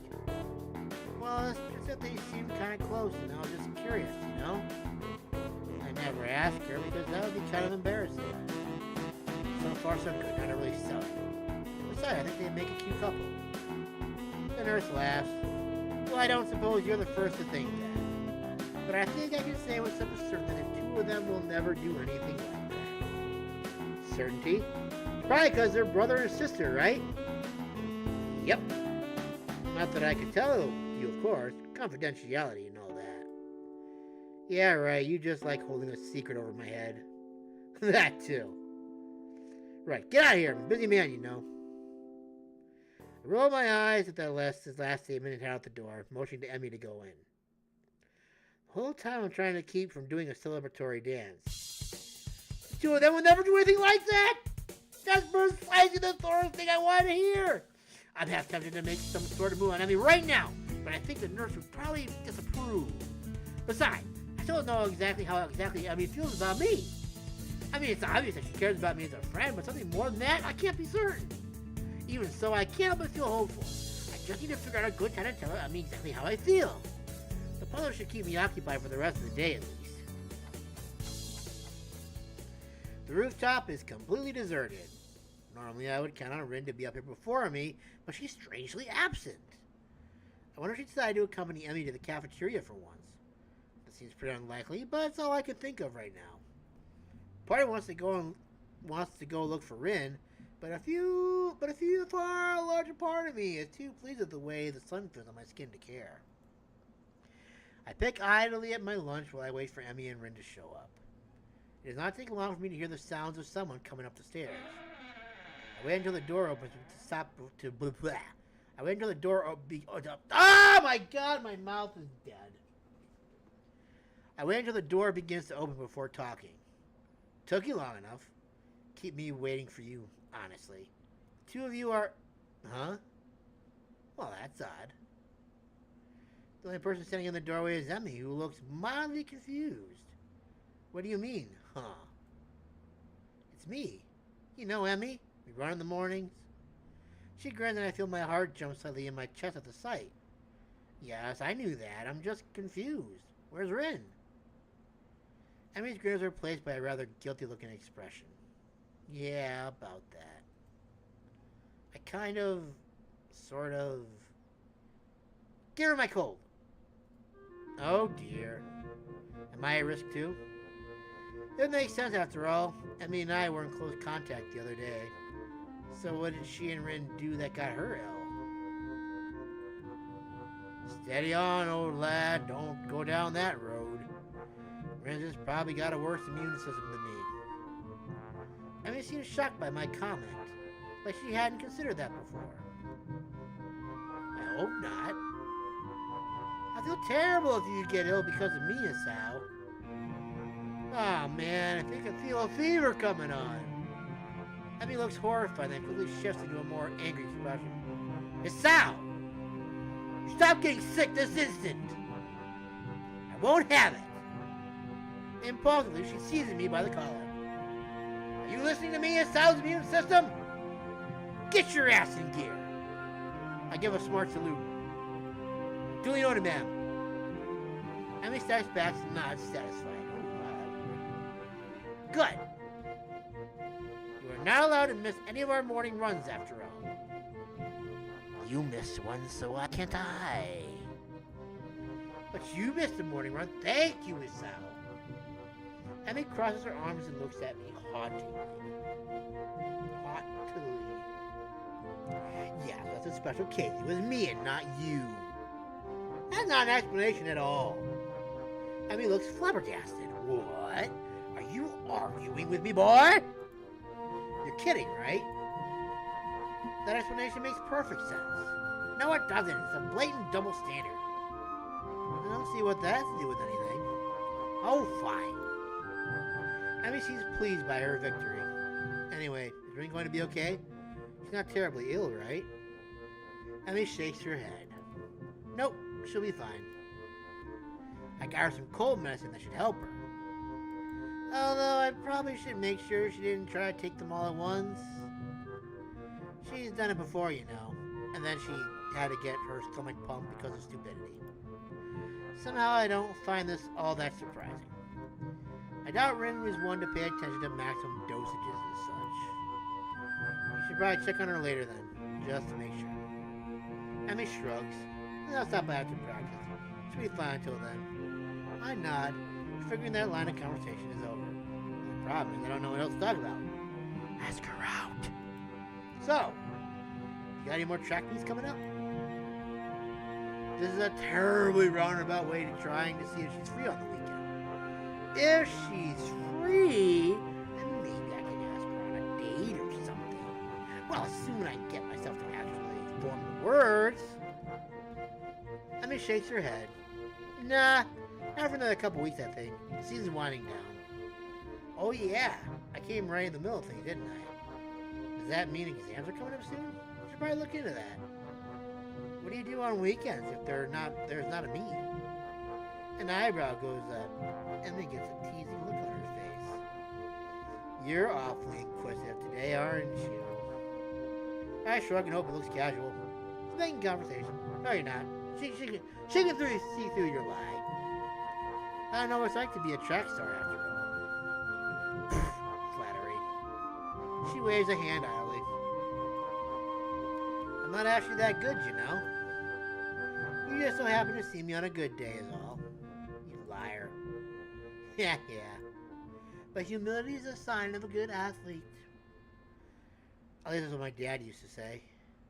She shrugs and tries unsuccessfully to hide the rather troubled expression her face is taking on. Hey, what's up? You seem bothered by something. Emmy starts to deny it, then sighs in defeat. Maybe she's too tired from being sick to get herself to deny it like usual. Or she actually just trusts me enough at this point to open up. Well, you remember last night? Do I ever? I stood up for nodding, however. That's not the first time that's happened to me. Actually, I get them kind of... She pauses as if it suddenly occurred to her what she's doing. It's not like she's breaking sort of personal rule here. She starts up again, choosing her words carefully. Well, not often, but on occasion. It's just been one of those weeks where that's what happens. A sigh escapes her and she looks terribly frustrated. I reach over and give her a hug, which, unlike last time, doesn't seem to shock her. Instead, she seems to relax as my arms wrap around her. We stay that way for a while. Hey, you know, I was serious last night. You really can't talk to me if stuff like this is bothering you. It's always difficult to do this sort of thing solo, you know? Emmy smiles and breaks the embrace, but stays leaning on my shoulder. Thanks, Isao. I'll be fine, I think. I can already see her reassembling herself, getting ready to bottle it all up again. Guess that topic's closed now. So hey, give any more thought to that career survey? Can't say I have. I don't tend to plan very far ahead, you know. Yeah, I feel you on that one. Although I suppose I could at least start looking into college, huh? I shrugged. I suppose, unless you were serious about that pirate thing. Last I checked, pirates didn't have much need for universities. Unless there's like a pirate university out there somewhere. Emmy giggles and starts to look a little like her old self. But there's a new element to her expression. Impish. That's how I describe it. Emmy looks impish, looking up at me with her head nestled into my shoulder. Would you come with me if I ran off to be a pirate? Of course I would. Who in their right mind would pass up the opportunity to be pirates with you? Well, when you put it that way, I'm not sure. She giggles again. I notice that my heart rate seems to have sped up. It's probably due to Emmy's proximity to me. That hint of strawberries again. Ooh, wonderful. I can't help but grin as I gaze down at her. She's happy again. Hey, Isao. If you're gonna kiss me, you should probably do it soon. I think the lunch bell is about to ring. My thoughts grind to a sudden halt. I'm pretty sure my mouth's hanging open in shock. All I can imagine is a strangled, huh? This amuses Emmy even more. You were thinking about it, weren't you? She sits up, bringing her face level with mine. I'd probably enjoy it, you know. You're really... well... She briefly composes herself, looking like she's about to say something important. You hadn't figured it out by now. I think I've developed a bit of a crush on you. We're gonna have to do something about that. This time her grin short-circuits several important thought processes. At some point I turned toward her, and at another point her arms moved to around my neck. And yet, another of my arms wrapped around her waist. I'll be damned if I could tell precisely when that happened. Because at that moment, there's only a voice in the back of my head yelling at me to kiss her! I look into Emmy's eyes. There it is. The thing I saw yesterday on the bed. It's there again. It suddenly strikes me that she's worried that I'll reject her. What a silly worry for her to have. No, look at that, they're kissing. What a beautiful sight to see. Her lips taste faintly of strawberries. She leans into the kiss and her arms tighten around the back of my head, making sure that I don't pull away. Not that there was any danger of that. There's a churning feeling in my gut. The world falls away. There's just me and her, and this bench. My arms tighten, drawing her waist closer, entranced by the feel of her. I inhale her scent, my mind trying desperately to memorize everything about how she tastes, how she smells, how she feels. The ringing of the bell snaps us back into reality when we break the kiss. Emmy's cheeks are slightly flushed. She seems to be catching her breath. In her defense, so am I. We stand there for a few moments trying to wrap our heads about what we've just done. Emmy is the first to break the silence. So, want to grab dinner after I'm done with practice? What a coincidence. I was about to ask you the same thing. Well, actually, I suppose it was going to be some kind of proper date on the weekend or something, but the thought was there, I think. Emmy gives me a playful shove. Yeah, right. You were still in shock from how incredibly awesome I am at kissing. We begin to head down the stairs back to our respective classrooms. And I didn't see you talking immediately afterwards either. That I didn't. See you at the practice, Isao. She leans in quickly and gives me a quick kiss in the middle of the hallway, sending me into another brief state of mental freefall. As I head to my classroom, a giggling Misha greets me. Why, Hichan, you romantic you! Did you confess on the rooftop, did you? Actually, I think it was the other way around. This sends Misha to a fresh fit of laughter. Young love is so unpredictable, isn't it? This being Misha, I suppose I should have expected her to tease me over this. I guess. Before I can really respond, Muto's entered the room and Misha skips off to her seat, giggling all the while. I suspect that I'll get a lot of that sort of conversation now. Especially seeing as how Emmy kissed me right in the middle of the hole! But somehow I don't care about that. For the first time since arriving here, my heart feels light. And I didn't have a heart attack this time either, which is great.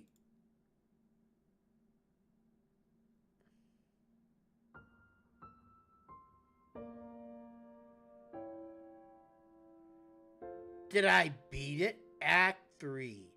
Perspective. Oh. My head's in a spin all through Muto's class. I'm gonna have dinner with Emmy, who wants to be my girlfriend, no less. And I didn't have a heart attack this time, which is even better. A date. And then she kissed me. That kiss. I keep going back to it, playing it over in my mind again and again. Everything about that moment felt so right. My mind drifts off, lost in thoughts of Emmy. Nakai, hello? It seems like I've drifted a bit too far. Huh, what? God, you've contracted some kind of amnesia. Someone get to the nurse. The class chuckled at Muto's antics. Sorry, sir. Won't happen again and all that, right? Exactly. Muto brightens considerably. Well, lovely to hear. I hate to have my star pupil slacking off after all. I've been doing well, but I hardly qualify as a star pupil, I think. I'm fairly certain that this class is the sort that everyone does well in. Just memorizing formulas. True to my word, I managed to pay attention for the rest of the class. Nakai, may I have a word with you? I wonder if I'm in trouble for earlier. Sure. Am I in trouble? Muto looks genuinely confused for a moment. Beg your pardon? He tilts his head to one side and thinks for a moment. Oh, that! No, you're not in any sort of trouble. There's just a question I want to ask you. What's that? Nothing terrible. I was just wondering what your plans for after graduation are. Are you going to university? Yeah, I guess. Can't really see a reason not to go. Give any thoughts to what you'll study? Not really, no. I figure I'll come up with something when I get there. Muto laughs. Taking things as they come, eh? I'd argue against it, but that's how I did things when I went to university. Well, not really. I knew I'd go into a science, just wasn't sure which one. Ended up with physics, but could just as well have gone for astronomy or what have you. Actually did go for chemistry first, but there were all sorts of things. Muto trails off and frowns slightly. It takes a minute for him to recover his train of thought, and they waited patiently for him to continue. So anyway, I did a lot of physics as well, because I had an interest in that, but I wasn't sure if it was for me. So I went back to chemistry, and here we are. Yes.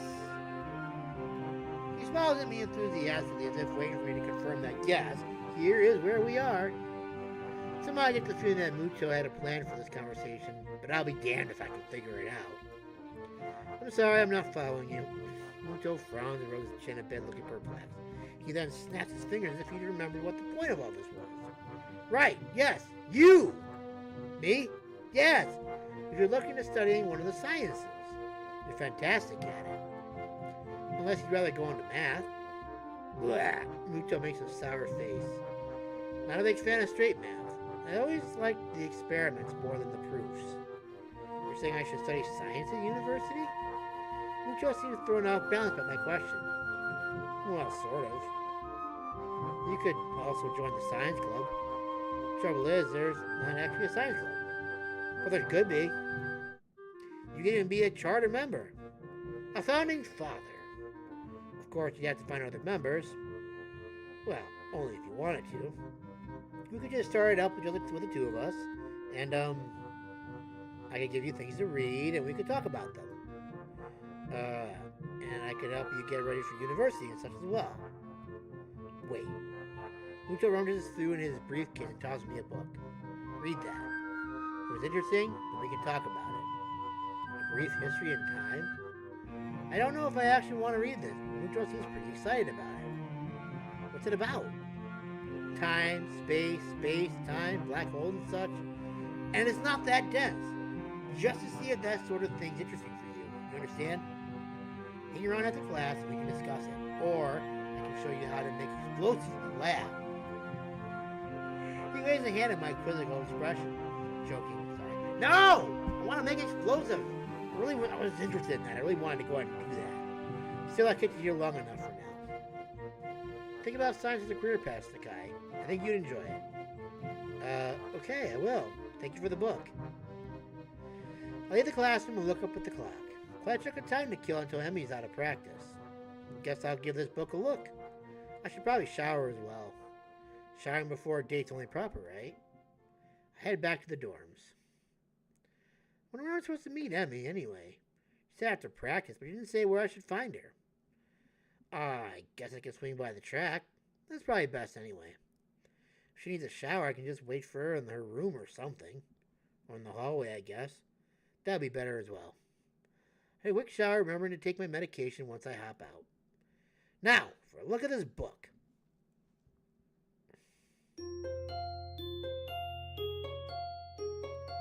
Katawa Shoujo.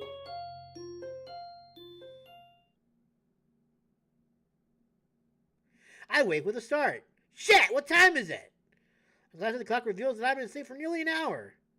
Thank goodness. I mean, probably should be finishing up soon. I throw on some casual clothes and head for the track.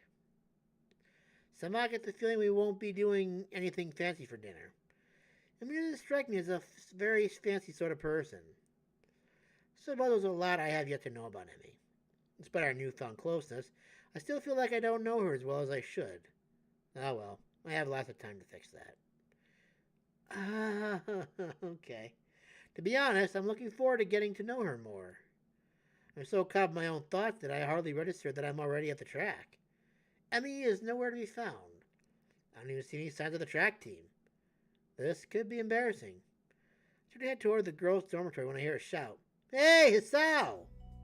I turn around to see Emmy making a beeline for me with a gym bag slung over her shoulder. She changes into some decidedly more casual clothing, a pair of shorts and an olive green towel. Her running blades have been replaced by more realistic-looking legs that probably won't fool anyone. She doesn't seem to care about that. In fact, that which makes me smile. Hey, you came!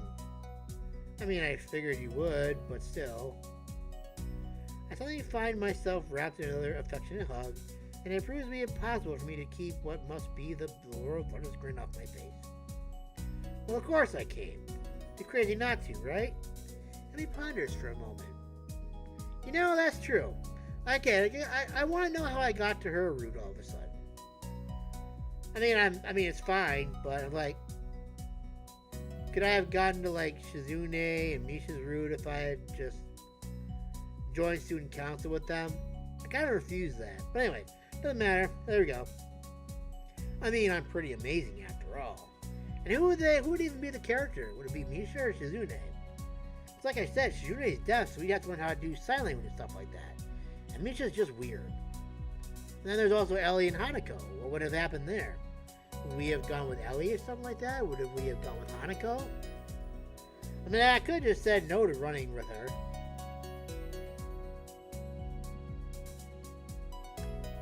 I certainly think so. It's an offhand remark, which is why I'm surprised to see that it seems to have caught Emmy by surprise. She blushes and smiles warmly at me before playing a kiss on my lips. Now it's my turn to be surprised. Emmy stops and steps back, resting her weight on her back heel, looking pleased with herself. My brain fumbles for an appropriate response. I should compliment you more often. Emmy laughs and gives me a playful shove. Jerk. I throw an arm around Emmy's shoulder and am pleased when she immediately leans into me, as if it were the most natural thing in the world. So where to? Not actually sure. Where do people go on dates around here anyway? That's a damn good question. I've got no idea. I'll just head down to the Aura Mart and grab something portable. Emmy's face brightens at this idea. A picnic! I think you're onto something, Isao. Emmy snakes her arm around my waist and we begin to head for the front gate. I'm entirely unsure of what I'm meant to do in this situation, but at least Emmy seems to be equally clueless. Despite the relaxing feeling of being with Emmy, I still can't help feeling a little tense. What if I do something wrong? I'd hate to make an ass out of myself. The trip to the Aura Mart is accompanied by Emmy's chatter about how practice went. I keep quiet for the most part, really enjoying the warmth of being around Emmy. We get a few odd looks from passerby, but I don't mind. We wind up buying some bread and instant noodles, realizing too late that we cannot actually cook the latter in the park. Oh well, I'll make it for lunch or something. That'll work. The park is located after a brief loss of direction that I blame entirely on Emmy. She, of course, blames me. We find a spot beneath a tree and sit down. I lean back against the trunk. Emmy sits across from me. I guess we should have brought a blanket or something to sit on, huh? Emmy shrugs. I don't mind. Neither do I. Emmy tossed me a package of bread and we dig in. Curry bread. Interesting. I guess I wasn't really paying attention to what I grabbed in the store. Hey, Sal, you look like your bread's a little spicy. I shake my head, trying in vain to keep an image of manliness. No, it's hardly spicy at all. I see. That must be why your face has gotten so red. Yes, exactly. The last of spice has, got my blood up. Because of the disappointment. Emmy laughs and swallows the last of her bread. Well, if you can't handle it, I'll be glad to take it off your hands. Hey, just because you wolfed down yours so quick doesn't mean I'm just going to give you mine. Emmy mock pouts causes me to choke on my bread with laughter. Wow, come on, Estelle. We're just supposed to be concerned with making sure I've got enough to eat now. We're dating, you know. Though, Emmy looks troubled all of a sudden. I can't say I feel any different. What do you mean by that? What makes us a date? It's just what we would have done anyway, really. But there should feel different before. Because before, when we had lunches, we were friends, and now we're a level above friends. You sound like Rin. Laughter escapes and Emmy grins. Well, she might have put the thought into my mind. We talked about that sort of thing before. Really? About me? Not really. Just stuff, really. Rin thinks that the change of a label from friend to girlfriend seems arbitrary most of the time. But there's no difference between the two. I can think of at least one, you know. You don't tend to kiss your friends quite as much. For the second time today, Emmy blushes slightly and giggles. I suppose you're right. Exactly! I'm always right about things like this. Emmy rolls her eyes and chuckles. Guess you're pretty smart, huh? I nod in agreement. Yep. Even Muto thinks so. He thinks that you're going to some scientific study after graduation. Emmy raises an eyebrow. Oh, really? Yeah, I'm thinking I might actually do just that. Really, the more considered idea, the more it appeals to me. I make a mental note to look into it a little more closely. So what are you thinking of doing after graduation? Still planning on running? Emmy shrugs, seeming almost a bit hesitant. I don't know. If I'm good enough, then I can find a team, I guess. I mean, you aren't sure? I haven't really thought about it, to be honest. Really? You probably should, you know. Graduation isn't that far off. Emmy fidgets a little nervously.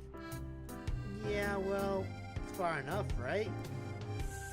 Besides, I got other things to think about. There's a mysterious flash behind Emmy's eyes, and I suddenly find myself gloriously pinned against a tree. Like making sure it's a real date, right?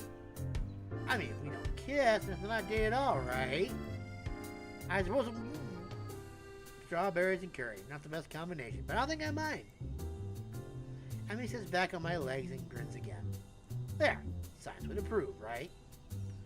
I have the oddest mental image of Muto nodding seriously and making a mark on some checklist. I can't help laughing at the idea. Well, I'll admit this is the first time I've ever witnessed a hug kiss being met with laughter. Should I feel offended? Yeah, no. I'm sure science approves.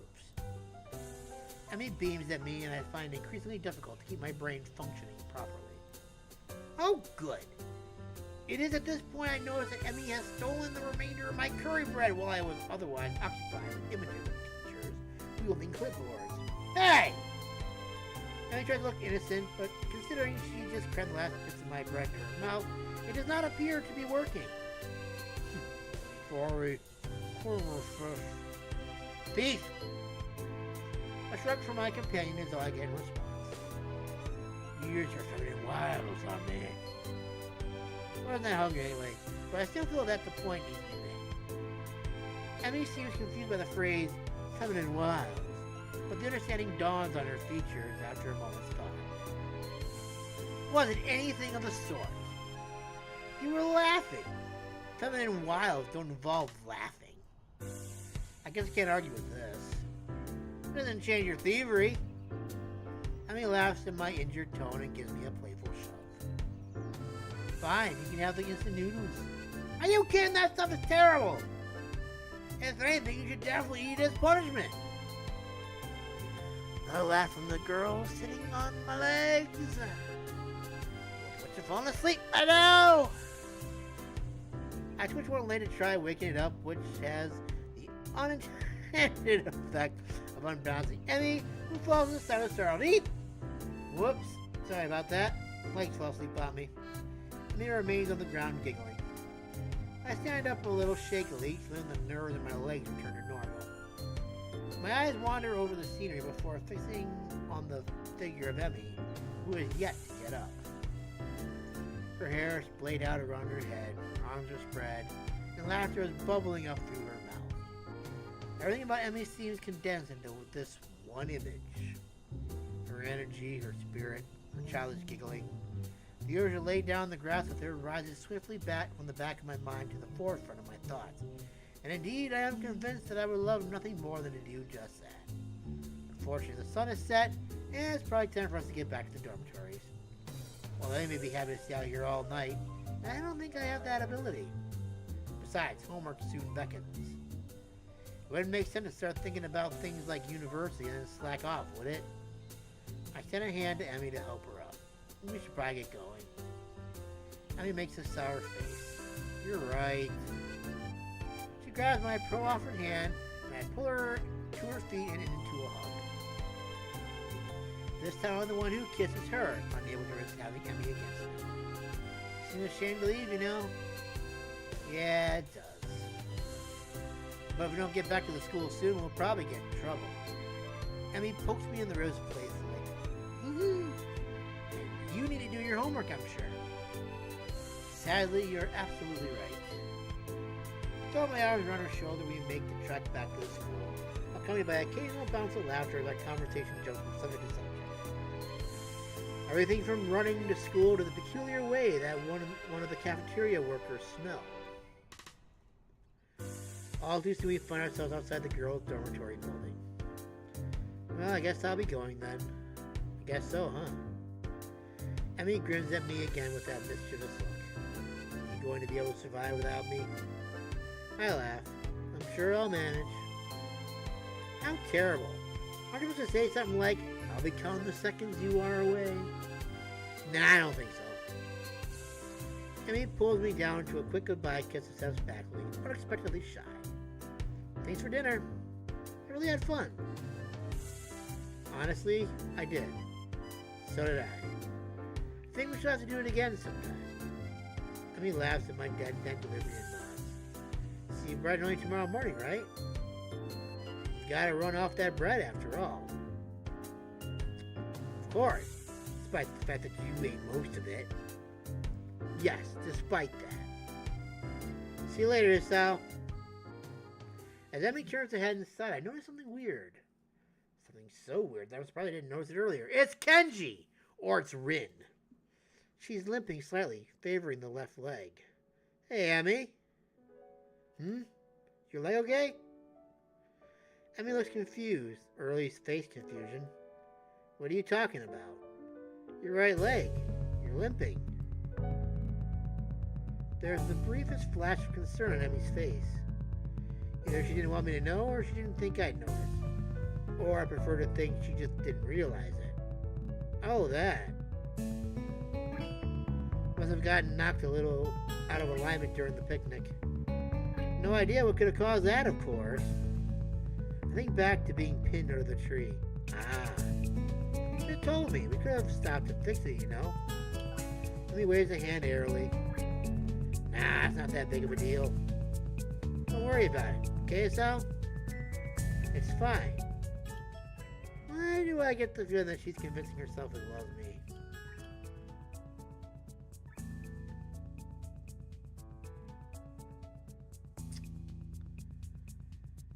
Oh, you know what?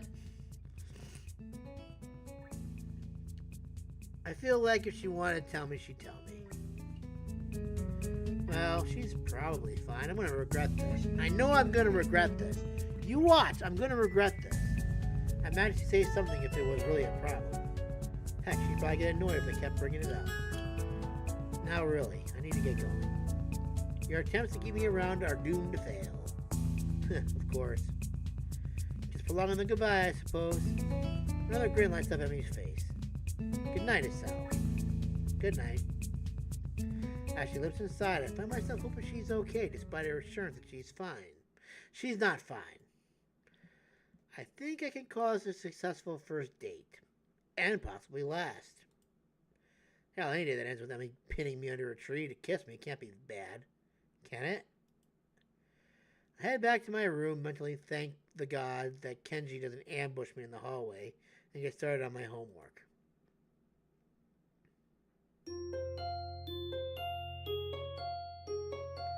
Katawa Shoujo.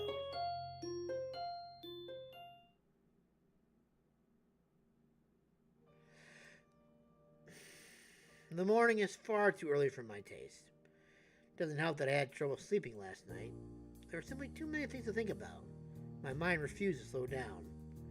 Instead, I replayed the rooftop, the park, and everything else over and over in my mind. There's a small part of my mind that is still paranoid that this has all been some kind of joke. That I'll meet up with Emmy at the track and she'll act like nothing happened yesterday. Pushing these thoughts to the back of my mind, I throw on my running clothes and open the door. Emmy's waiting for me with her usual smile. You're late! Or at least you're not early today. Are you tired or something? I find myself ruefully rubbing the back of my head. Something like that, yeah. Lots to think about and all that. Emmy giggles at my mild understatement. Yeah, I didn't sleep that well either. I was actually glad you weren't early, because I wasn't early either. I wonder if the same thing kept us awake. The image of her weeping face passes through my mind. What kept you up? Emmy's expression falters, but she quickly notices my curiosity and forces a smile. Nothing important. She's obviously not telling me something. The question is, should I press the issue? Something clearly has been bothering her for a while. I want to help her, but would it come off as me being nosy? She's gotta know I care about her, though. Are you sure? If something's bothering you, I'm here to help you sort it out. Emmy laughs then, but it's not a usual laugh. There's an edge to it that seems almost bitter. Sorted out? I'm not sure it can be sorted out, Sal. An almost grim smile crosses her lips. It's like a smile of resignation. I don't think you could help me anyway. That hurts. I don't want to say that it hurts to her, but it does. Doesn't she realize I want to be there for her when things go wrong? Well, I won't push you on the matter, but I'm here for you if you decide later that you'd like to talk about it. It might help.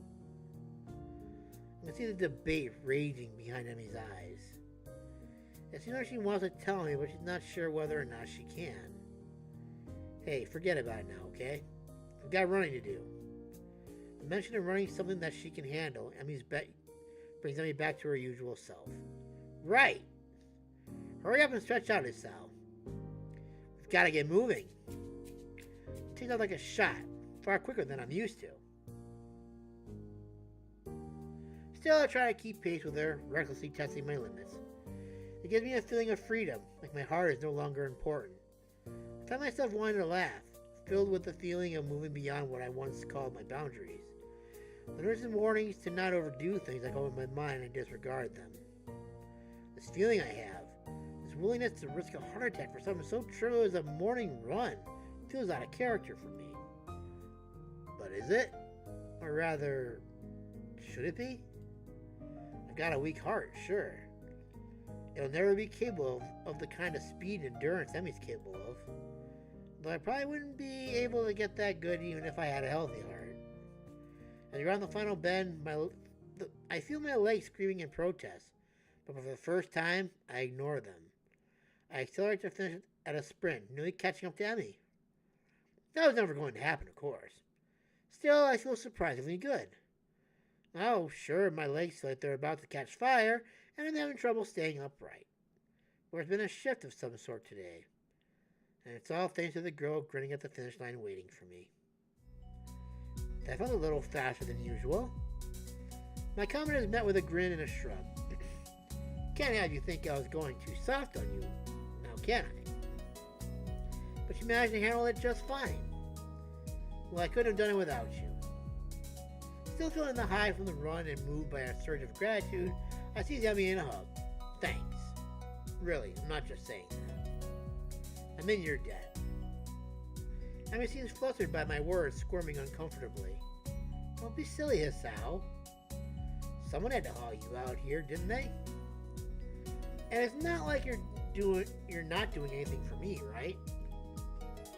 I needed a running partner, remember? I shake my head, still pointedly not letting go of Emmy, who stops squirming and merely looks up at me with a quickly deepening blush that almost seems out of character.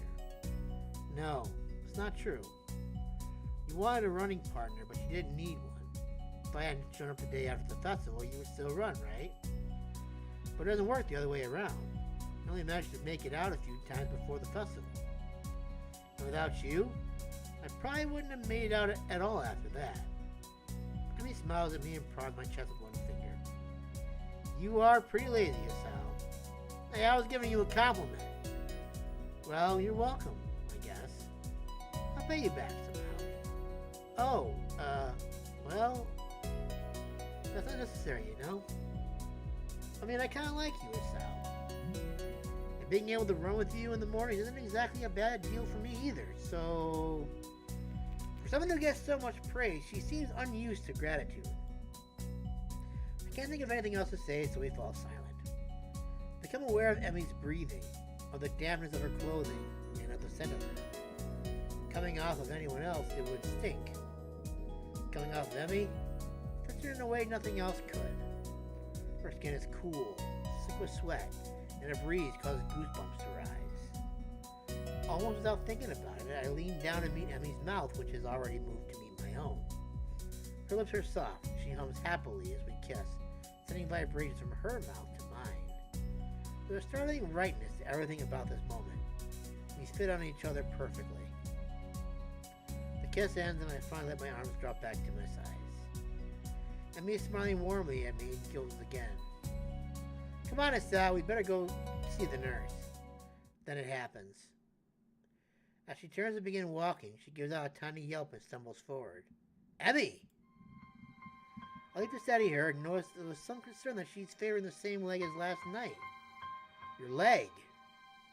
Emmy seems panicked and pushes away from me. It's fine. My expression must seem hurt because she hastens to apologize. Sorry. Didn't mean to push you like that. I was just... She stumbled for something to say. It's nothing, really. Hey, don't worry about it. She's so flustered I decided to shrug the whole thing off. There's a cold feeling in the pit of my stomach now that won't go away. I try to step in and help her, and she pushed me away. Smiling, I shove those thoughts to the back of my mind and concentrate on Emmy. Just don't want you to get hurt, that's all. You don't have to worry about me, honest. I'm fine. Yes, you say that, but I don't believe you. I keep worrying about you regardless, and not saying anything yesterday just makes me feel guilty about today. I should have at least asked. Would she have reacted the same way last night? Probably. Guess I'll never know now. I'm still trying to sort out what happened on the track as you arrive in front of the nurse's office. Emily raises her hand and knock, hesitates and turns to me smiling guiltily. Hey, can you do me a favor? Of course. Can you tell the nurse that I'll see him later? I just remember that I've got some stuff to take care of before class. So I really need to get moving. I peer at her closely and she fidgets under my stare. Yeah, she's clearly just avoiding the nurse. That leg of hers. Well, whatever. I said I'd help, so I will. But I'll make damn sure she sees the nurses before this day is out. Yeah, okay, I'll let them know.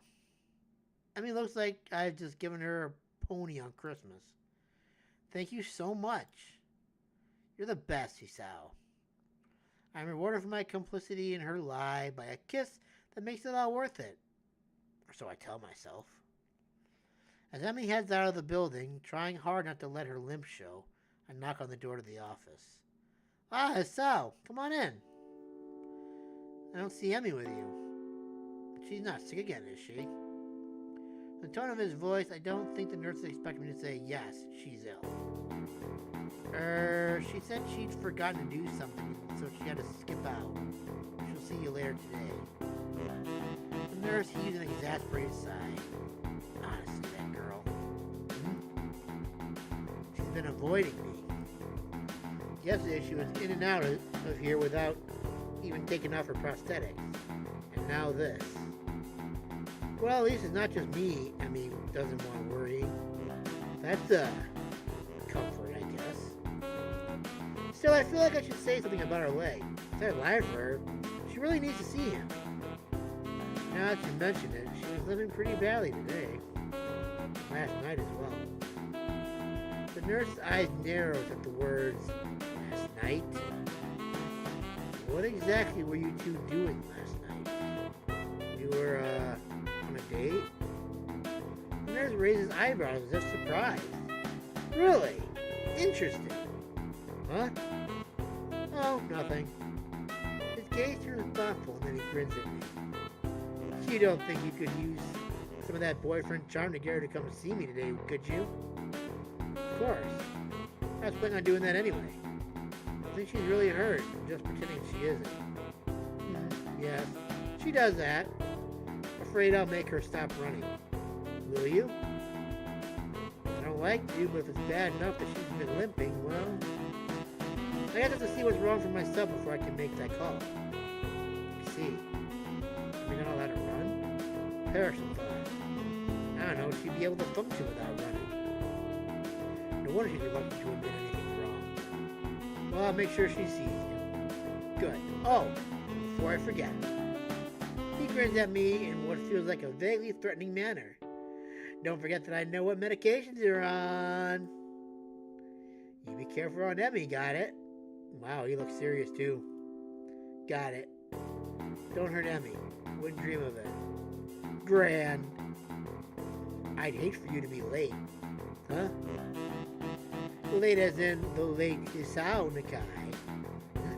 He frowns briefly, dissatisfied. It sounded better in my head. Well, at any rate, get out of here before you miss your first class. You got things to do, I'm sure. Shoo! As I leave, I notice a nurse pulling out his phone and dialing a number. Mako, your daughter's being a pain in the ass again. I'd better head back to my room or I really will be late.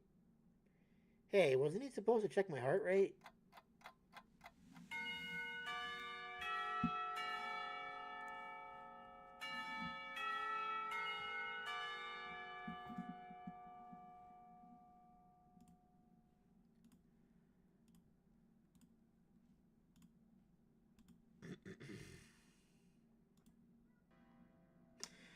Okay, well that'll do it for today. Thank you guys all much for joining and watching, etc. so on and so forth.